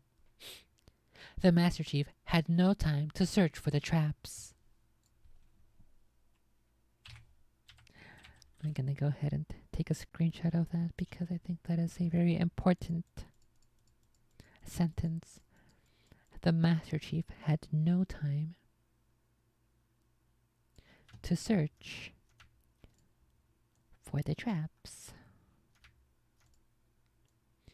Very, very important sentence.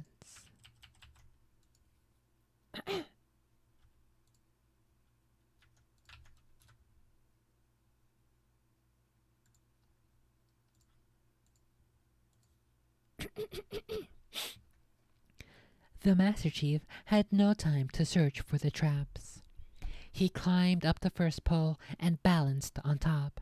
He leaped to the next pole, teetering, regaining his balance, then jumped to the next. His reflexes had to be perfect. He was landing a half-ton of man and armor on a wooden pole 10 centimeters in diameter. Motion tracking is picking up an incoming target at extreme range, Cortana warned. Velocity profile matches the Skyhawk Chief. He turned, almost lost his balance, and had to shift back and forth to keep from falling. He's shifting back and forth, left and right, like the big feets. They have their wall hacks on.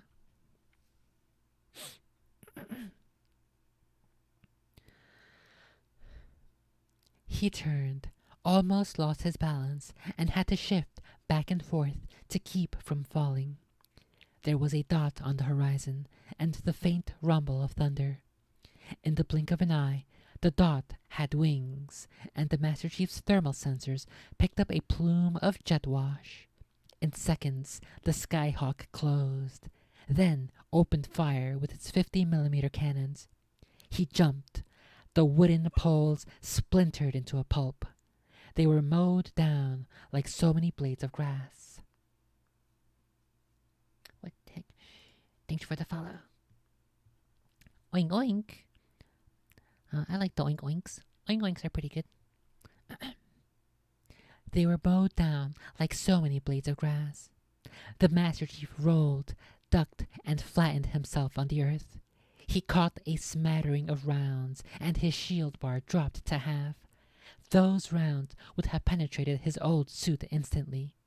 Cortana said, I calculate we have 11 seconds before the Skyhawk can execute a maximum G-turn and make another pass. The Master Chief got up and ran through the shattered remains of the poles.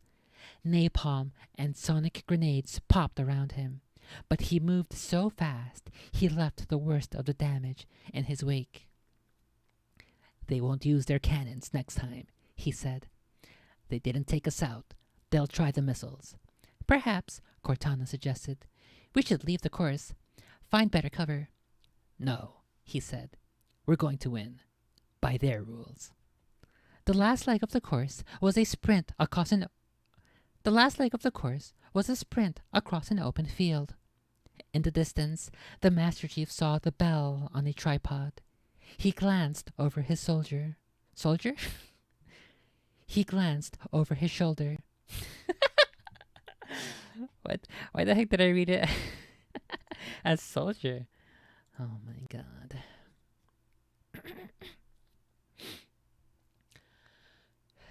He glanced over his shoulder. The Skyhawk was back and starting its run straight toward him. Even with his augmented speed, even with the Mjolnir armor, he'd never make it to the bell. He'd never make it to the bell in time. He'd never make it alive. He turned to face the incoming jet. I'll need your help, Cortana, he said. Anything, she whispered. The Master Chief heard nervousness in the AI's voice. Calculate the... this is Chief speaking, right? Must be. Calculate the inbound velocity of a Scorpion missile. Factor in my reaction time and the jet's inbound speed and distance at launch, and tell me the instant I need to move to sidestep and deflect it with my left arm. Cortana paused a heartbeat. Calculation done. You did say deflect. Scorpion missiles have motion tracking sensors and proximity detonators. I can't outrun it, and it won't miss. That leaves us very few options. The Skyhawk dove. Get ready, Cortana said. I hope you know what you're doing. I hope you know what you're doing. Me too. Chief is he's a me tooer. Oh my god. Get ready, Cortana said. I hope you know what you're doing. Me too. Smoke appeared from the jet's left wingtip, and fire and exhaust erupted as a missile streaked toward him. The Master Chief saw the missile track back and forth, zeroing in on his coordinates. A shrill tone in his helmet warbled. The missile had a guidance lock on him. He chinned a control, and the sound died out. The missile was fast, faster than he was 10 times over. Now, Cortana said. They moved together. He shifted his muscles, and the Mjolnir, augmented by his link to Cortana, moved faster than he'd ever moved before. His leg tensed and pushed him aside. His left arm came up and crossed his chest. The head of the missile was the only thing he saw. The air grew still and thickened. He continued to move his hand, palm open in a slapping motion, as fast as he could with his flesh. As fast as he could with. I thought it was with, but it's will. As fast as he could will. He continued to move his hand, palm open in a slapping motion, as fast as he could will his flesh to accelerate. The tip of the Scorpion missile passed a centimeter from his head. He reached out, fingertips brushed the metal casing, and slapped it aside. The Skyhawk jet screamed over his head. The Scorpion missile detonated. Pressure slammed through his body. The Master Chief flew 6 meters, spinning end over end, and landed flat on his back. He blinked and saw nothing but blackness. Was he dead? Had he lost? The shield status bar in his heads-up display pulsed weakly. It was completely drained. Then it blinked red and slowly started to refill. Blood was spattered across the inside of his helmet, and he tasted copper. He stood, his muscles screaming in protest. That's just like me, for real, after I'm doing my workouts. That's me when I'm doing my weighted squats with like a 40 to 60 extra pounds of weight. I haven't done 60 all that much, but since I haven't been doing my squats too frequently or too recently, I am starting again. I did like 12 extra pounds. I think that's the default of my best, like 12 extra pounds. And then a 30-pound weight. That's about 42 extra pounds of weight. And then I can bring that 12 up to 22 for a max of 62 extra pounds of weight for 1 bajillion, magillion, quintillion, Brazilian extra pounds of weight. And then that's how I'm going to use that's how I'm going to do my skull presses at midnight.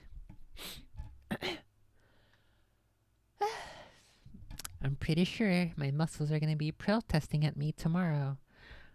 Sometimes it takes 2 days, though, for my DOMs to really kick in, so it might not be tomorrow. It might be the day after. But I kind of want to, like, schedule my workouts so that I can walk without too much pain on the weekends, for when it's not 1 bajillion degrees outside and I can go walk the trail. But for the weekends, I will probably be doing my gamer girl abs and my biceps. I don't care if my upper body hurts while I'm walking the trail. It's my lower body that I don't want to hurt. Although technically, I guess compounding walking with the recovery of squats, weighted squats and weighted lunges and stuff, maybe that's not the worst thing in the world. But I think I definitely want to do it properly and have my proper rest days. But anyway, he stood, his muscles screaming in protest. "Run," Cortana said, "before they come back for a look." The Master Chief got up and ran.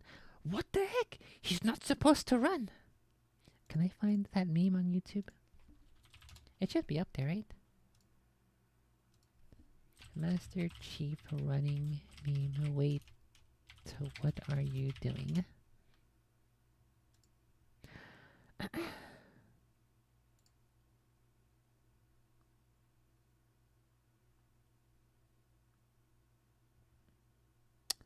No, I don't see it. Maybe if I just Google for images, that might show up. Master Chief run meme. Wait, what are you doing? Huh? There was some autocomplete stuff. This isn't the one that I saw, but it's basically the same concept. Oh my god, it's fucking tiny. Oh, whatever. I'll pull it up here. The top text says, "Sprint doesn't belong in Halo. Just asks Master Chief, wait, what are you doing?" And it's a screenshot of when in Halo Combat Evolved, when Cortana tells Chief to stop Keys because he's a fool. He doesn't know what he's doing. And then he runs out of there. The one that I was thinking of, though, was it Halo 2 or 3?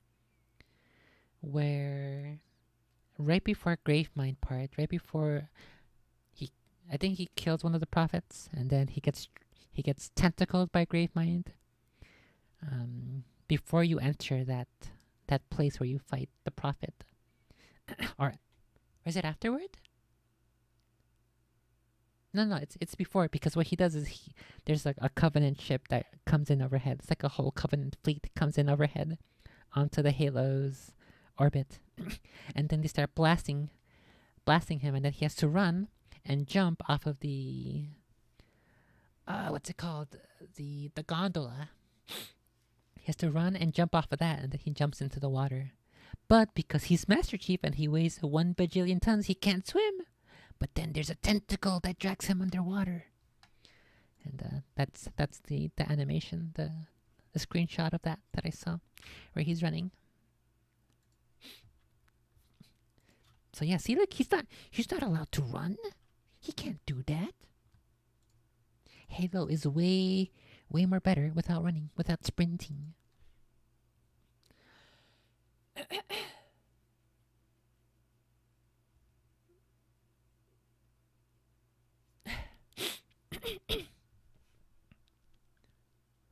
Ow, I scratched I massaged my eye a little too hard. And now I can't see. I can't breathe.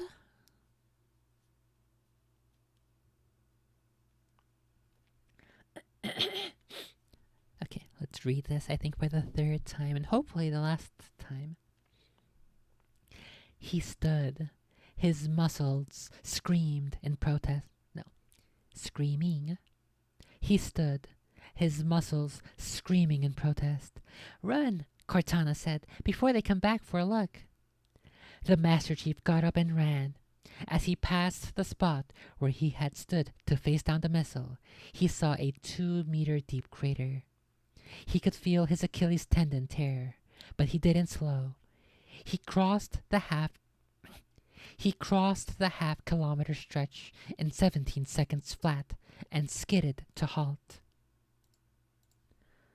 How far is that in miles? Half kilometer. Alright, kilometer to miles. Let's do 0.5 kilometers. It's 0.31 miles. 0.31 miles to feets. Feetses. 0.31 miles is 1,636 feet. I don't really have a good reference for what that is. How about meters? No, that's not what I wanted. 0.31 miles? It's about 500 meters. Can I do 500 meters in 7 seconds? No, I absolutely cannot. I remember back in middle school, it was like maybe a mile, I think, a mile away from where I lived. And there was this program in New York City where if you live a certain distance from your school, they would give you a Metro card. Ideally, you would get a Metro card that just pays for your fare, your full entire price of a bus or train ride to get to school. Ideally, you would get the fully discounted free student pass. But I got the 50% off student pass because I guess I didn't live far away enough. And so I took the bus a couple times, but I fucking hated having to do that. I hated having to walk to the bus station. I hated having to wait for the bus. I hated having to be there with a whole bunch of people. I hated being stuck in traffic in the bus, not being able to get out and just walk the rest of the way. I hated having to pay 50% of the fare. It would have been like maybe $1.25 back then. I think right now half of a fare would be like $1.75. So maybe it was just like a full dollar, maybe 75 cents. I don't even remember. But I hated having to pay for half a fare regardless, and so eventually, after like maybe, I don't even think I took the bus with my 50% reduced fare like a total of 7 times. I don't even think I went for a total of 2 weeks using that half off Metro card. So eventually I just said, fuck it, I'm just gonna walk. It's literally way faster. I don't have to wait for the bus. I don't have to be in a crowded space. I don't have to be stuck in traffic. I can definitely walk way faster. And it took me about 15 minutes. If I was, I I am a fast New York walker. I walk quickly. So it takes, on a good day, about 15 minutes to get to and from school. It's about a mile. Let me go check Google Maps, see what it says.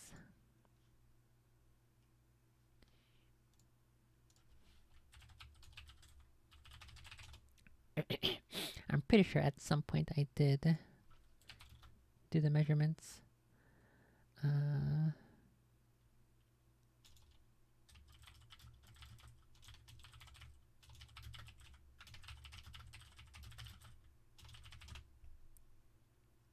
Maybe I should have some music on so that the spooky AI doesn't understand what I'm typing. Okay, so this one. Wait, what? That's not the one. No, not that one. There's another I'm not gonna say it. I'm not gonna say nothing. I should not say nothing. I don't wanna dox myself in the past.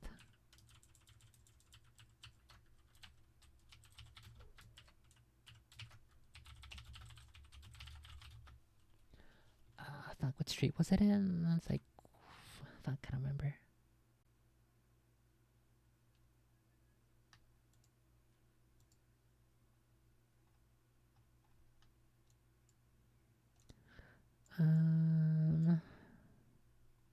I'm pretty sure it's fine if I show the map and or if I name where it is, but I'd still rather just be careful. There is enough info that somebody, if they really wanted to, oh my god, if they really wanted to, they could piece together all my thingies. Okay, so this is the building, and then this other one is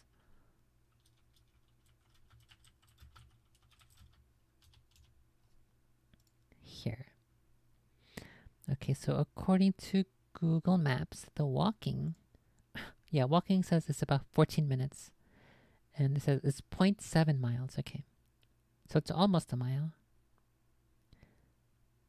And then I basically took this principle to the next level. And because I didn't have a lot of monies, and because I wanted to save every single penny that I could, and maximize the use of every single penny that crossed through my hands, I did basically the exact same thing at university, which is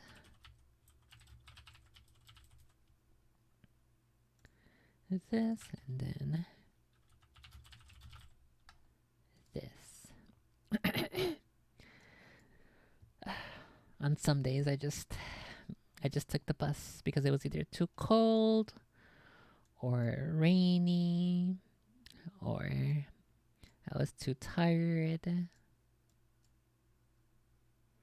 Walking says, yeah, it takes about an hour, 5 minutes. That's about as long as it took me to get to walk. It says here it is 3.2 miles of walking on an almost daily basis. Back and forth, so 6.4 miles round trip of walking. That's how I was able to eat all of my potato chips and my candies and not get too fat, because I was walking 6.4 miles in the cold, in the New York summer heats, in the blistering New York winters, in the crazy New York rainstorms. When I got there, I was either super duper wet with rain or with sweat. And the same thing when I got back home, and my legs were sore every single day. But it actually felt good. I actually liked it.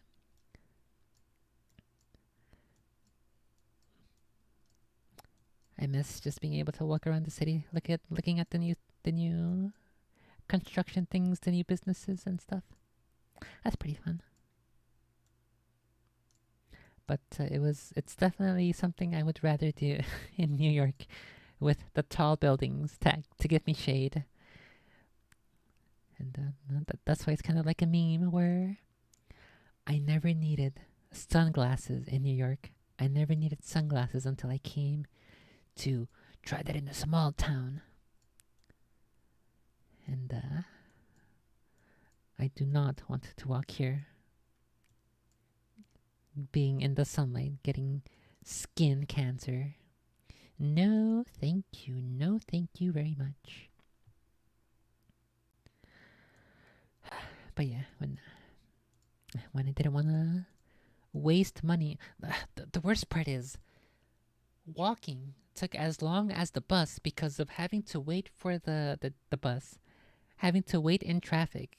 It's always the worst part. Like, it felt like it was just a waste of money. Like I was throwing my money away, just throwing it into a bottomless pit that also became Mount Doom and just melted my money away. It's like literally a fucking waste. I fucking hated having to pay for the New York subway system, New York subway and trains and buses. It's dude, I've wasted probably thousands of dollars when I shouldn't have.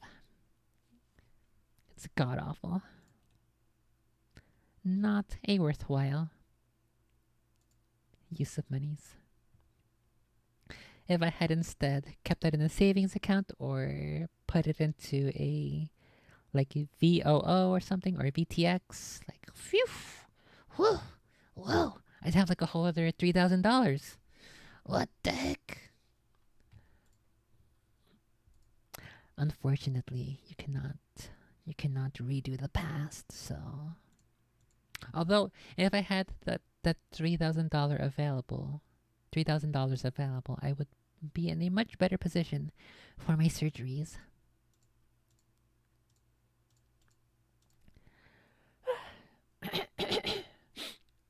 Anyway, so I am totally not at all like Master Chief, for real, who can cross the he crossed the half-kilometer stretch in 7 seconds flat and skidded to a halt. The Master Chief grabbed the bell's cord and rang it 3 times. The pure tone was the most glorious sound he had ever heard. Over the comm channel, Dr. Halsey's voice broke. Test concluded. Call off your men, Colonel Ackerson. We won. Well done, Master Chief. Magnificent. Stay there. I'm sending out a recovery team. Yes, ma'am, he replied, panting. The Master Chief scanned the sky for the Skyhawk. Nothing. It had gone. He knelt and let blood drip from his nose and mouth. He looked down at the bell and laughed. He knew that stainless steel dented shape. It was the same one he had rung that first day of boot. The day Chief Mendes had taught him about teamwork. Thank you, Cortana, he finally said. I couldn't have done it without you. You're welcome, Master Chief, she replied. Then, her voice full of mischief, she added, and no, you couldn't have done it without me. Today, he had learned about a new kind of teamwork with Cortana. Dr. Halsey had given him a great gift. She had given him a weapon with which to destroy the Covenant. She had given him a Dami-Mami Oedipal complex, blue, curvy feet princess with which to destroy the Covenant, and with whose body he will forever remain inspired and give him inspiration regardless of how dim and grim the mission would be. Anyway, that was the end of chapter 27.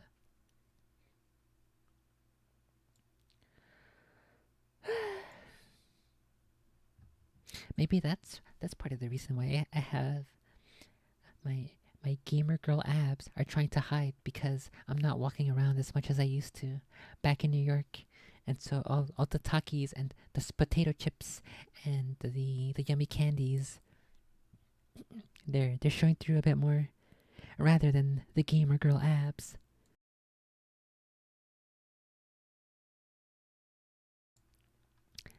Let's see, it is 11:30. How much more for this chapter? 1, 2, 3, 4, 5, 6. So, oh my god. 7.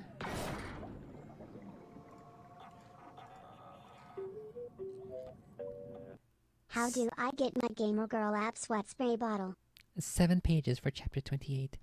Thank you for the 52 months at Emoto. I still have to produce a method with which to collect the Gamer Girl app sweat. It is in. I am like Dr. Housey in that I am trying to create the scientific process to capture it in its purest essence.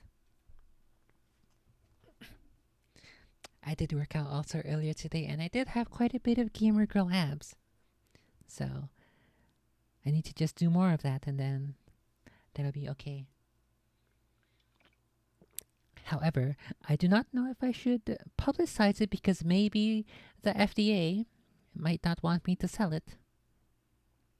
Kind of like how they didn't want the gamer girl bathwater to be sold.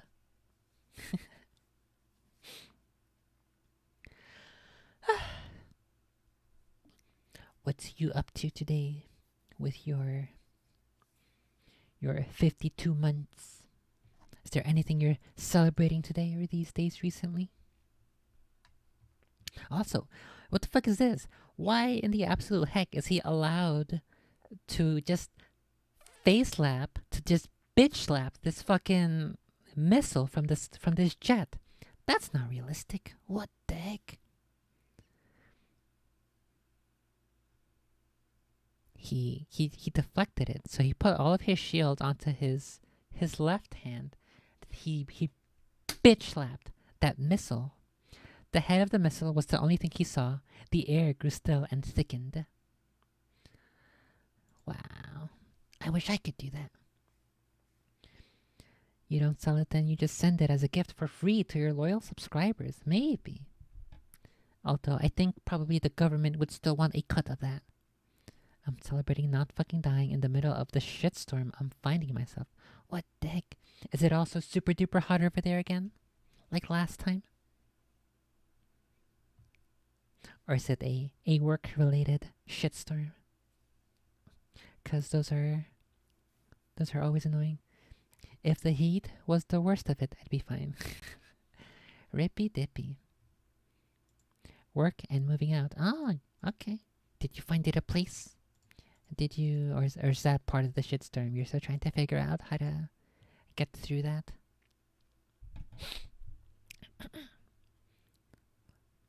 Looking for a place. Rippy dippy. Oh, I should do more Zillow stuff. That was pretty fun.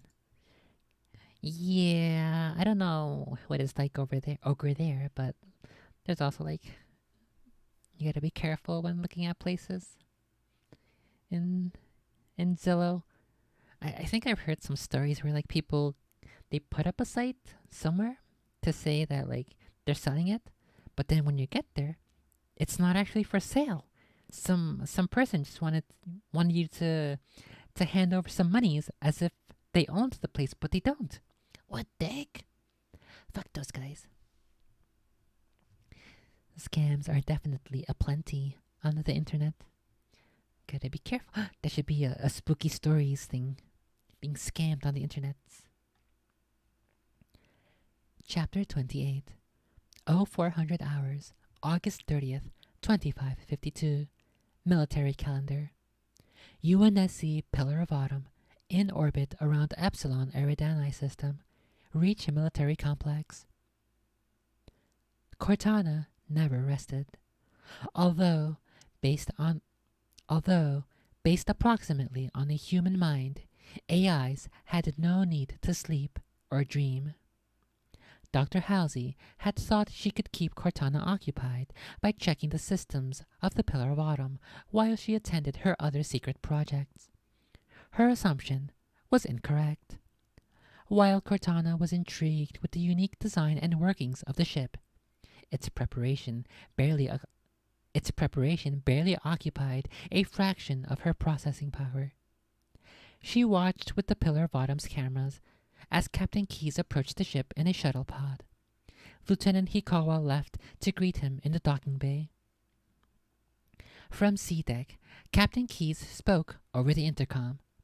"Cortana, can we have power to move the ship? I'd like to get underway."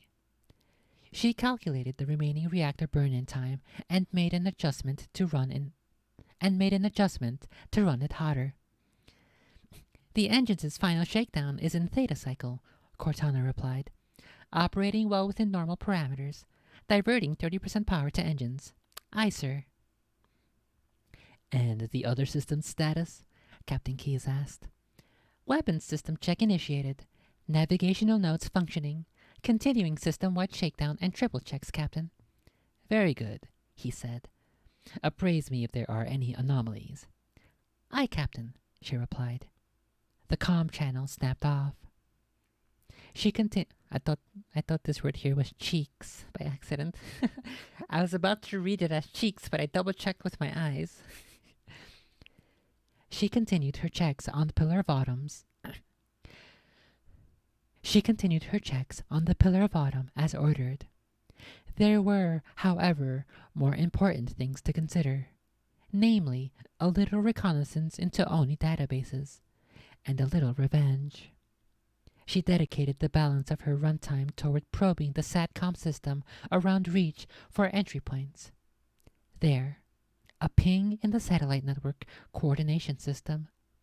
She broadcast a resonant carrier wave at that signal and piggybacked into the system. First things first, she had 2 loose ends to take care of. While she and the Master Chief had been on the obstacle course, she had commandeered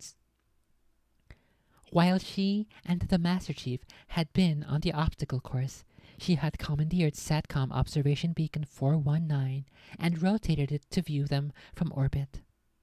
She re-entered the back door. She goes in through the back door! Whoa! She re-entered the back door she had left open in the system and rewrote the satellite's guidance thruster subroutine. If the system was analyzed later, it would be determined that this... Patches! What happened? What happened? Wait, what happened? Why are you going back into bed? I thought you wanted to come play with me, but she meowed at me and then walked toward me and then she went to hide under the bed. She baited me. Oh fuck. I pressed the wrong button.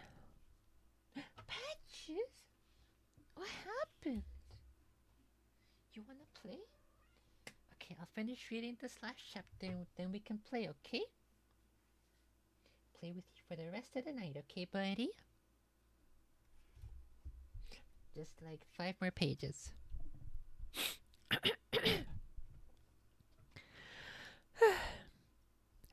If the system was analyzed later, it would be determined that this era...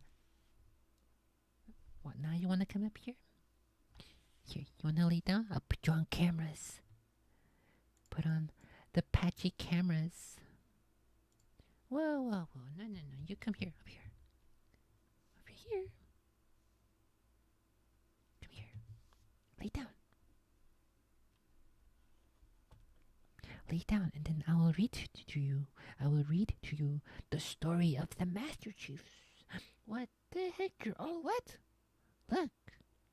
She's all wet. The light's too bright. Look, you can see the water glistening on my skin as I wipe it off her. What the heck? Why do you always have so much water under your chin? You silly. You silly. We'll go play in a second, okay?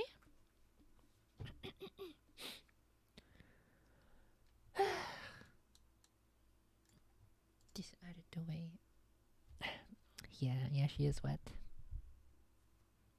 She has very strange water drinking behaviors in which she has to dunk her entire face into the water bowl, into the water basin.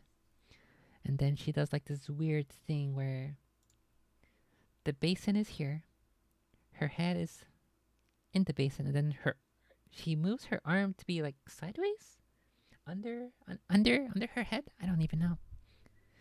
She's a weird kitty. If the system was analyzed later, it would be determined that this error had altered it and it would be determined that this error had altered it at a randomized. What the heck?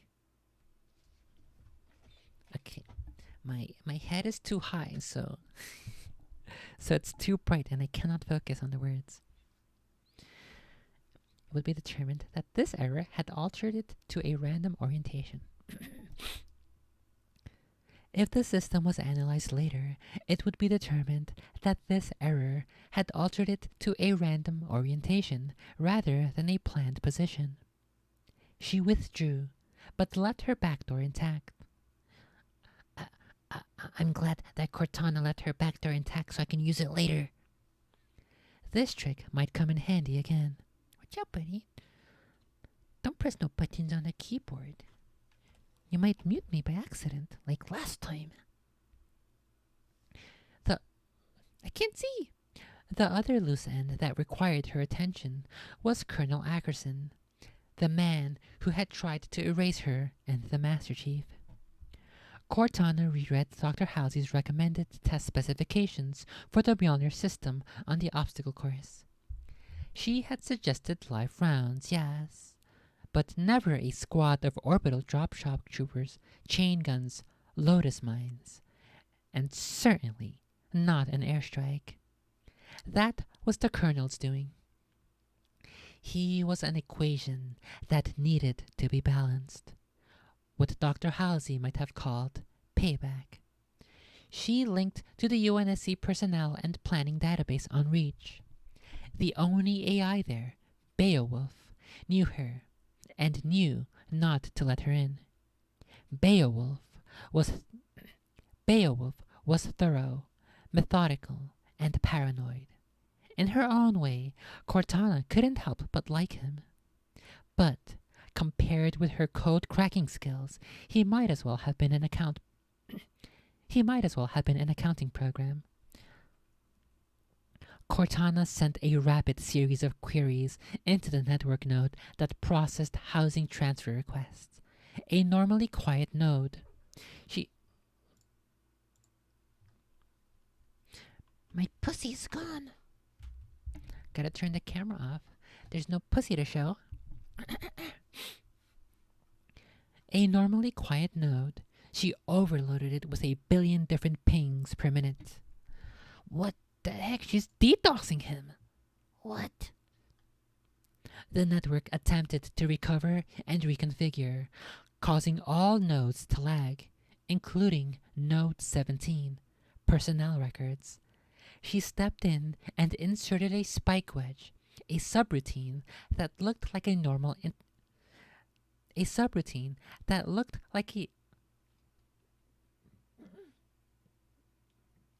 Fuck. The energy drink is still alive and well. It's trying to come back up.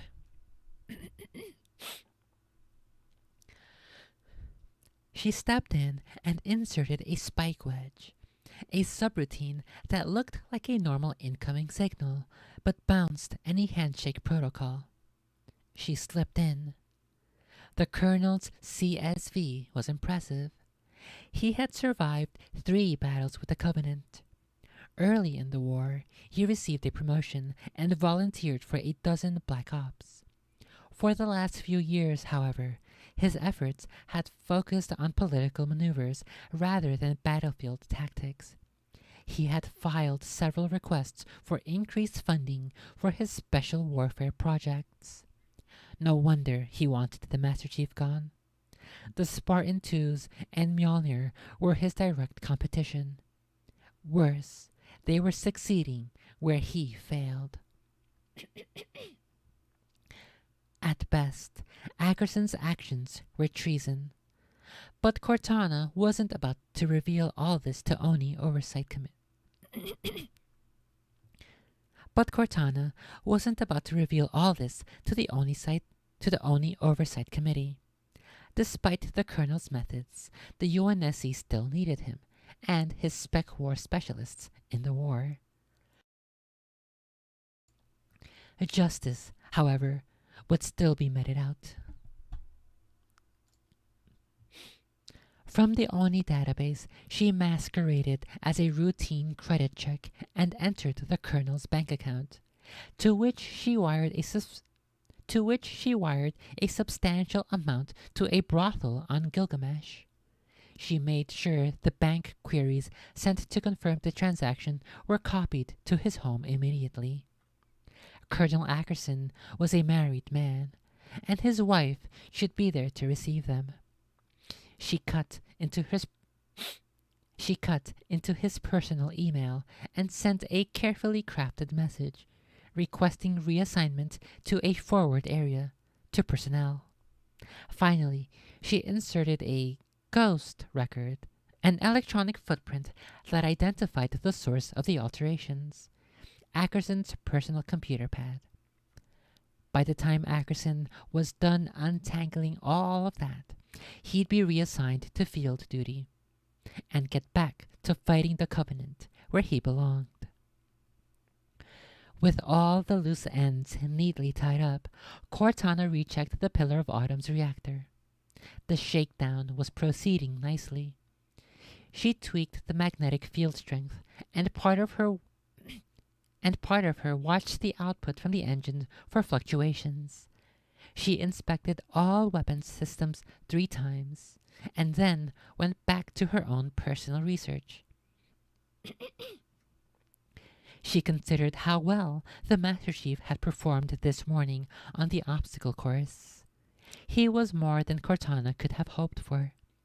The Master Chief was much more than Dr. Halsey or the press releases had indicated. He was intelligent, not fearless, but as close to it as any human she had encountered. His reaction time under stress was 1/6 the standard human norm. More than that, however, Cortana had sensed that he had a certain... She searched her lexicon for the proper word. Nobility. He placed his mission and his duty and honor above his personal safety. She re-examined his career service vitae. Is it vitae or vitae? I've heard it pronounced several ways. I assume that the proper Latin would be vitae, I believe.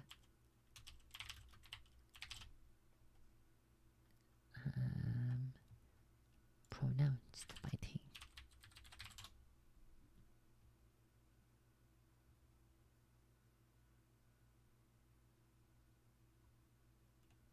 I hate it when they don't... Oh, this one has a pronunciation. Let me just lower the volume so it doesn't demolish your ears. It'll only demolish my ears. No, wait, that's not the word. Where's the E? What the heck?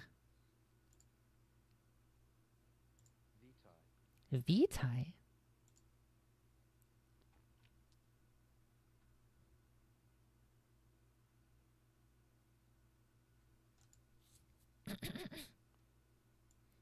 I hope this isn't an AI thingy. Oh, it's a person.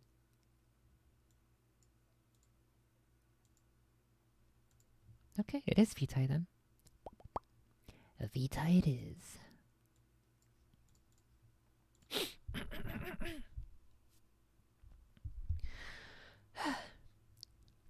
So, Cortana is thinking about the Master Chief here. She re-examined his career service vitae. He had fought in 207 ground engagements against the Covenant and been awarded every major service medal except the Prisoner of War Medallion. There were holes in his CSV, though. The standard blackout sections, courtesy of Oni, of course. But most curious,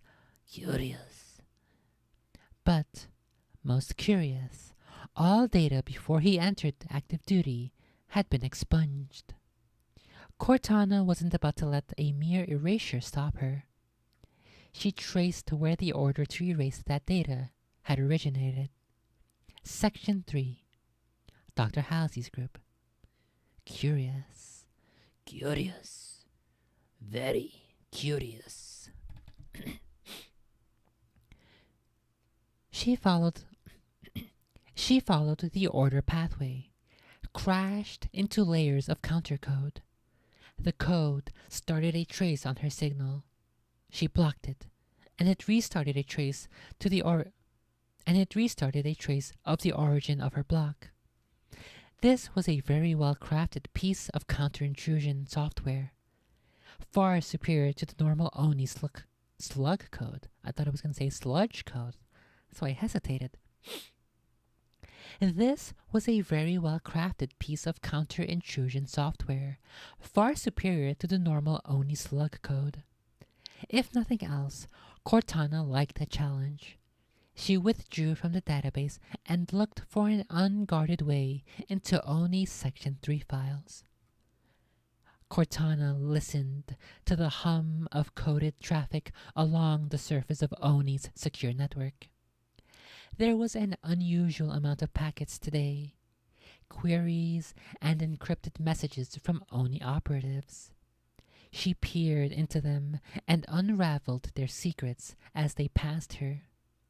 There were orders for ship movements and operatives outbound from Reach.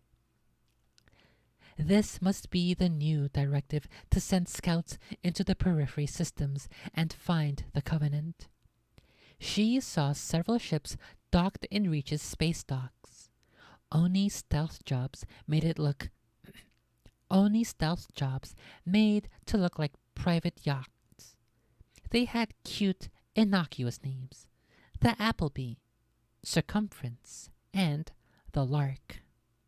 She spotted something she could use. Dr. Halsey had just entered her laboratory. She was at checkpoint 3. The doctor waited as her voice and retina patterns were being scanned. Cortana intercepted and killed the signal. The verification system reset.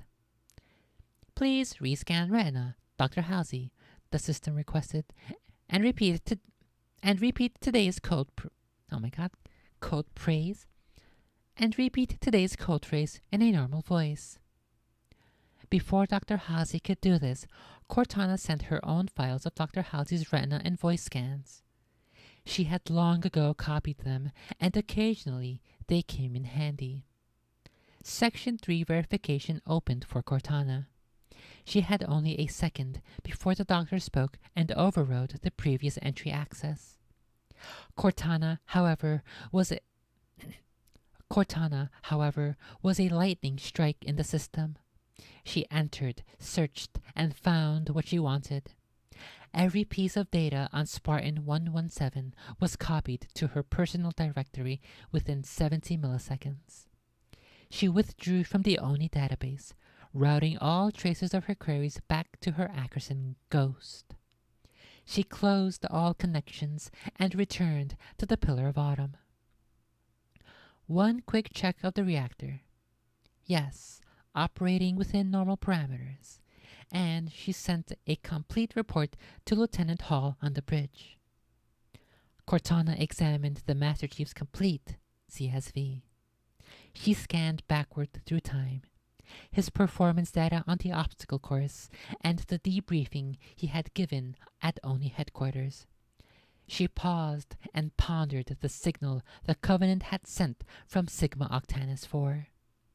Intrigued, she tried to translate the sequence. The symbols looked tantalizingly familiar. Every algorithm and variation of the standard translation software Every algorithm and variation of the standard translation software she attempted, however, failed. Puzzled, she set it aside to examine later. She continued absorbing the data from the Master Chief's files. She learned of the augmentations he and the other Spartans were made to endure, the brutal indoctrination and training they had received, and how he had been abducted at the age of 6, and a flash clone used to replace him in an Oni Black Op. All of it had been authorized by Dr. Halsey. Cortana paused for a full 3 processor cycles, churning this data through her ethics subroutines, not comprehending. How could Dr. Halsey, who was so concerned for her Spartans, have done this to them? Of course, because it was necessary. There was no other way to preserve the UNSC against rebellion. I struggled there because I wasn't sure if I read preserve or if it was persevere, but it is preserve. Of course, because it was necessary. There was no other way to preserve the UNSC against rebellion. Was Dr. Halsey a monster? Or just doing what had to be done to protect humanity? Perhaps a little of both. Cortana erased her stolen files. No matter. Whatever the Master Chief had been through in the past, it was done. He was in Cortana's care now. She would do everything in her power, short of compromising their mission, to make sure nothing ever happened to him again.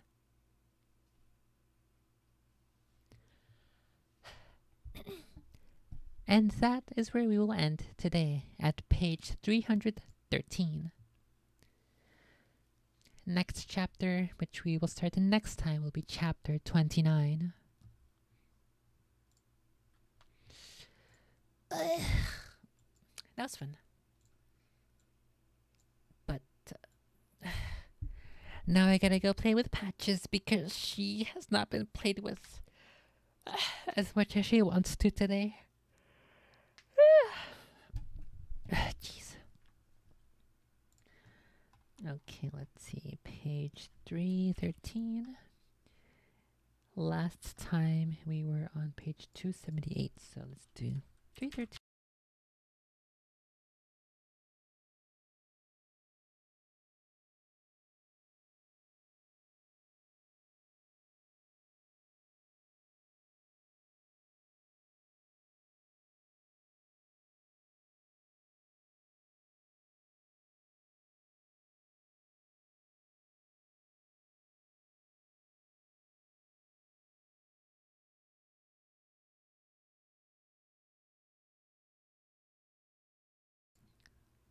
Wait a second. Was I muted? No. Okay, it was because of the calculator. Okay.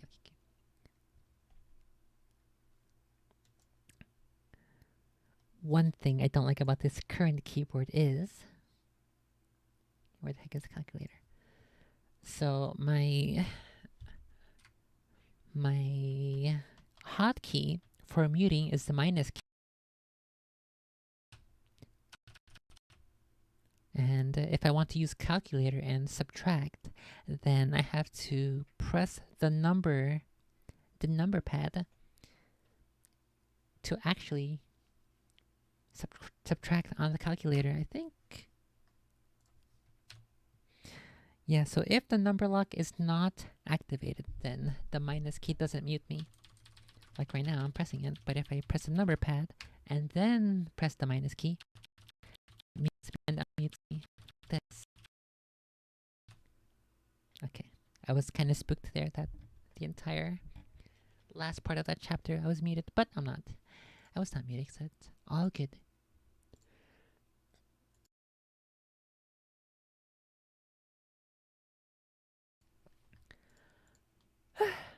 Okay, how much longer do we have to go? Ah, fuck, grip.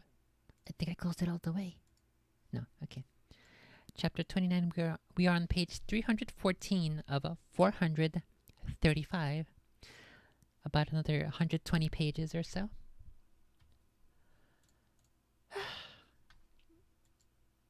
So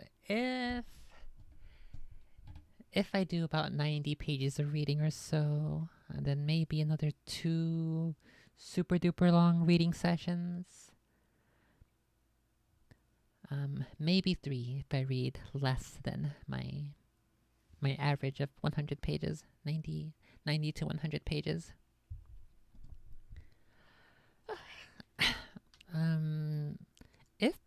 If possible, we might be able to finish it before September. I hope we will be able to, because I want to keep working on my Kuromi's Halloween background. My Kuromi's AFK spooky Halloweens. No big feats, no Ilmaus, and no Mike Wazowski's spooky house. But yeah, we'll leave it there for now. Thanks for watching, thanks for chilling, thanks for memeing. Don't forget you can support. Look below for the support stuffs. You can subscribe on Twitch. If you have Prime, if you have Amazon Prime, you can subscribe for free with Prime Gaming. You can tip on Streamlabs. $3 or more gives you an alert. You can support me for as little as $1 a month on Subscribestar, which will also give you compression-free downloads of the RB and the Cheap Fun and Games fan series. And today we have also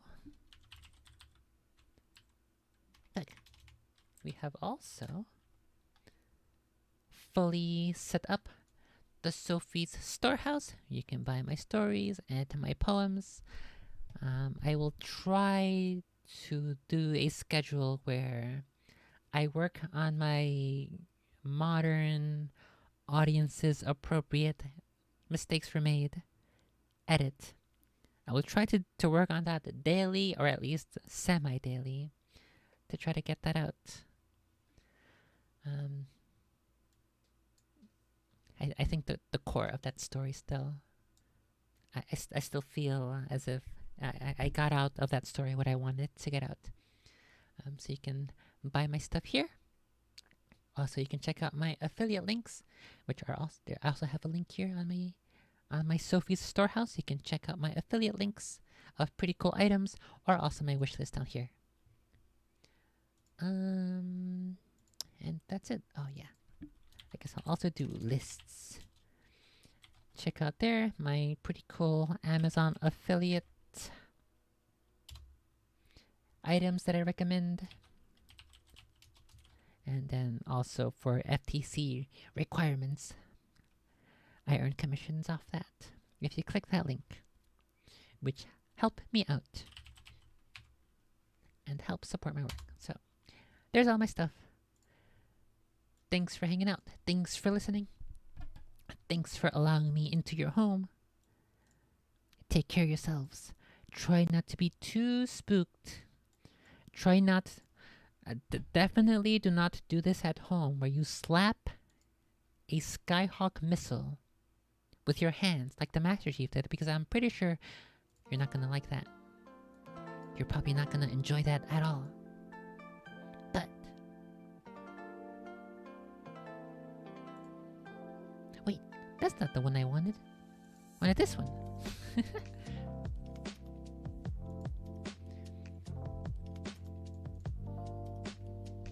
Take care of yourselves. Go look out for no don't be stupid. Try not to swallow your tongue. Try not to be too horny. Try not to be too stupid. And as always, I will see you next time. Bye bye.